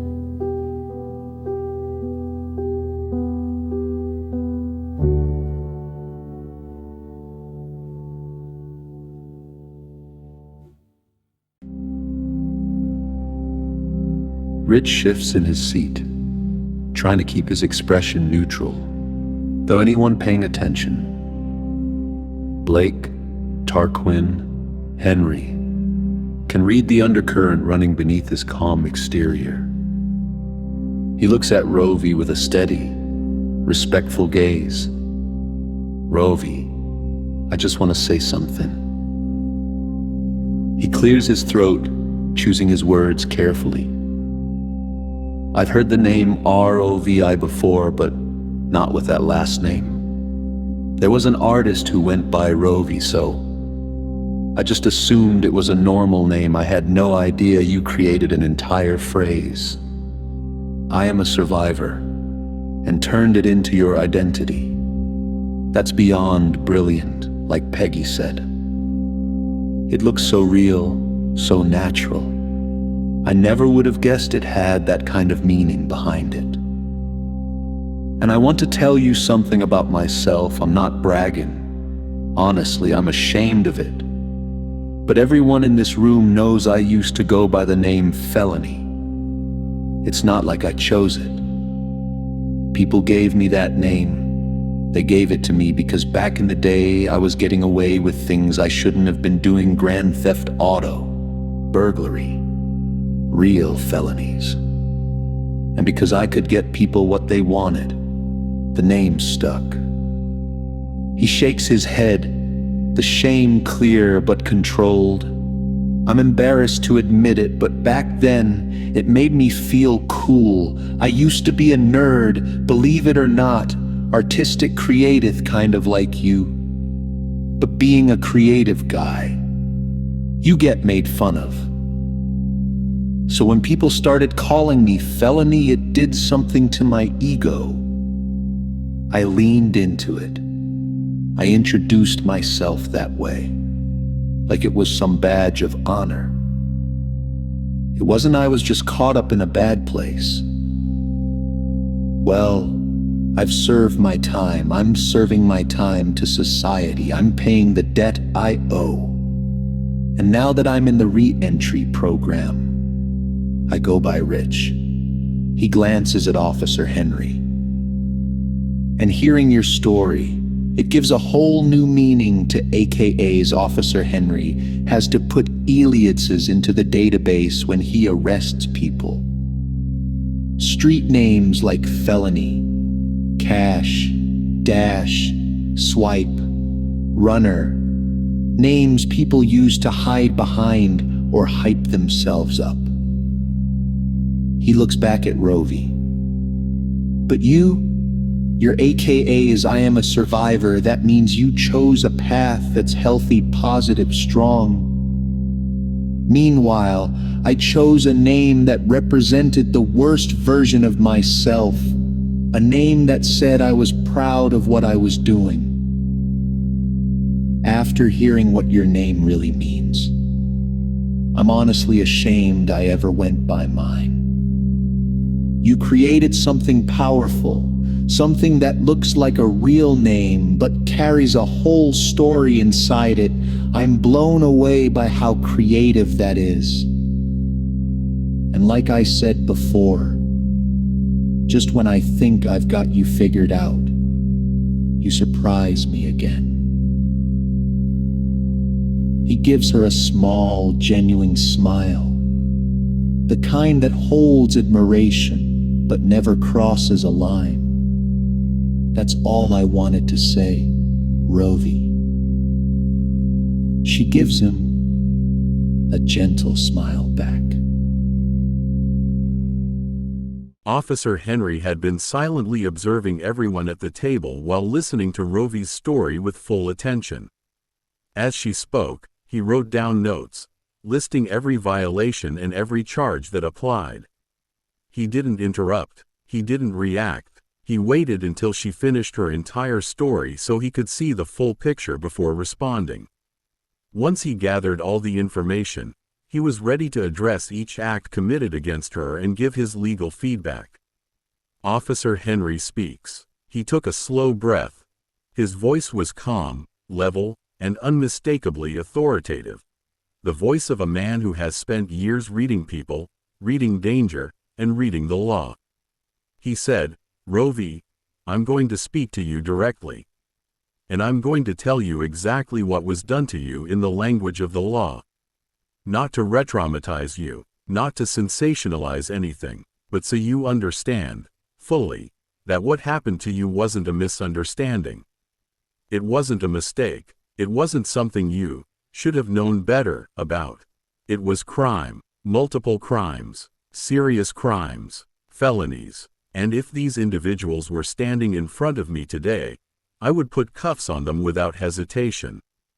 Henry continued. 1. Targeting a vulnerable adult. You have mosaic Down syndrome. Under the law, that places you in a protected category. Targeting someone with a developmental vulnerability is a crime in itself. That's called exploitation of a vulnerable adult. It's a felony. 2. Grooming and conspiracy. Those two women, the scouts, didn't just befriend you. They were part of a coordinated effort. When two or more people plan to commit a crime together, that's conspiracy. Grooming is not just psychological manipulation. In legal terms, it's preparation to commit a crime. It shows intent. 3. Kidnapping. When Damien prevented you from leaving, when he blocked the door, when he took the phones, when he physically forced you back into the room, that is kidnapping. Kidnapping is one of the most serious felonies on the books. It carries decades in prison. 4. False imprisonment. Any time someone restricts your movement without your consent, blocking the door, holding you down, locking you in, that is false imprisonment. That alone is a felony. And it happened repeatedly. 5. Assault and battery. You described being physically overpowered, thrown to the ground, pinned, sat on, and harmed. That is assault and battery.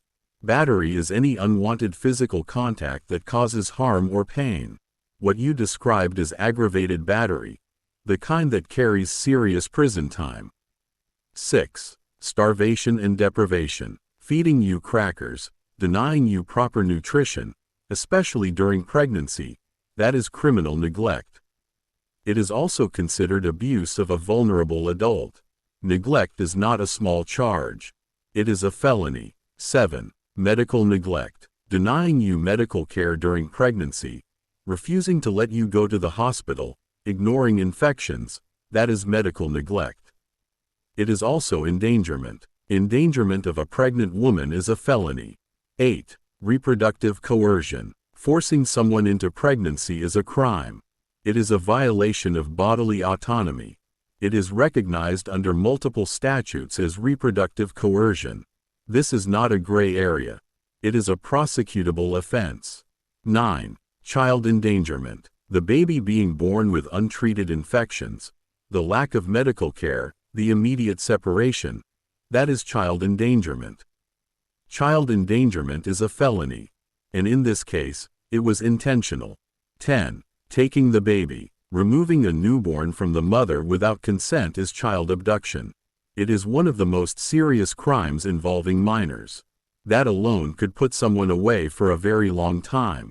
11. Hate-motivated abuse. You were called racial slurs. You were targeted because you were African American. Under the law, that elevates the crime. When a crime is motivated by race, it becomes a hate crime.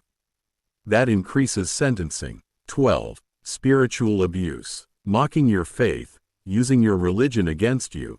That's not just emotional cruelty. In legal terms, it's psychological abuse. Psychological abuse is recognized in courts as a contributing factor in sentencing. 13. Workplace retaliation. You filed sexual harassment complaints. You were retaliated against. That is illegal. Retaliation for reporting harassment is a violation of federal law. The workplace failed you. 14. Exploitation through gossip. The scouts using workplace rumors to isolate you. That shows premeditation. They used your reputation as a weapon. That strengthens the conspiracy charge. 15. Failure of guardians. Officer Henry said, your guardians siding with your abusers, calling you a liar, discrediting you, That is failure to protect. It is also emotional abuse. They did not just fail you. They contributed to your vulnerability. 16. Abandonment. Officer Henry said, when they threw you out after the baby was taken, that is abandonment of a vulnerable adult. Abandonment is a felony. 17. The total picture. Officer Henry said, Rovi, when you put all of this together, what you endured wasn't one crime. It was a stack of felonies. Layered, coordinated, intentional. If this case came across my desk today, I would classify it as kidnapping, conspiracy, false imprisonment, aggravated assault, medical neglect, reproductive coercion, child endangerment, child abduction, hate-motivated abuse, exploitation of a vulnerable adult, abandonment, and multiple counts of psychological abuse. This is the kind of case that, if prosecuted today, could put people away for decades. You were not weak. You were not naive. You were not responsible for any of this. You were targeted. You were exploited. You were failed by every system around you. And you survived something that most people would not. And now that you've told your story, no one can ever say you weren't believed. Regarding the kidnapping. 1. Pre-kidnapping surveillance. Felony. When those scouts asked whether you had siblings, whether you were married, whether you had children, whether you were alone, that was not small talk. That was surveillance. Under the law, gathering personal information to determine whether a victim is isolated is considered pre-kidnapping surveillance. That is a felony. It shows intent. It shows planning. It shows coordination. 2. Stalking, targeted monitoring. Felony. They didn't just ask questions. They watched you. They observed your routines. They approached you during your break, when you were alone, when you were reading your Bible. That is stalking behavior. Stalking is a felony. 3. Conspiracy to commit kidnapping. Major felony. The fact that the scouts gathered information and then Damien approached you afterward tells me something very clear. This was a coordinated effort. That is conspiracy to commit kidnapping. Conspiracy charges alone can carry decades in prison. 4. Fraudulent inducement, deception, criminal charge. Damien approaching you with religious language. My mother is a Christian too. She would adore you. That was deception. Using false pretenses to gain access to a vulnerable adult is a crime. It's called fraudulent inducement. 5. Spiritual coercion as a form of psychological abuse. When someone uses religion to gain trust, to lower defenses, or to manipulate a vulnerable person, that is recognized legally as psychological abuse. Psychological abuse is a charge that strengthens sentencing on every other felony. 6. Targeting a vulnerable adult. Additional count. The scouts confirmed you were alone. They confirmed you had no siblings nearby. They confirmed you had no spouse or children. They confirmed you had no one who would come looking. That is exploitation of a vulnerable adult. And every time they acted on that knowledge, it becomes an additional count. 7. Coordinated grooming. Evidence of organized criminal activity. The sequence matters. The scouts asked the questions. They gathered the intel. Then Damien approached you with spiritual mirroring. That is organized grooming. And when grooming is coordinated by multiple people, it becomes evidence of organized criminal activity. That elevates the severity of every charge. 8. Intent to commit a felony. Charge enhancement.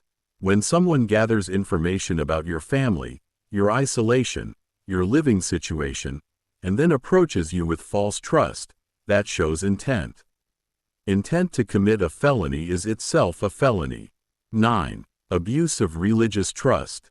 Aggravating factor. Using your faith as a doorway to get close to you is not just manipulation. In the eyes of the law, it is an aggravating factor. When a perpetrator uses religion to gain trust, the court considers it an abuse of spiritual authority. And that increases sentencing. 10. The total legal picture. Expanded. The list of crimes expands. pre-kidnapping surveillance, stalking, conspiracy to commit kidnapping, fraudulent inducement, psychological abuse through spiritual coercion, additional counts of exploiting a vulnerable adult, organized grooming, intent to commit a felony, abuse of religious trust. These are not small charges. These are not misunderstandings. These are felonies, serious felonies. 11. What this means: you were not chosen randomly. You were profiled, you were assessed, you were targeted, and you were approached with strategy. If this case came across my desk today, this new information would strengthen every single charge. Regarding your childhood details: 1. Withholding basic education and sanitation from a minor is neglect. When guardians deliberately withhold information about your body, hygiene, and basic human development, that is child neglect. A misdemeanor in some states, but in cases like yours, it rises to felony child neglect because it caused long-term harm. Keeping you ignorant about your own body was a form of control. Intentionally keeping a child uninformed about puberty, hygiene, or sexuality is educational neglect and medical neglect. Both are chargeable offenses. Both can be prosecuted as felony child abuse when done deliberately. 3. The Santa Claus incident was emotional cruelty. Reading a desperate letter from a child begging for rescue and then mocking that hope is emotional abuse of a minor. That is a misdemeanor on its own. But when combined with physical and sexual abuse, it becomes an aggravating factor that increases felony sentencing. 4. Your prayers not being answered was not a failure of faith, it was a failure of adults. There is no charge for unanswered prayers, but there is a charge for the adults who ignored your cries for help. That is failure to protect a minor, a felony. 5. Your innocence at school was not stupidity. It was evidence of neglect. A 16-year-old not knowing basic terms is not a flaw. It is proof of educational neglect, which is a misdemeanor on paper but becomes a felony when tied to sexual abuse, because it shows deliberate vulnerability. 6. The boys who refused to explain things to you were responding to your vulnerability. Even teenagers recognized how sheltered you were. They respected your innocence. Your guardians should have protected it. And their failure is part of the felony child abuse pattern. 7. Your innocence was not a crime, but what was done to you was.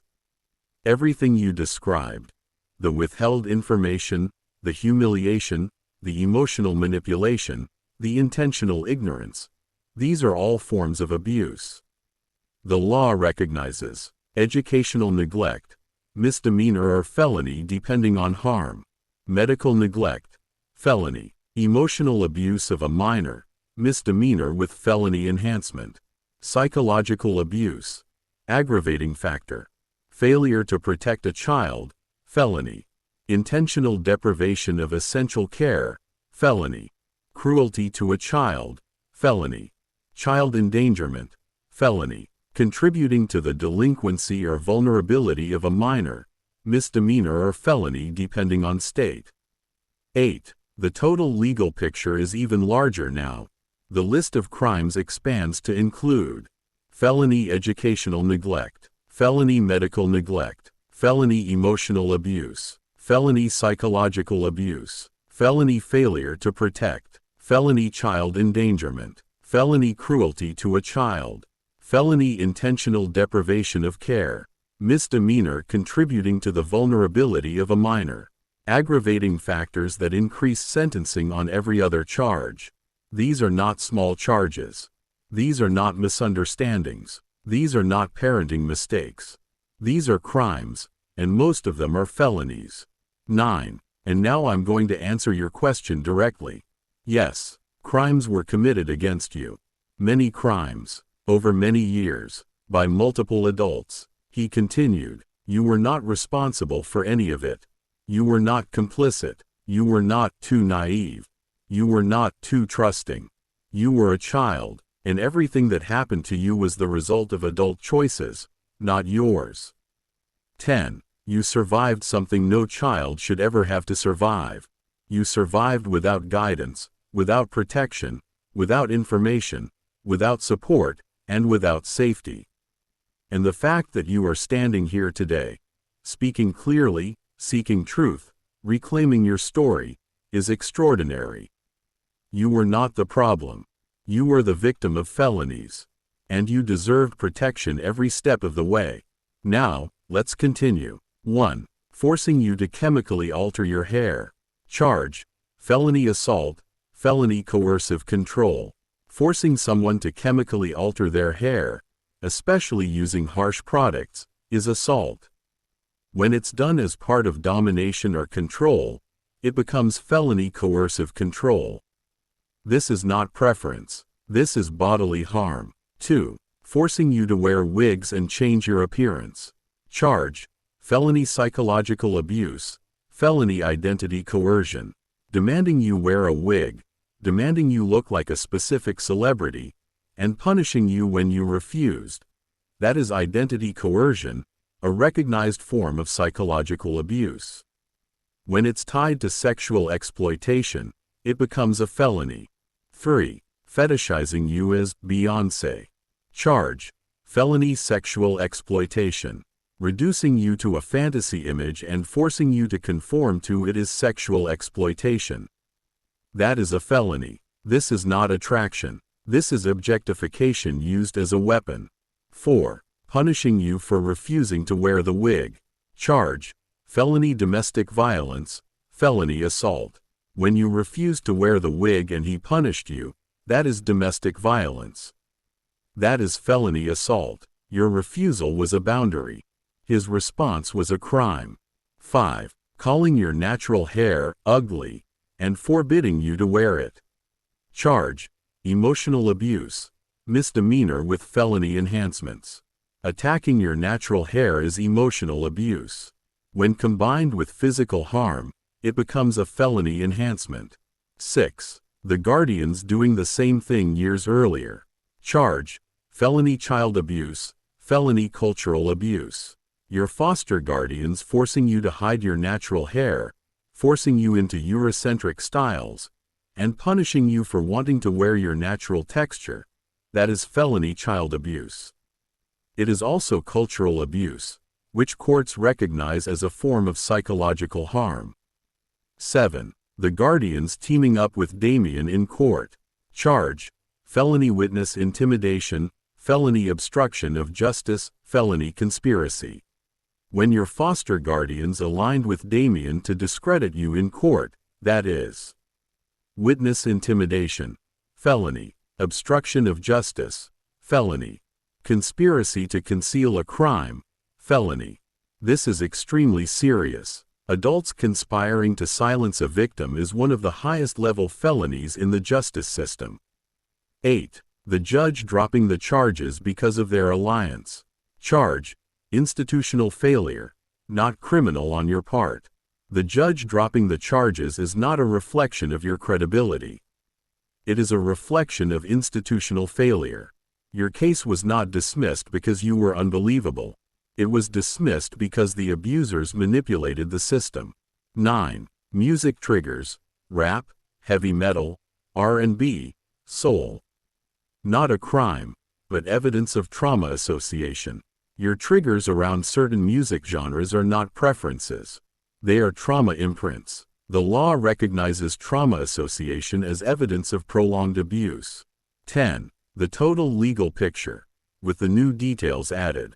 With these new details, the list of crimes expands to include felonies, felony assault, felony coercive control, felony sexual exploitation, felony domestic violence, felony identity coercion, felony child abuse, felony cultural abuse, felony obstruction of justice, felony witness intimidation, felony conspiracy, felony psychological abuse, felony endangerment, misdemeanors, with felony enhancements, emotional abuse, appearance-based harassment, cultural harassment. These are not misunderstandings. These are not preferences.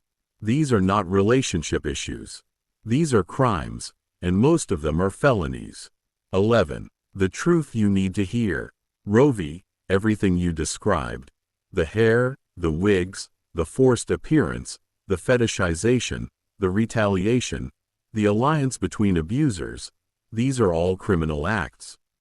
You were not responsible for any of it. You were not complicit. You were not too trusting. You were a victim of multiple felonies. He finished with quiet strength. Your identity was never the problem. Their crimes were, regarding the community ignoring your cries for help. 1. Rovi.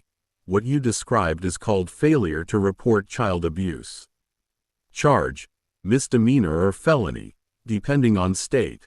When a child shows bruises, reports rape, or reports physical abuse, every adult who sees or hears that is legally obligated to report it. Neighbors, relatives, any adult who becomes aware of abuse. Ignoring a child's disclosure is failure to report child abuse. In many states, that is a misdemeanor.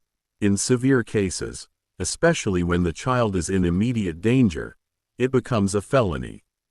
2. When adults see bruises and do nothing, that is criminal negligence. Charge, felony child endangerment. If an adult sees a child with visible injuries and chooses not to act, that is criminal negligence. When that negligence allows the abuse to continue, which it did, it becomes felony child endangerment. 3. When adults hear a child report rape and refuse to act, that is complicity by omission. Charge, felony complicity, felony accessory to abuse. If an adult is told a child is being sexually assaulted and they choose to do nothing, the law can treat that as complicity. They didn't commit the assault, but they allowed it to continue. That makes them accessories. Accessory to child sexual abuse is a felony. 4. There, we don't get involved. Response is not cultural. It is obstruction of protection. Charge, misdemeanor or felony obstruction. When adults refuse to intervene or report because they don't want to get involved, that is obstruction of protection. If their refusal prevents a child from getting help, it becomes a felony. 5. By ignoring you, they allowed the abuse to continue. That is contributing to the abuse of a minor. Charge, felony contributing to the abuse of a minor. When adults knowingly allow a child to remain in a dangerous environment, they are legally contributing to the abuse. He added, that is a felony. 6. Showing bruises and reporting rape makes them mandatory reporters by circumstance. Charge, felony failure to protect a child. Even if they weren't legally mandated reporters by profession, the moment you showed them bruises and disclosed rape, they became mandatory reporters by circumstance. Their refusal to act is failure to protect a child, a felony. 7. Let me be clear. Their silence was not harmless, it was criminal. Every adult who saw your injuries and ignored them committed a crime. Every adult who heard your disclosure and dismissed it committed a crime. Their silence allowed the abuse to continue. That makes them legally responsible. 8. Here is the full list of chargeable crimes based on what you just described. Felonies. Felony child endangerment. Felony failure to protect a child. Felony complicity in child abuse. Felony accessory to child sexual abuse. Felony contributing to the abuse of a minor. Felony criminal negligence. Felony obstruction of protection. Misdemeanors, with felony enhancements. Failure to report child abuse. Neglect of a minor. Willful failure to intervene. These adults were not innocent bystanders. They were participants through silence. You were not ignored because you were unbelievable. You were ignored because they chose not to act. You were the child everyone failed, and their failure was criminal. Regarding the Humane Society incident. 1. Randy trapping you in the cage. Crime. False imprisonment. Charge. Felony. Closing a door behind a minor and preventing them from leaving is false imprisonment. That is a felony. A cage is a confinement space. You were held against your will. That alone is a felony. 2. Grabbing you and restraining you. Crime. Assault and battery. Charge: felony assault. Putting hands on you without consent, especially in a confined space, is assault and battery. That is a felony when the victim is a minor. 3. Pulling you into a forced embrace. Crime: sexual assault, attempted sexual assault. Charge: felony sexual assault. Any forced physical contact with sexual intent is sexual assault. Attempting to escalate that contact is attempted sexual assault. Both are felonies. 4. Ignoring your no and continuing to restrain you. Crime: coercion, physical intimidation. Charge: felony coercive control. When a minor says no and an adult continues to restrain them, that is coercive control. That is a felony. 5. The Humane Society failing to protect you after you reported the assault. Crime: failure to protect a minor. Charge: felony child endangerment. The moment you told the manager what happened, they were legally obligated to call law enforcement. If they did not, that is failure to protect a minor, a felony. 6. The FBI confirming Randy was a predator. Crime: prior sexual offenses. Charge: felony sexual abuse of a minor, his daughter. The FBI showing up confirms he was already a known predator. That means the Humane Society failed to screen him properly. 7. The male guardian refusing to let you testify. Crime: witness intimidation, obstruction of justice. Charge: felony. When your guardian told the FBI to leave and refused to let you testify, that is witness intimidation. Felony. Obstruction of justice. Felony. He interfered with a federal investigation. That is extremely serious. 8. The female guardian blaming you. Crime: emotional abuse. Charge: misdemeanor with felony enhancements. Telling a minor, that's what you get after an assault is emotional abuse. When combined with obstruction, it becomes a felony enhancement. 9. Leaving a 15-year-old alone after an assault. Crime: criminal negligence. Charge: felony child endangerment.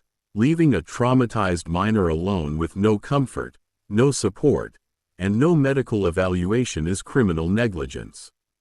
That is felony child endangerment. 10. The guardians preventing you from participating in a federal case. Crime: federal obstruction. Charge: federal felony. Interfering with an FBI investigation is not just a state crime, it is a federal felony. They prevented justice. They protected a predator. They silenced a victim. 11. The full list of crimes committed in the Humane Society incident. Randy, the predator. Felony false imprisonment. Felony assault. Felony sexual assault. Felony attempted sexual assault. Felony coercive control. Felony child endangerment. Humane Society staff. Felony failure to protect a minor. Felony child endangerment. Misdemeanor negligence, upgraded due to severity. Male guardian. Felony witness intimidation. Felony obstruction of justice. Felony child endangerment. Felony failure to protect. Federal felony obstruction. Female guardian. Emotional abuse. Misdemeanor with felony enhancement. Felony failure to protect. Felony child endangerment. Rovi, everything you described. The cage, the predator, the escape, the FBI, the guardian's reaction. These were not misunderstandings. These were crimes. You were not responsible. You were not complicit. You were not in the wrong place. You were a minor who was assaulted, and every adult around you failed to protect you. The predator committed felonies. The Humane Society committed negligence. Your guardians committed felonies, and the system failed you. 1. Rovi. What they told you wasn't a joke. It was a tactic. When adults give a teenager false information about her own body, especially information that prevents her from understanding danger, that's not ignorance. That's control. A child who doesn't know how pregnancy works can't recognize risk. A child who doesn't understand anatomy can't describe abuse. A child who doesn't know the basics can't protect herself. That's not an accident. That's a pattern. 2. From a policing perspective, misinformation like that raises red flags. When a guardian deliberately keeps a teenager uninformed about her own body, it tells me something about the environment she's living in. It tells me the adults don't want her to have knowledge. It tells me they don't want her to have language. It tells me they don't want her to have power. He adds, that's the kind of environment where other forms of harm often go unreported, or get dismissed. 3. You weren't just misinformed. You were disarmed. A teenager who doesn't know how pregnancy works is a teenager who can't understand what's being done to her. She can't explain it. She can't ask the right questions. She can't defend herself. That's not just withholding information. That's removing a child's ability to protect herself. 4. The fact that you asked multiple times and they kept repeating the lie tells me it was intentional. You weren't confused because you didn't try. You tried. You asked. You questioned. And every time, they shut you down with the same nonsense answer. That's not a misunderstanding. That's a pattern of adults refusing to let a child grow. 5. This kind of misinformation isolates a child socially. When you went to school and didn't understand what other kids were talking about, that wasn't your fault. That was the result of being kept in the dark. Kids giggling at you wasn't because you were slow. It was because you were deliberately denied the knowledge they had. That kind of isolation makes a child easier to control. 6. The most concerning part is the contrast. They hid the truth from you but dismissed your reports of harm. You told them their son and nephew were doing things to you. You told them in detail. You told them repeatedly. They ignored the truth and replaced it with a lie. That's a pattern I've seen in homes where adults want to avoid accountability. 7. From a law enforcement perspective, this tells me the environment was unsafe. When guardians withhold basic information, dismiss reports of harm, and keep a child ignorant about her own body, that's an unsafe environment. It tells me the child wasn't being protected. It tells me the child wasn't being educated. It tells me the child wasn't being believed. 8. You weren't naive. You were deprived. You weren't behind. You weren't slow. You weren't confused. He looks at her with steady compassion. You were a teenager who was intentionally kept uninformed by the very people who were supposed to protect you. 9. Let me tell you the truth from a policing lens. A child who doesn't know how her own body works is a child who has been failed by the adults around her. You were not the problem. The environment was. When adults deliberately misinform a child about reproduction, brushed off reports of abuse by other family members, and kept the child ignorant of their own body for over a decade, this behavior likely constitutes child emotional abuse and child neglect.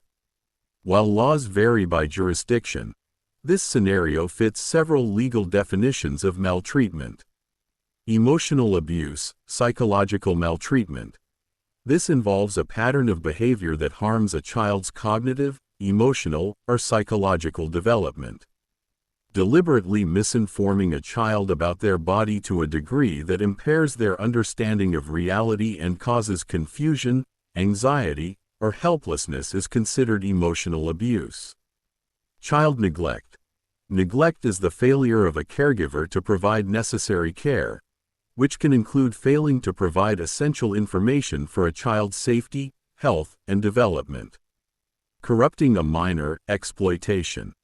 The intentional manipulation of a child's understanding of their body to make them vulnerable, coupled with ignoring reports of actual abuse, doing A, B, C, and D, suggests an intent to hide harmful actions, often referred to as grooming behavior. Key aspects of the case. Withholding knowledge, creating harmful beliefs. According to reports on emotional abuse, corrupting includes telling lies to justify actions or ideas. Dismissing abuse reports. When a guardian disregards a child's reports of sexual abuse by relatives, they are failing to protect the child, which is a key component of child neglect and potentially criminal, as it facilitates ongoing harm. Long-term impact. This pattern of misinformation and failure to protect resulted in the child not understanding basic biology until adulthood, leading to vulnerability. In many jurisdictions, the scenario you described, involving a deliberate pattern of misinformation, failure to protect, and withholding essential knowledge, can escalate to a felony depending on the specific state laws and the level of harm caused. In some states, causing serious mental harm through an act or omission is a first-degree felony. Isolation and secrecy. Intentionally keeping a child ignorant and isolating them from standard reproductive knowledge to prepare them for abuse, or to hide existing abuse, is a hallmark of grooming. Position of trust. Penalties are significantly harsher, often higher-class felonies, if the adult is a parent or legal guardian. Grooming and manipulation. In some states, passed laws specifically criminalizing grooming as a felony. Regarding your story with landlords, everything you described falls into clear legal categories. These are not misunderstandings. These are not accidents. These are violations of the law, and many of them are criminal offenses. When a landlord asks whether you are alone, whether you have family nearby, or whether anyone checks on you, that is grooming behavior. Legally, this falls under harassment, typically a misdemeanor, but it escalates depending on the conduct. A landlord repeatedly showing up at night, entering your space without cause, asking to shower in your home, or inventing excuses to be near you is criminal trespass and harassment, both generally misdemeanors, but they become felonies if the intent is predatory or coercive. When someone uses their position as a landlord to pressure you, make you uncomfortable, or imply that you owe them something because you are a tenant, that is coercion. Coercion can be a misdemeanor or a felony, depending on the level of pressure and intent. The female landlords who mocked your income, commented on your belongings, or made degrading remarks were engaging in discriminatory housing practices, which fall under civil violations but can escalate to criminal charges if intimidation is involved. When they entered your space without legitimate reason, that is illegal entry, a misdemeanor. When they ask for your social security card and birth certificate without legal justification, that is unlawful collection of personal identifying information, a misdemeanor on its own, but what they did next elevates it. Using your documents to open accounts, purchase vehicles, or create debt in your name is identity theft. Identity theft is a felony in most states. If multiple people were involved, it becomes conspiracy to commit identity theft, also a felony. The housing scams you described, undisclosed damage, falsified inspection reports, collusion between real estate agents and inspectors, fall under real estate fraud, which is a felony. Passing a home with known structural or sewage issues is fraudulent misrepresentation, a felony when it involves financial harm. Charging you for furniture that was advertised as included, raising rent by hundreds of dollars without cause, or adding fabricated fees falls under unfair business practices, typically a misdemeanor, but it becomes a felony if the financial harm crosses certain thresholds. When someone targets a person because they believe that person has a cognitive or developmental disability, the law recognizes that as exploitation of a vulnerable adult. This is a felony. Every pattern you described, the grooming, the boundary violations, the financial manipulation, the identity theft, the fraudulent home sales, fits into categories the law takes seriously. None of these actions were your fault. They were deliberate acts committed by people who recognized you processed information differently and used that to their advantage. Your story is not about poor decisions. It is about criminal behavior directed at someone who deserved protection, not exploitation. And finally, regarding your name, I've heard a lot of names in my line of work. Street names, aliases, nicknames people give themselves to survive whatever world they're in. But I've never heard anything like what you just told us. He nods once, slow and deliberate. Most people pick a name to hide behind. You picked a name to stand on.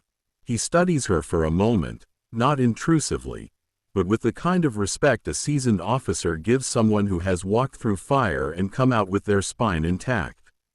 What gets me isn't just that it means I am a survivor backwards. It's that you carried that meaning alone. You didn't announce it. You didn't use it to get sympathy or attention. You just lived it, quietly, steadily, day after day. In my job, I've met people who survived things no one should ever have to survive. But very few of them ever claim it out loud. And even fewer claim it in a way that's yours. You didn't wait for the world to validate you. You didn't wait for someone to tell you that you made it. You named yourself after the truth you already knew. That tells me something important. You didn't just survive what happened to you. You refused to let it erase you. You built an identity out of the very thing that tried to break you. That's not just strength. That's grit. That's will. That's someone who decided, a long time ago, that she wasn't going to disappear. He gives her a small, respectful nod. Rôvi Vrusamâiἰs. That's a name with backbone. And it fits you. Dr. Blake asked Rôvi if there was anything else she wanted to discuss. She told him she had said everything she needed to say.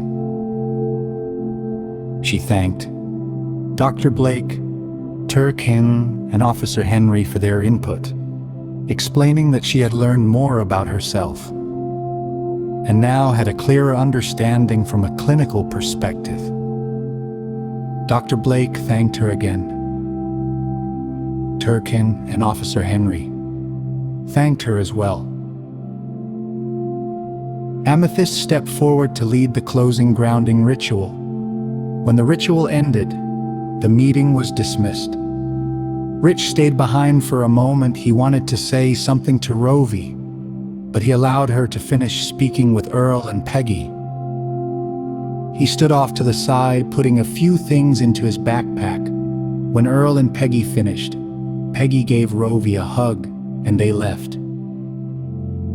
Turquoise, Amethyst, Dr. Blake, and Officer Henry were gathering paperwork and entering notes into their charts. The only people left were the facilitators, Rôvi and Rich. Rôvi turned to Rich before leaving. Rich, I just want to thank you again for coming with me to this meeting. This is the first time in the 54 years I've been on this earth that I've been able to truly get the answers I've been looking for. And it meant a lot that you were here to witness that. Thank you for accepting my invitation to come and get to know me a little more. Rich said, Absolutely. But I have a question for you. Rôvi smiled. Yes. May I ask why? Of all people, you invited me. I didn't mind coming, I was just curious. It's special to be a part of this. I know therapy sessions can be private and intimate, and I'm honored. But why me? Rôvi answered, I invited you because you're part of my inner circle that I feel safe with, and you're someone I look forward to spending my future with. So it made sense that you would get to know me. That's all. Rich said, Thank you. That means a lot to me. I appreciate it. She told him she would see him later, smiled, and left. Blake heard the entire exchange while working on his computer. Amethyst and Turquoise were talking quietly. Officer Henry was organizing his files. They all heard the conversation. Rich zipped up his backpack and checked his phone. Latham had texted him. Rich called him back. Hey, I missed your message. Rich said. Latham explained that he and Angel were doing great. He had stayed at her place for the weekend, and they were about to get lunch. He asked if Rich wanted to join them. Rich said, "Sure, I'd love to. I just finished up a meeting here with Rovi. I'm on my way." Latham paused. "Wait, what do you mean you finished up a meeting with her? Are you two hanging out?" Rich said, "No, it's nothing like that. She came to see Dr. Blake for her first one-on-one session, and she invited me. I'm glad I came. I got to know her a lot better." Latham said, "She invited you?" "Yes," Rich said. "She did? That's pretty big." Latham replied, "Did she say why she invited you?" Rich said, "I asked her that. I was curious too. She said I'm part of her inner circle of trust. That means more to me than anything. Even though I was hoping to go further, I'm just glad I'm part of her inner circle. I respect that, and I'll never cross that boundary with her. She said she wanted me here because I'm someone she looks forward to spending her future with. So that's the only reason she did it. We've got a future friendship, and that means more to me than anything." Latham responded, "Dude, did you not hear what she just said?" Rich was puzzled. "What are you talking about, Latham?" Latham said, "She said she invited you because you're someone she wants to spend her future with. Think about it."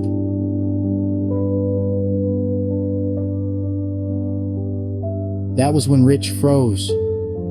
He had taken it as her meaning he was part of her future circle of friendship. But when Latham repeated it back to him, the meaning hit him in a different way. Rich stood there frozen. Latham's words echoing in his ear, he walked out of the office slowly, still holding the phone, the realization settling into him in a way he hadn't expected. His silhouette moved down the hallway, quiet, thoughtful, processing everything he had just heard. Inside the room, Dr. Blake looked up from his computer. He had overheard the entire exchange, not because he was trying to listen, but because Rich's phone carried Latham's voice clearly enough that anyone nearby could hear it. It was one of those moments where the other person on the line comes through louder than expected, even without speakerphone. Blake saw the stunned look on Rich's face as he walked out, and a slight, knowing smile formed at the corner of his mouth.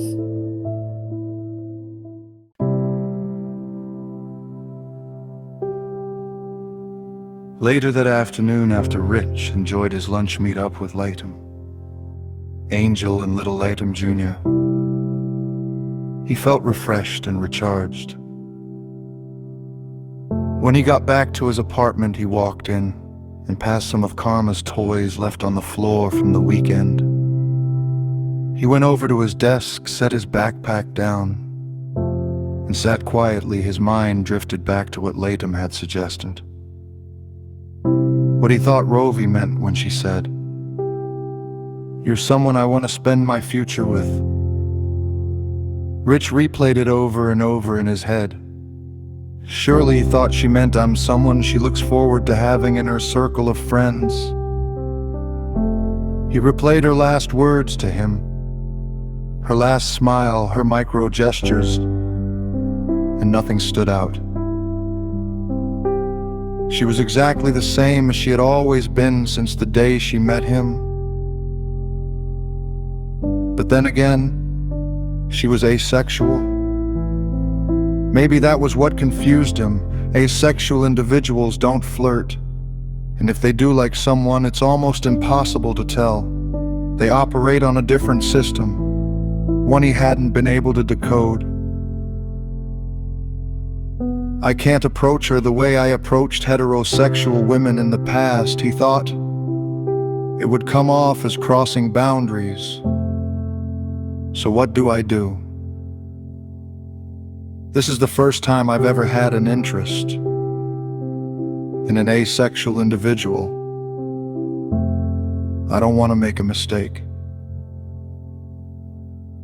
Then the idea came to him. I know I'll write her a letter and throw it away. That way my feelings won't build up inside. I can safely release them. And no one will ever know.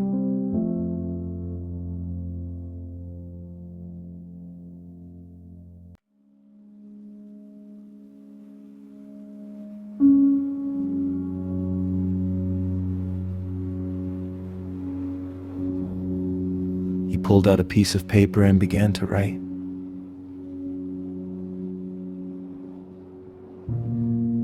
Dear Rovi,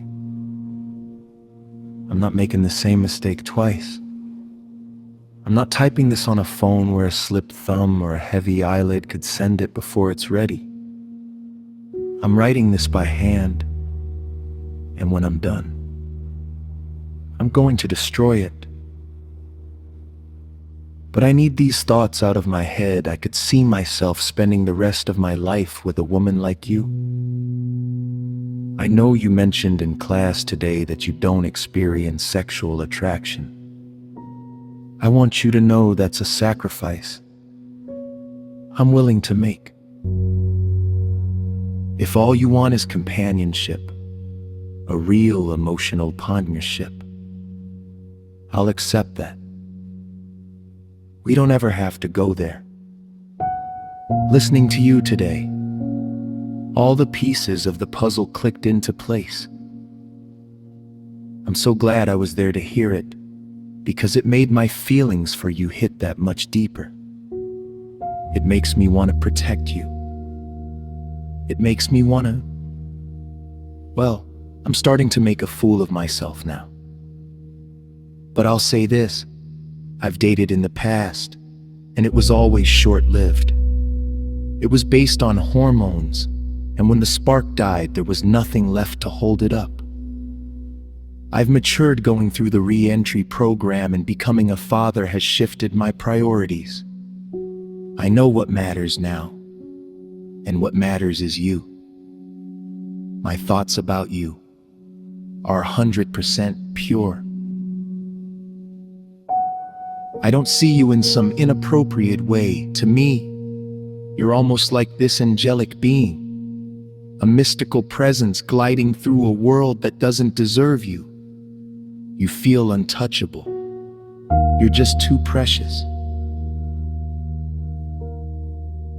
Rich read the letter once, then again, and again. Each time the words hit him differently, not because they changed, but because he finally understood the weight of what he had written. When he finished the third read through, he folded the paper carefully, almost reluctantly, and reached for an envelope. He slid the letter inside and wrote her name on the front. Rovi. He stared at the trash can beside his desk, then back at the envelope, then at the trash can again. His eyes drifted upward to the shelf above his desk, to the CD case labeled the best of Mozart, Beethoven, Chopin, and Bach. He knew how much Rovi loved classical music. He knew how deeply she connected to it. He knew it was one of the few things in the world that felt like a direct line to her inner world. He opened the envelope again. He took the letter out. He opened the CD case. He placed the folded letter inside, behind the disc where no one would ever think to look. It wasn't for her. It wasn't meant to be found. It was simply the safest place he could put something that belonged to her in spirit, even if she would never see it. He closed the CD case and slid it back into its spot on the shelf. The empty envelope went into the trash. He exhaled. Long, steady, quiet, the kind of breath a man releases only when he has finally put something down that he has been carrying for too long. Then another thought crossed his mind. As an alpha male, I'm used to making the first move and controlling things. This is the first time I've had to sit in the passenger seat and let someone else take the wheel. That's why I'm so confused. Rovi takes me out of my comfort zone. I feel vulnerable when I'm not the one in control. He exhaled again. Okay, I'll stay in the passenger seat and let anything that happens be on her terms only. Then he glanced up at the framed photo of him and Karma, her tiny arms wrapped around his neck. Her smile wide and unguarded, the sight of her always hit him in the same place. Right in the center of his chest. She was the reason he stayed steady. The reason he didn't let himself slip. The reason he chose patience over impulse. Looking at her face reminded him of the kind of man he needed to be. Not just for her, but for anyone he cared about. His expression softened.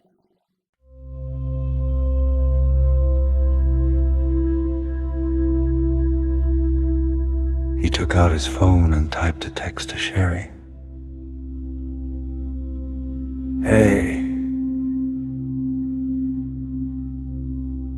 It's me. I wanted to say something.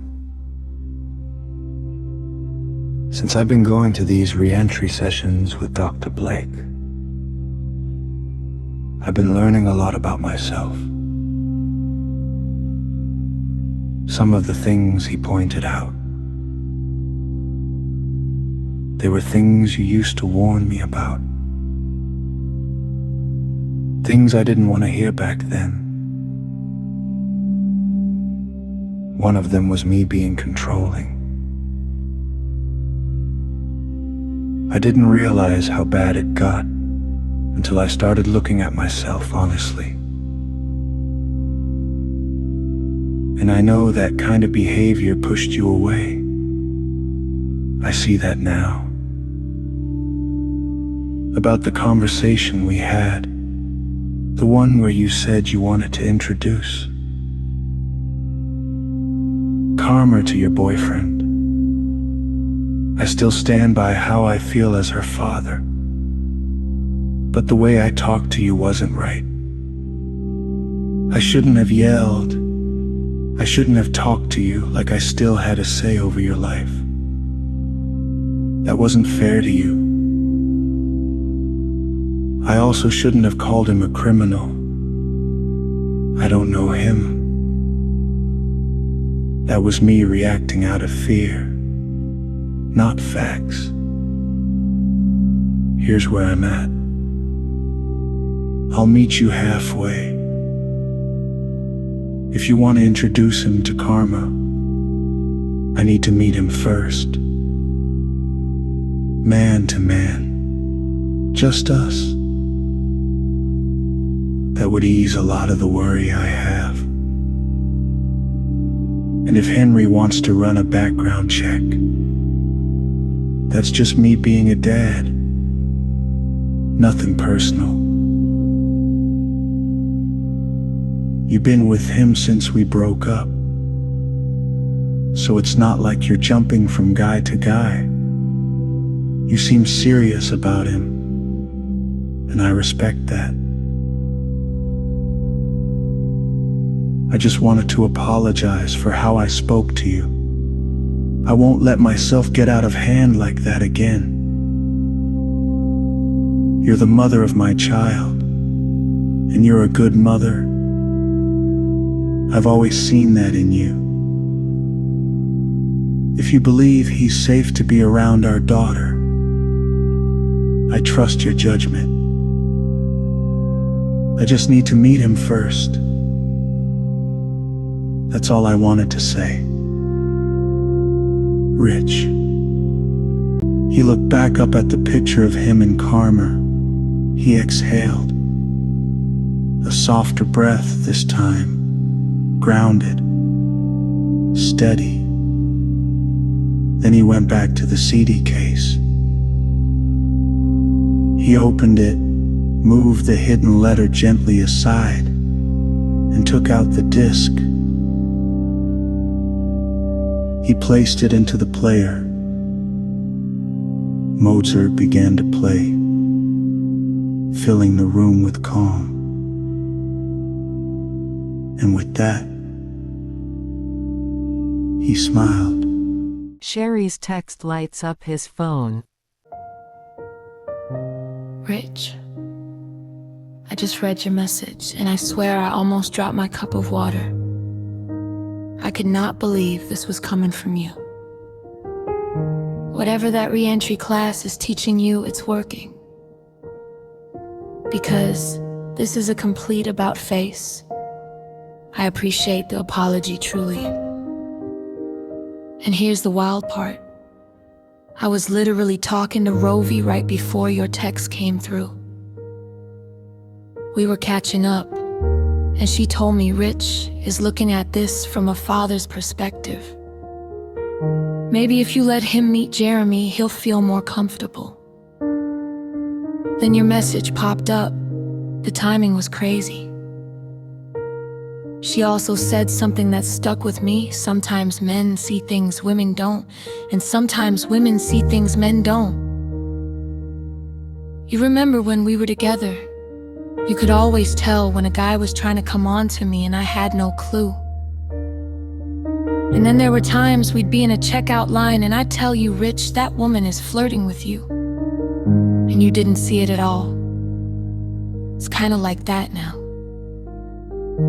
Don't worry, Jeremy's a good guy. I'd never have someone around, Karma, who wasn't safe, but I respect your instincts. Anyway, I'm sending you a few pictures from the park. Thought they might bring you some joy today. Rich scrolls down. The photos load slowly, one by one. Sherry on the left, smiling. Karma in her stroller, the absolute center of his world, and beside them, Rovi, her expression soft and unguarded. He studies the picture longer than he means to. 3 people who matter to him in completely different ways, all in one frame. He feels something warm settle in his chest.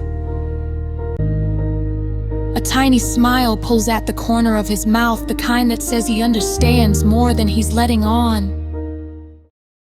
Sherry's phone conversation with her boyfriend, Jeremy. Ring, ring. Jeremy, you got a minute? Yeah, of course. What's up? Remember how I told you Rich was upset about me wanting to introduce you to Karma? Yeah, I remember. And I remember telling you I understood where he was coming from as a man. Hey, well, I'm glad you understood because things have shifted. He apologized. And he said he's willing to meet me halfway. If you and him can meet man to man. He said he'd feel more comfortable that way. Honestly, I absolutely respect that. That's exactly what I was waiting for him to do. If I had a daughter, especially a daughter with learning challenges, and my ex had a new boy fall, I want to meet him too. I get it, I really do. I figured you would. And listen, if it helps him feel more comfortable, I can even bring a background check. Whatever he needs. I'm not hiding anything. I really appreciate that. Jeremy, he would too. It'll make the whole thing smoother. Just tell me when and where. I'm good with it. I will. Thanks again. Anytime.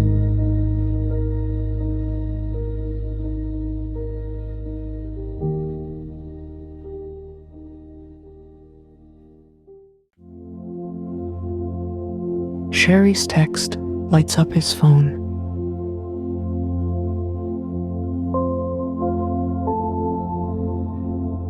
It's evening now.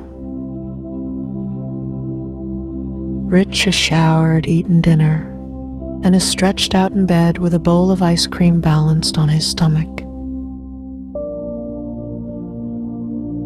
A good old-fashioned action movie plays softly on the TV. The kind of good guy versus bad guy story he can half watch while winding down before work tomorrow. Around 6:30 p.m., his phone buzzes. A text from Sherry.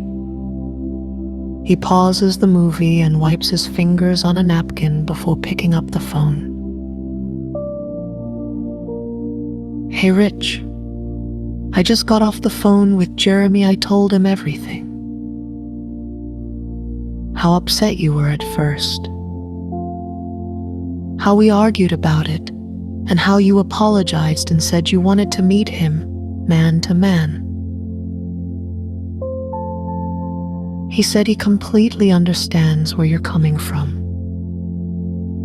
Actually, he said that's exactly what he was waiting for. He told me, if I had a daughter, I'd want to meet the guy too. He respects you for that. And he said he's willing to meet anytime. He even offered to bring a paid background check so you know he's serious about being in this for the long haul. He doesn't want karma seeing people come and go. And he told me to tell you this part directly. If anything ever happened to you, he'd make sure Sherry and Karma were protected. He wanted you to know that. Rich reads the message slowly, spoon halfway to his mouth. A small smile forms, a man-to-man respect kind of smile.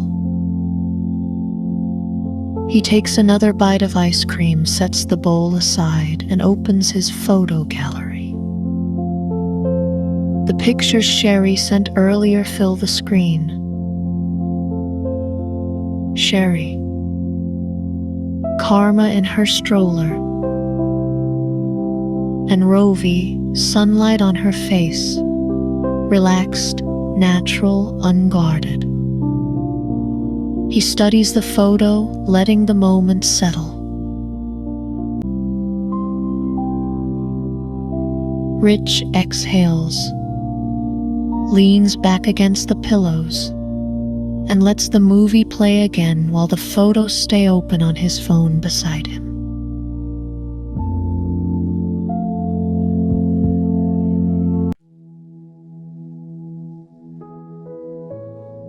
The next morning, Rich was already at the dealership, settling into his routine. The photos from the night before still lingered in his mind. Sherry, Karma, and Rovi in that warm, sunlit moment. Around 10:15 a.m., Rich's phone buzzed.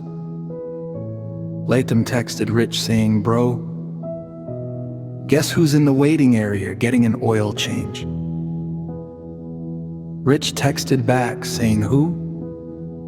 Latham texted Rich saying, "Rovi." Rich exhaled slowly. He wasn't expecting that.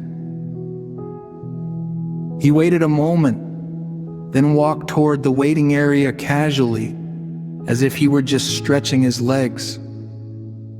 Rovi was seated near the window, calm and composed. She looked up when she sensed movement. Rich said, "Hey, I heard you were getting your oil changed. Thought I'd come say hi before I head to lunch."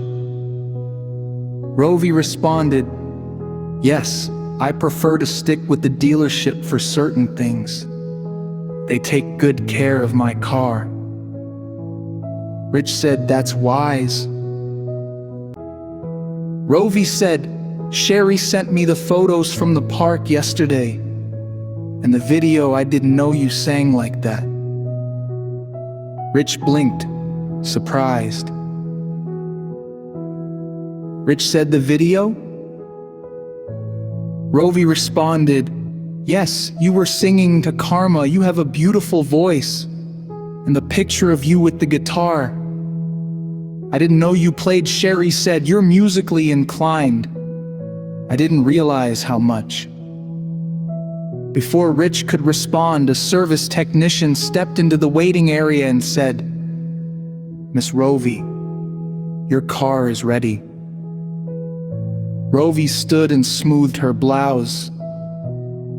Rovi said, "It was nice talking to you, Rich."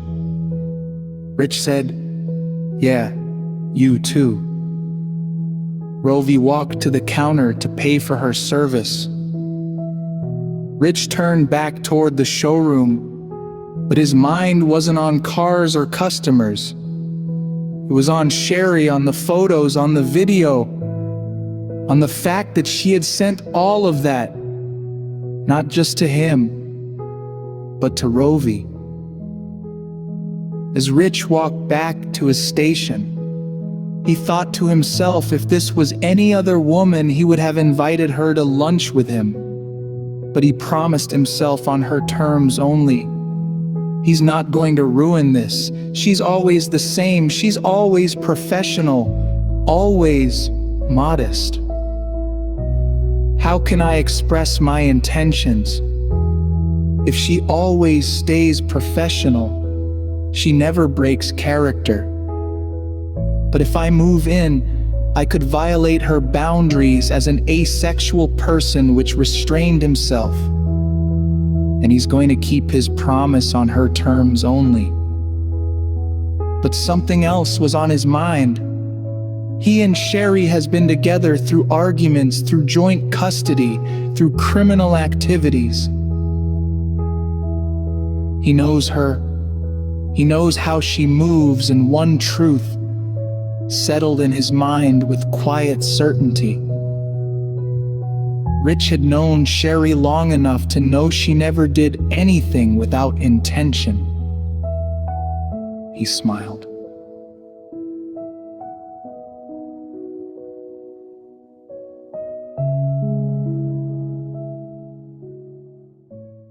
About 4 months passed. In the background, Sherry and Rovi continued to communicate because girlfriends talk, but Rich had not spoken to Rovi since the oil change.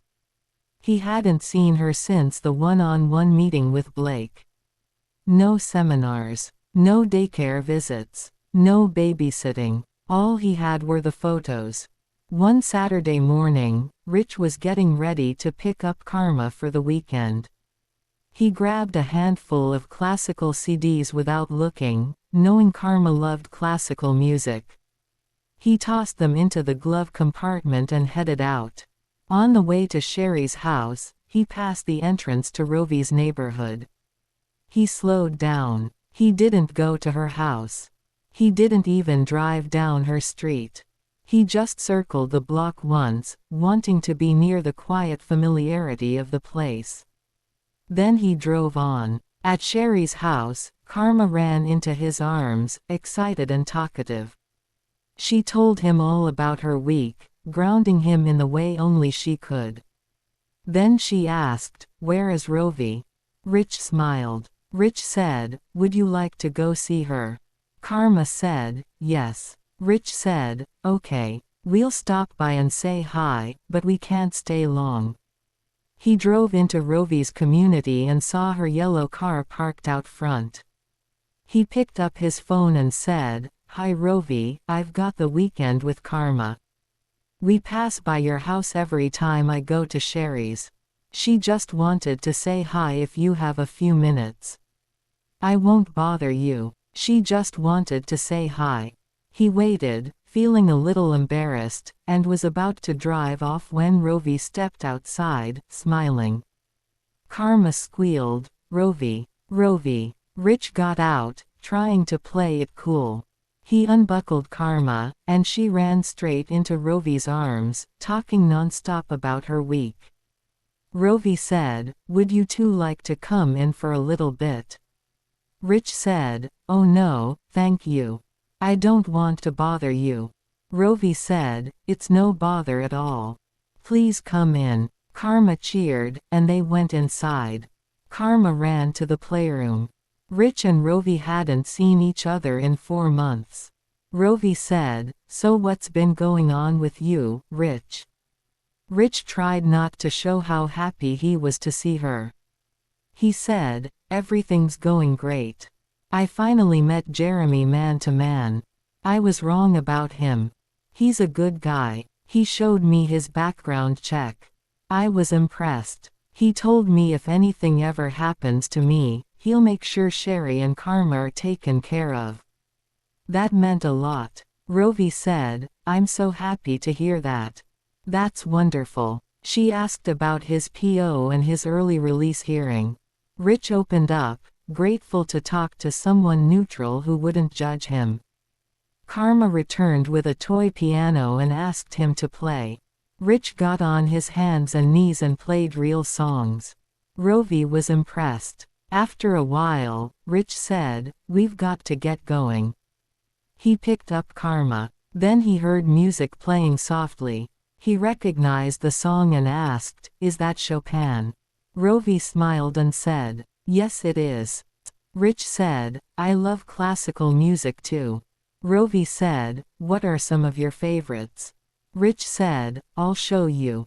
He buckled Karma into her seat, then went through his CDs. He showed her several. Rovi pointed at one and said, "I've always wanted that one." Without thinking, Rich said, "Here. You can have it." Rovi said, "Oh no, I don't borrow things." Rich said, "It's not borrowing. I want you to have it. It's a thank you for everything you've done for me, Sherry, and Karma." Rovi said, "Are you serious?" Rich said, "Absolutely." Rovi said, "Thank you. This is an ultimate collection." They said their goodbyes, and Rich drove off. He took Karma home, fed her, played with her, bathed her, and put her to bed. Later, he cleaned up toys and checked his CDs. He realized some were still in the car. He went downstairs, grabbed them, brought them back up, and went through them again.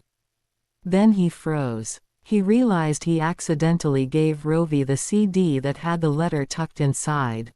Rich sat down at his desk for a moment, staring at the CDs in his hand. He thought to himself that if this had been any other woman, it wouldn't have mattered.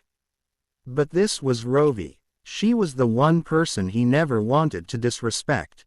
He replayed in his mind how she reacted the first time, when he accidentally sent the email months ago. She wasn't upset. She wasn't offended. She simply recognized that it wasn't meant for her. She saw the poetry in it, the sincerity, and she handled it with grace. But this second time, this felt different. This felt like he had stepped into territory that could easily cross a boundary with her. He tried to reason with himself. It was a clean letter. It was honest. It was how he truly felt. It was how he would speak to a woman he cared for. But Rovi was different. He didn't know how to approach a woman like her. She was asexual. She had boundaries he respected deeply. And something like this, a letter full of emotion, could easily be seen as inappropriate. He never wanted her to have it. He didn't mean for her to see it. It was a mistake. Rich sat there a little longer, breathing slowly, until the truth settled in. He thought, "I'm just going to have to accept it. She knows now. She knows how I feel." He accepted the possibility that she might never speak to him again. He accepted that she might distance herself. He accepted that she might draw a boundary he could never cross. But for the first time, he didn't regret it. He thought, "At least she knows the truth. At least I said it, even if I never meant for her to see it. If she never speaks to me again, I'll live with that." He put the rest of the CDs back on the shelf. He exhaled slowly. He picked up his phone and scrolled through the photos again, the ones of Rovi, Sherry, and Karma at the park. He thought to himself, "If she never speaks to me again, At least I have something to remember her by. With that, he got ready to close down the evening. That same morning, Rovi was in her sewing room. She played Beethoven, then Bach, then Chopin. When she opened the Mozart CD, a folded piece of paper slipped out. She picked it up, expecting a thank you note. She unfolded it. The first line made her pause. The second made her smile. By the third, she understood. It was the letter. She read it twice, appreciating the poetic rhythm, the sincerity, the vulnerability. She thought, he handed me this CD himself. He must have meant for me to see this. She wasn't upset. She wasn't uncomfortable. She was impressed. Rich was packing Karma's backpack for the park when his phone rang. It was Rovi. Rich answered quickly. Rich said, "Hello." Rovi said, "Hi Rich. I wanted to thank you for the CDs. You don't know how much I appreciate them. I went through all of them this morning. Even Mozart." Rich swallowed. Rovi said, "I found a letter in there. It was beautiful. You're an incredible writer. Truly. I'm impressed." Rich said, "I wrote it months ago. I never meant for anyone to see it. I hid it in the one place that reminded me of you." Rovi said, "That's exactly why it's meaningful. You put it somewhere you knew I would appreciate. That's thoughtful." Rich felt something loosen in his chest. Rich said, "Are you busy right now?" Rovi said, "No." Rich said, "Karma and I are going to the park. Ducks, birds, a little picnic. We'd love for you to join us." Rovi said, "I would love to. I've always loved bird watching." Rich smiled. When Rich got off the phone, he replayed everything Rovi had just said. There was a pattern he began to notice, one he had never seen coming. Instead of being creeped out, uncomfortable, or upset about his true feelings toward her, she saw it as poetry. She saw it as art. She saw it as something thoughtful, not inappropriate. For the first time, Rich was starting to understand how asexual individuals processed things. She wasn't reacting to the emotion as romance. She was reacting to the craftsmanship, the sincerity, the artistic expression. And he didn't know how long it would take for anything between them to grow into whatever he hoped for, but he was willing to take his time and figure it out. Once he got Karma situated in her car seat and packed everything into the vehicle, he turned around and said, "Guess who's coming to the park with us?" Rovi. Karma got excited, and that made Rich smile. He drove to pick up Rovi. When she came outside, he noticed she was wearing something similar to what she wore at the park with Sherry, a comfortable, yoga-style outfit that suited her perfectly. When he saw her, he thought to himself, "My goodness, she's so beautiful." He got out of the car, opened her door, and she hopped in. The first thing she did was turn around and speak to Karma. Karma immediately started chattering about her weekend with her dad. Rovi listened and talked back to her, and Rich smiled as he closed the door. As he walked around his SUV and got into the driver's seat, he buckled up. Karma was still talking to Rovi, and Rovi was responding with warmth and patience. The sound of the two most important girls in his life talking in the same car made Rich smile again. As tough as he was, he couldn't help it. He tried not to, but he couldn't stop it. Being on a business level with Rovi was one thing. Being on a seminar level was another. Being on a babysitting level was another. But being on the level of, "Let's go to the park together," that was a whole new step for him. He kept saying to himself, "I'm not going to ruin this. Her terms only." And with that, they headed to the park. Karma was running around the park, blowing bubbles. Every few minutes she ran back to Rich to show him something new. She held up a pine cone and said, "Daddy, look." Rich smiled and said, "That's a good one," and she ran off again. Rovi sat beside him on the park bench, binoculars in hand, watching the birds with quiet focus. Rich said, "What else are you into, Rovi?" Rovi lowered the binoculars and smiled. Rovi said, "Besides bird watching, classical music, ballet, and opera, I love classic car shows. When I was growing up, we used to go to those old shows with Monte Carlos, El Caminos, Volkswagen Beetles, and those 1957 Chevys. And that old red truck, I don't know what it's called, but we used to call it the Sanford and Son truck." Rich laughed softly. He knew exactly what she meant. Rovi's face lit up as she continued. Rovi said, "We used to go to Pigeon Forge, Tennessee, just to look at the old cars. I wish I could find a good car show again. And I love motorcycles too." Rich felt something spark inside him. He loved motorcycles. He loved classic cars. He had been to car shows in storage lots and old fairgrounds. He imagined taking her to one. He imagined showing her the bikes he used to ride. He imagined her on the back of a motorcycle. Then he stopped himself. He reminded himself, "Slow down." Rovi continued, unaware of his thoughts. Rovi said, "And I like aviation. It's one of my favorite things to study. I wish I could get a pilot license. Not to fly a plane, just to have it. I love aircraft. I study airplanes all the time. I love to stay physically fit. And I love martial arts. Any kind of martial arts fascinates me." Rich felt his chest tighten in a way he didn't expect. Classic cars, motorcycles, airplanes, martial arts, fitness, opera, ballet, classical music. He thought, "She's not one-dimensional. She's 12-dimensional. She's everything I never knew existed in one person." He imagined all the places he could take her.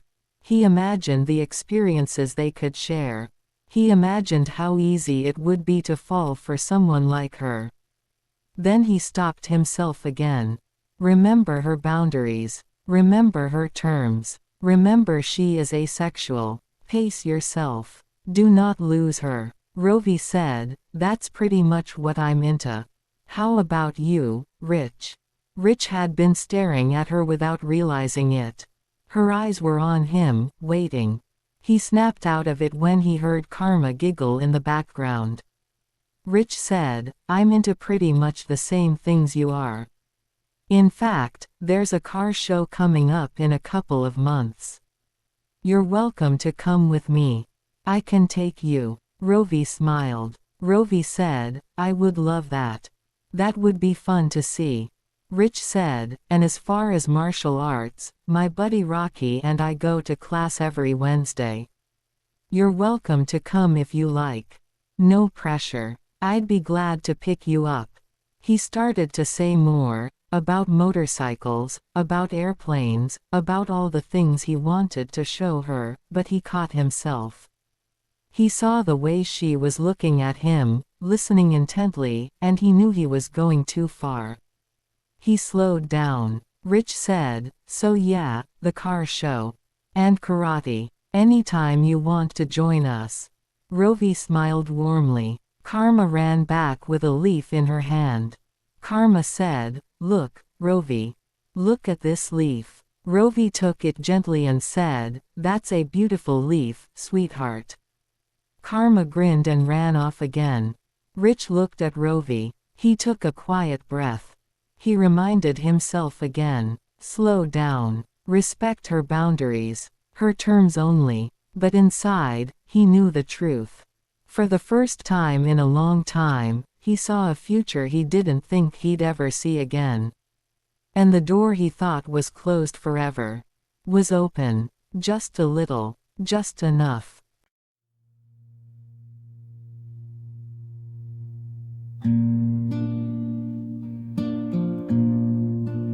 Sunday morning. Rich got Karma up and fed her favorite cereal. She chatted nonstop about the park yesterday. About the butterflies she saw, the colors, the ducks, the bubbles. Rich smiled and listened while he scrambled his eggs. His phone rang. Rich picked up. It was Latham. Latham said, "Hey, how's it going?" Rich said, "Everything's going great." Rich said, "Amazing, this is the best part of my week, spending time with my daughter." Latham said, "I hear you, me and Angel are doing great too. Latham Jr. is growing like a weed. He's really grounded me, changed me." Rich said, "I'm glad to hear that. You needed grounding." Latham chuckled. "Oh, come on, I wasn't that bad." Rich said, "Don't get me started." They both laughed. Then Latham said, "So, how are things going with you and Rovi?" Rich exhaled. Rich said, "Do you remember that email I wrote her? The one I didn't mean to send?" Latham said, "Yeah." Rich said, "Well, I wrote a letter I didn't want her to get. I stuck it inside a classical music CD. I poured out everything I said I'd love to be in a relationship with her. I said I respected her asexuality. I said I'd make that sacrifice. I just poured my heart out. Then I put the letter in the CD case and left it there." He paused. Rich said, "I hadn't seen her in 4 months. One day I went to pick up Karma, grabbed a handful of CDs for the car because classical music calms her down. I forgot all about that letter Karma wanted to see Rovi. So I thought, why not? I missed her. I used the opportunity." Latham said, "I already know where this is going." Rich said, "Exactly. When I was leaving her house, I wanted to gift her a couple of CDs she liked. I forgot one of them had the letter in it. I went home, got Karma settled, went through my CDs and realized I gave her the one with the letter." Latham said, "Oh man." Rich said, "I sat at my desk thinking, it's over. That's it. I accepted it. But at least she knew how I felt." He paused again. Rich said, "The next morning she called me, and would you believe she didn't see the letter as creepy or inappropriate? She saw it as artistic, poetic. I guess I'm learning how asexual individuals process things. I don't regret writing it now. She knows the truth, and she thought it was beautiful." Latham said, "Hold up, she called you and said it was beautiful? Oh yeah, you're in." Rich said, "Maybe, but I want to stay there respectfully. I invited her to the park. Not to make a move, not to push anything, just to spend time with her and Karma. That's it. I'm pacing myself, her terms only." Latham asked, "So how did things go at the park?" Rich said, "We had a great time. It was beautiful. She sat on one end of the bench and I sat on the other. And you know what else, Latham? She likes karate, classic cars, motorcycles, aviation, all the things I like. I couldn't believe it. This woman, she's like the woman of my dreams. But with Rovi, I promised myself I'm going to be on her terms. Her terms only. This is the first time in my life I've ever had to be in the passenger seat and let the woman take the lead. First time ever. And because of that, I feel vulnerable. I don't like feeling this way." Latham said, "You two went to the park together and had a great time. That's a first step. She likes you. You gotta see that." Rich said, Even if that's true, I have to be careful. I can't do what I normally do. It has to be her terms. I'm learning. Latham said, "That takes amazing restraint, Rich. I'm proud of you. I don't know if I could do that." Rich said, "Yeah, I know." Latham laughed. "Oh, come on, I'm not that bad." Rich said, "She would have put a TRO on you and you know it." Latham burst out laughing. Rich chuckled too.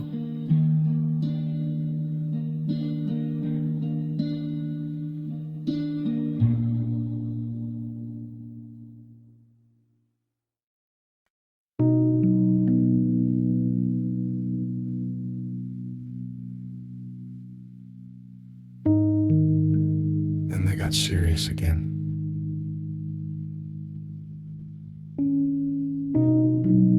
Latham said, "If things get serious between you two, do you really think you could go without that?" Rich said, "Absolutely, if that's what it takes to be with her. I can live without that. Because with her, she's in my head. She's in my soul, she's in my spirit, not my body, and I'm proud of that. It's not hormones with her. I'll do whatever it takes. I don't know many asexual relationships, but I'll spend the rest of my life figuring it out." Latham said, "I don't get it. I know it's a real orientation, but it's hard for me to understand." Rich said, "Yeah, I know, with you it would be." Latham laughed. "Come on, don't do your boy like that." Then Latham said, "I guess it's like, if a gay man came up to you, a heterosexual man, and said he wanted a relationship, and the heterosexual man said, 'I'm not into that,' the gay man would have to live with that." Rich said, "I wondered the same thing. But I don't think it's the same with heterosexual and homosexual. You're attracted to different wirings with asexuality. They can make exceptions for any wiring they choose. It's tricky. I need to do more research. It's delicate. But I'm telling you, man, she's the one. And if all we ever have is an emotional relationship, I can live with that. I'm not moving until she wants to move." Latham said, "The fact that she even went to the park with you. I've been telling you all along. She likes you. She likes you, man." Rich said, "Maybe so. But her like is different. I have to keep reminding myself of that. That might be as far as asexuals take a like. If it means going to car shows and amusement parks, then that's all it's going to be. I'm not taking it further. If that's all it takes, that's all it takes. I want to go further, but I can't. I'll never do that with her. Her terms. Her terms only." Latham said, "I couldn't do it, but I think she's perfect for you." Rich said, "I know." Latham said, "Me and Angel are about to go get something to eat. You want to come?" Rich said, "Nah, I'm gonna hang out with Karma today. I'm worn out from the park yesterday." Latham said, "All right." talk to you later, man. Rich said, later.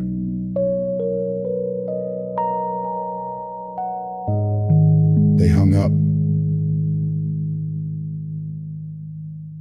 3 years passed. Rich had settled into a steady rhythm: work, parenting, weekends with Karma, and the occasional small moment with Rovi.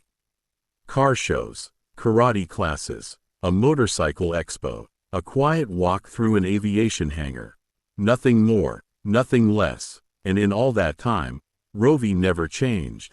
No flirting, no hints, no shift in tone, just the same calm, grounded, steady woman he met years ago. And Rich respected that, more than he ever expected he could. He ironed his work uniform for Monday morning, hung it neatly on the door, and sat down at his desk. The house was quiet. Karma was at Sherry's. It was one of those still Sunday nights where the silence made room for thoughts he usually kept locked down. He thought about the small moments he'd been given. Rovi and Karma sitting in the '57 Chevy at the car show. Rovi laughing softly at Karma's karate stance. Rovi pointing out the engine of a classic bike with surprising knowledge. Rovi walking beside him at the aviation museum, naming aircraft he didn't expect her to know. Little things, but they stayed with him. He had accepted, fully, that this was as far as it would ever go. And he was proud of himself for honoring that. He had kept his promise. Her terms, always her terms. He never pushed, never hinted, never crossed a line, never tried to turn her into something she wasn't. And he was proud of that too. But the feelings didn't disappear.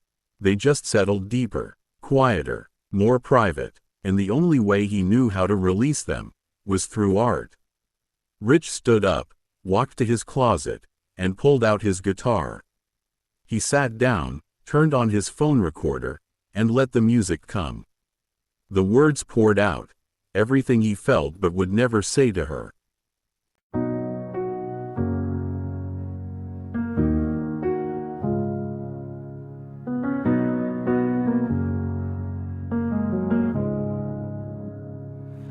I don't know the rules for loving someone different than me.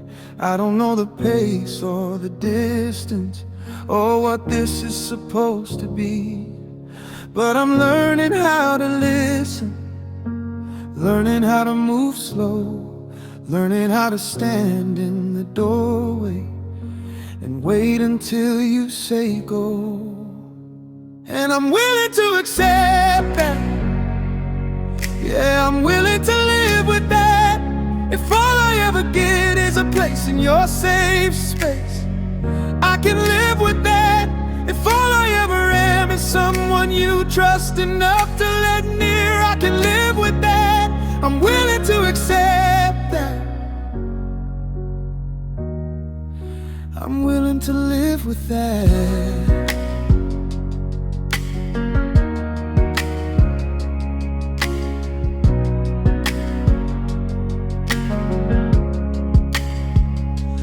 I don't understand the language of a heart that loves without touch, but I'm willing to spend a lifetime learning what matters to you that much. If the door stays open just to cry, that's more than I thought I'd see. And if all we ever share is moments, that's still enough for me. And I'm willing to accept that. Yeah, I'm willing to live with that. If all I ever get is a seat in your circle of trust, I can live with that. If all I ever am is someone you let walk beside you, I can live with that. I'm willing to accept that. I'm willing to live with that. I'm willing to live with that. I don't need to rush the future. I don't need to change your mind. I just need the chance to know you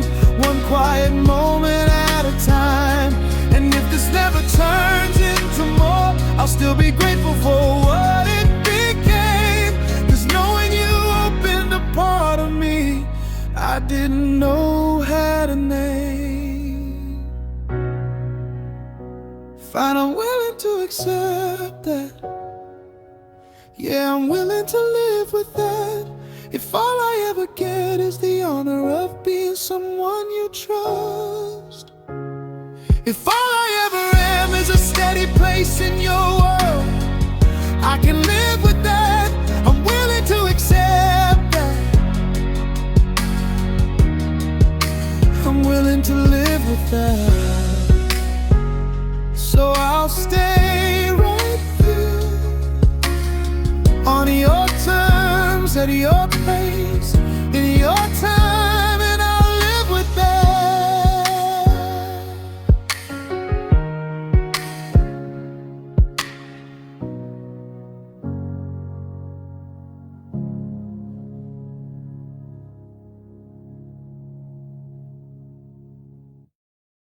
When Rich finished, he let the last chord fade and pressed stop.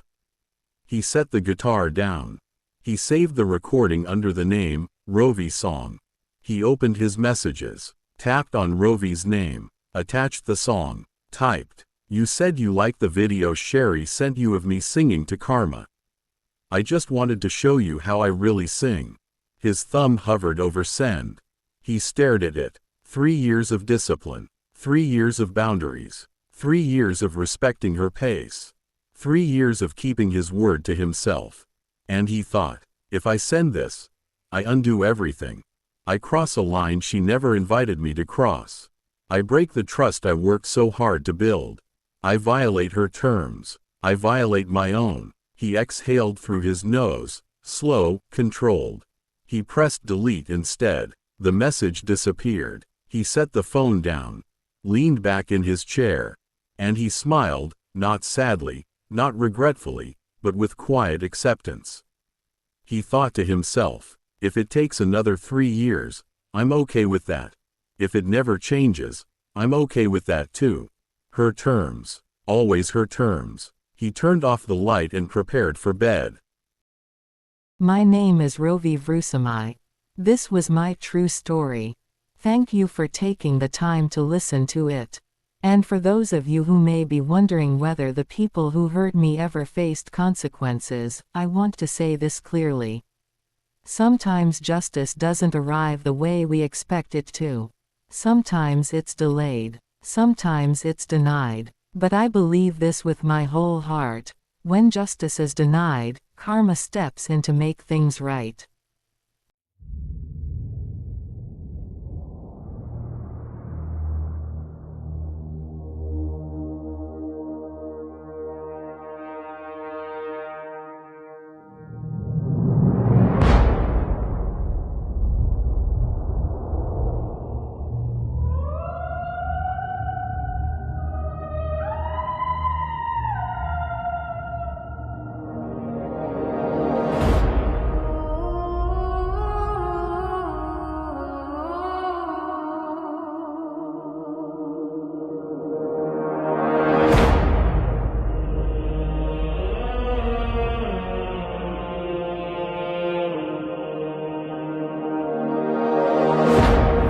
My name is Karma, CEO of the universe.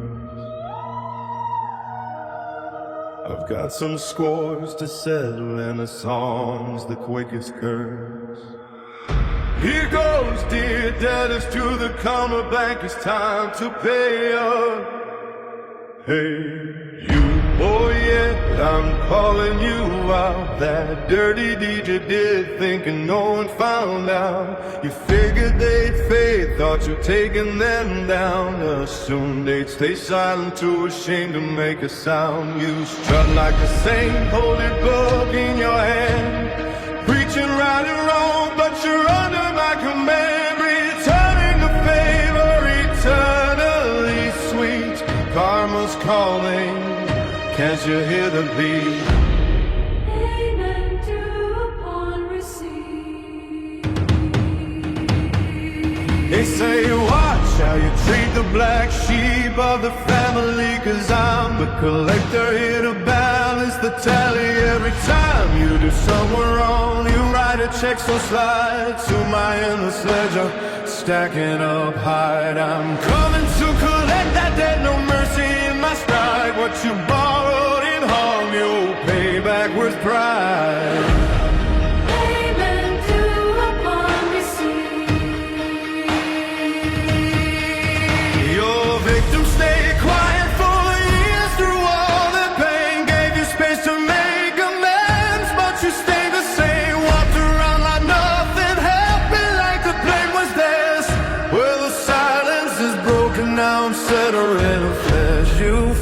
They shadow self-imploding tonight, trapped deep in the pain, never heal from the fight. But take a look at them now, risen from the debris. They're more dangerous to you than you ever were to them, you see.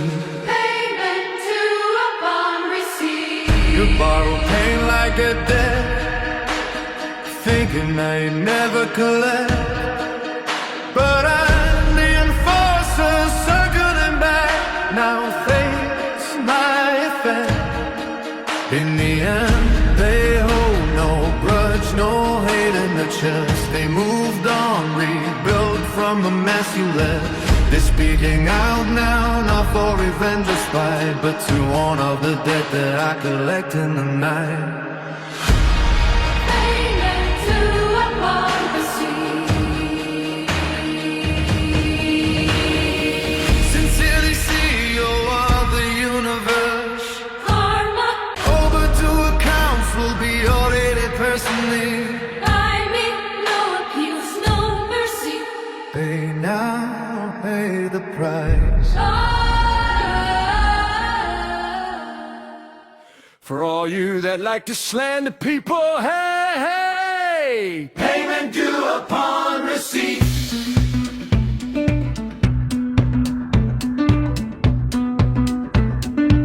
And for all those who abuse people and animals, payment due upon receipt. Oh, and to those who like to bully and harass people, payment due upon receipt. Don't think I forgot about you who defame others' character. Payment due upon receipt. You who steal objects, innocence, and plagiarize. Payment due upon receipt. Who bear false witness on others. Yeah, I saw that. Payment due upon receipt. And you who cause bodily harm and death of others, you have the greatest debt. Payment due upon receipt. Every deed, every lie, payment due upon receipt.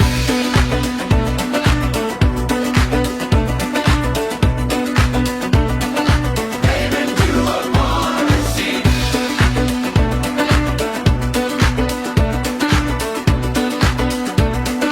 Payment due upon receipt. Payment due upon receipt. Payment due upon receipt.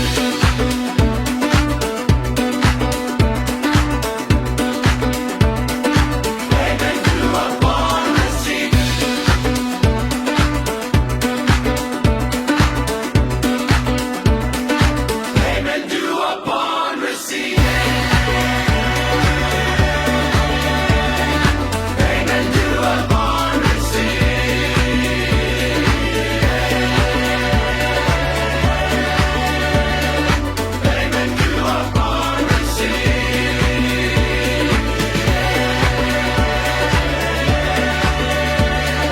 Payment due upon receipt. Payment due upon receipt.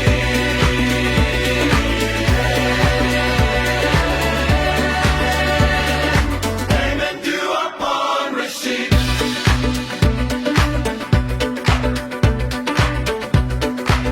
This is your final notice.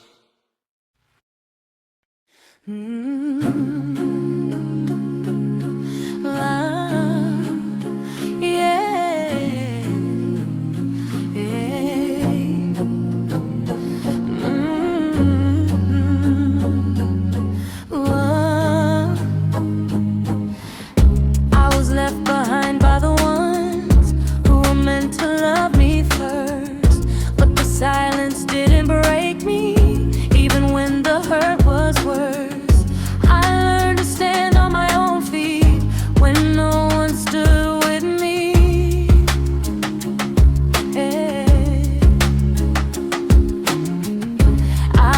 my strength in the shadows where no one else could see. Every scar became a story, every story shaped my name. I am a survivor, I am still alive. I am the girl who walked through fire and came out with her head high.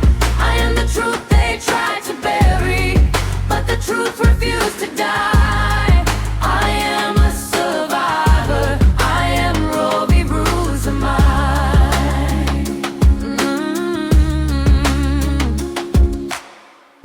Oh, it's taken from my freedom, held in places I can't name, forced into a life I never chose, but I rose above the shame. They try to break my spirit, try to steal the light in me.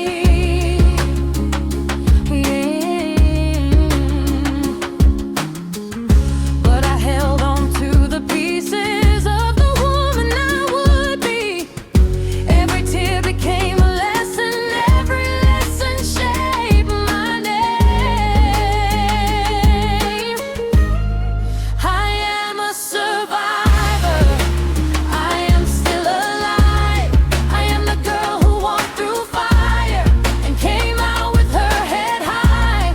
I am the truth they tried to bury, but the truth refused to die. I am a survivor, I am Rôvi Vrusamaîívs.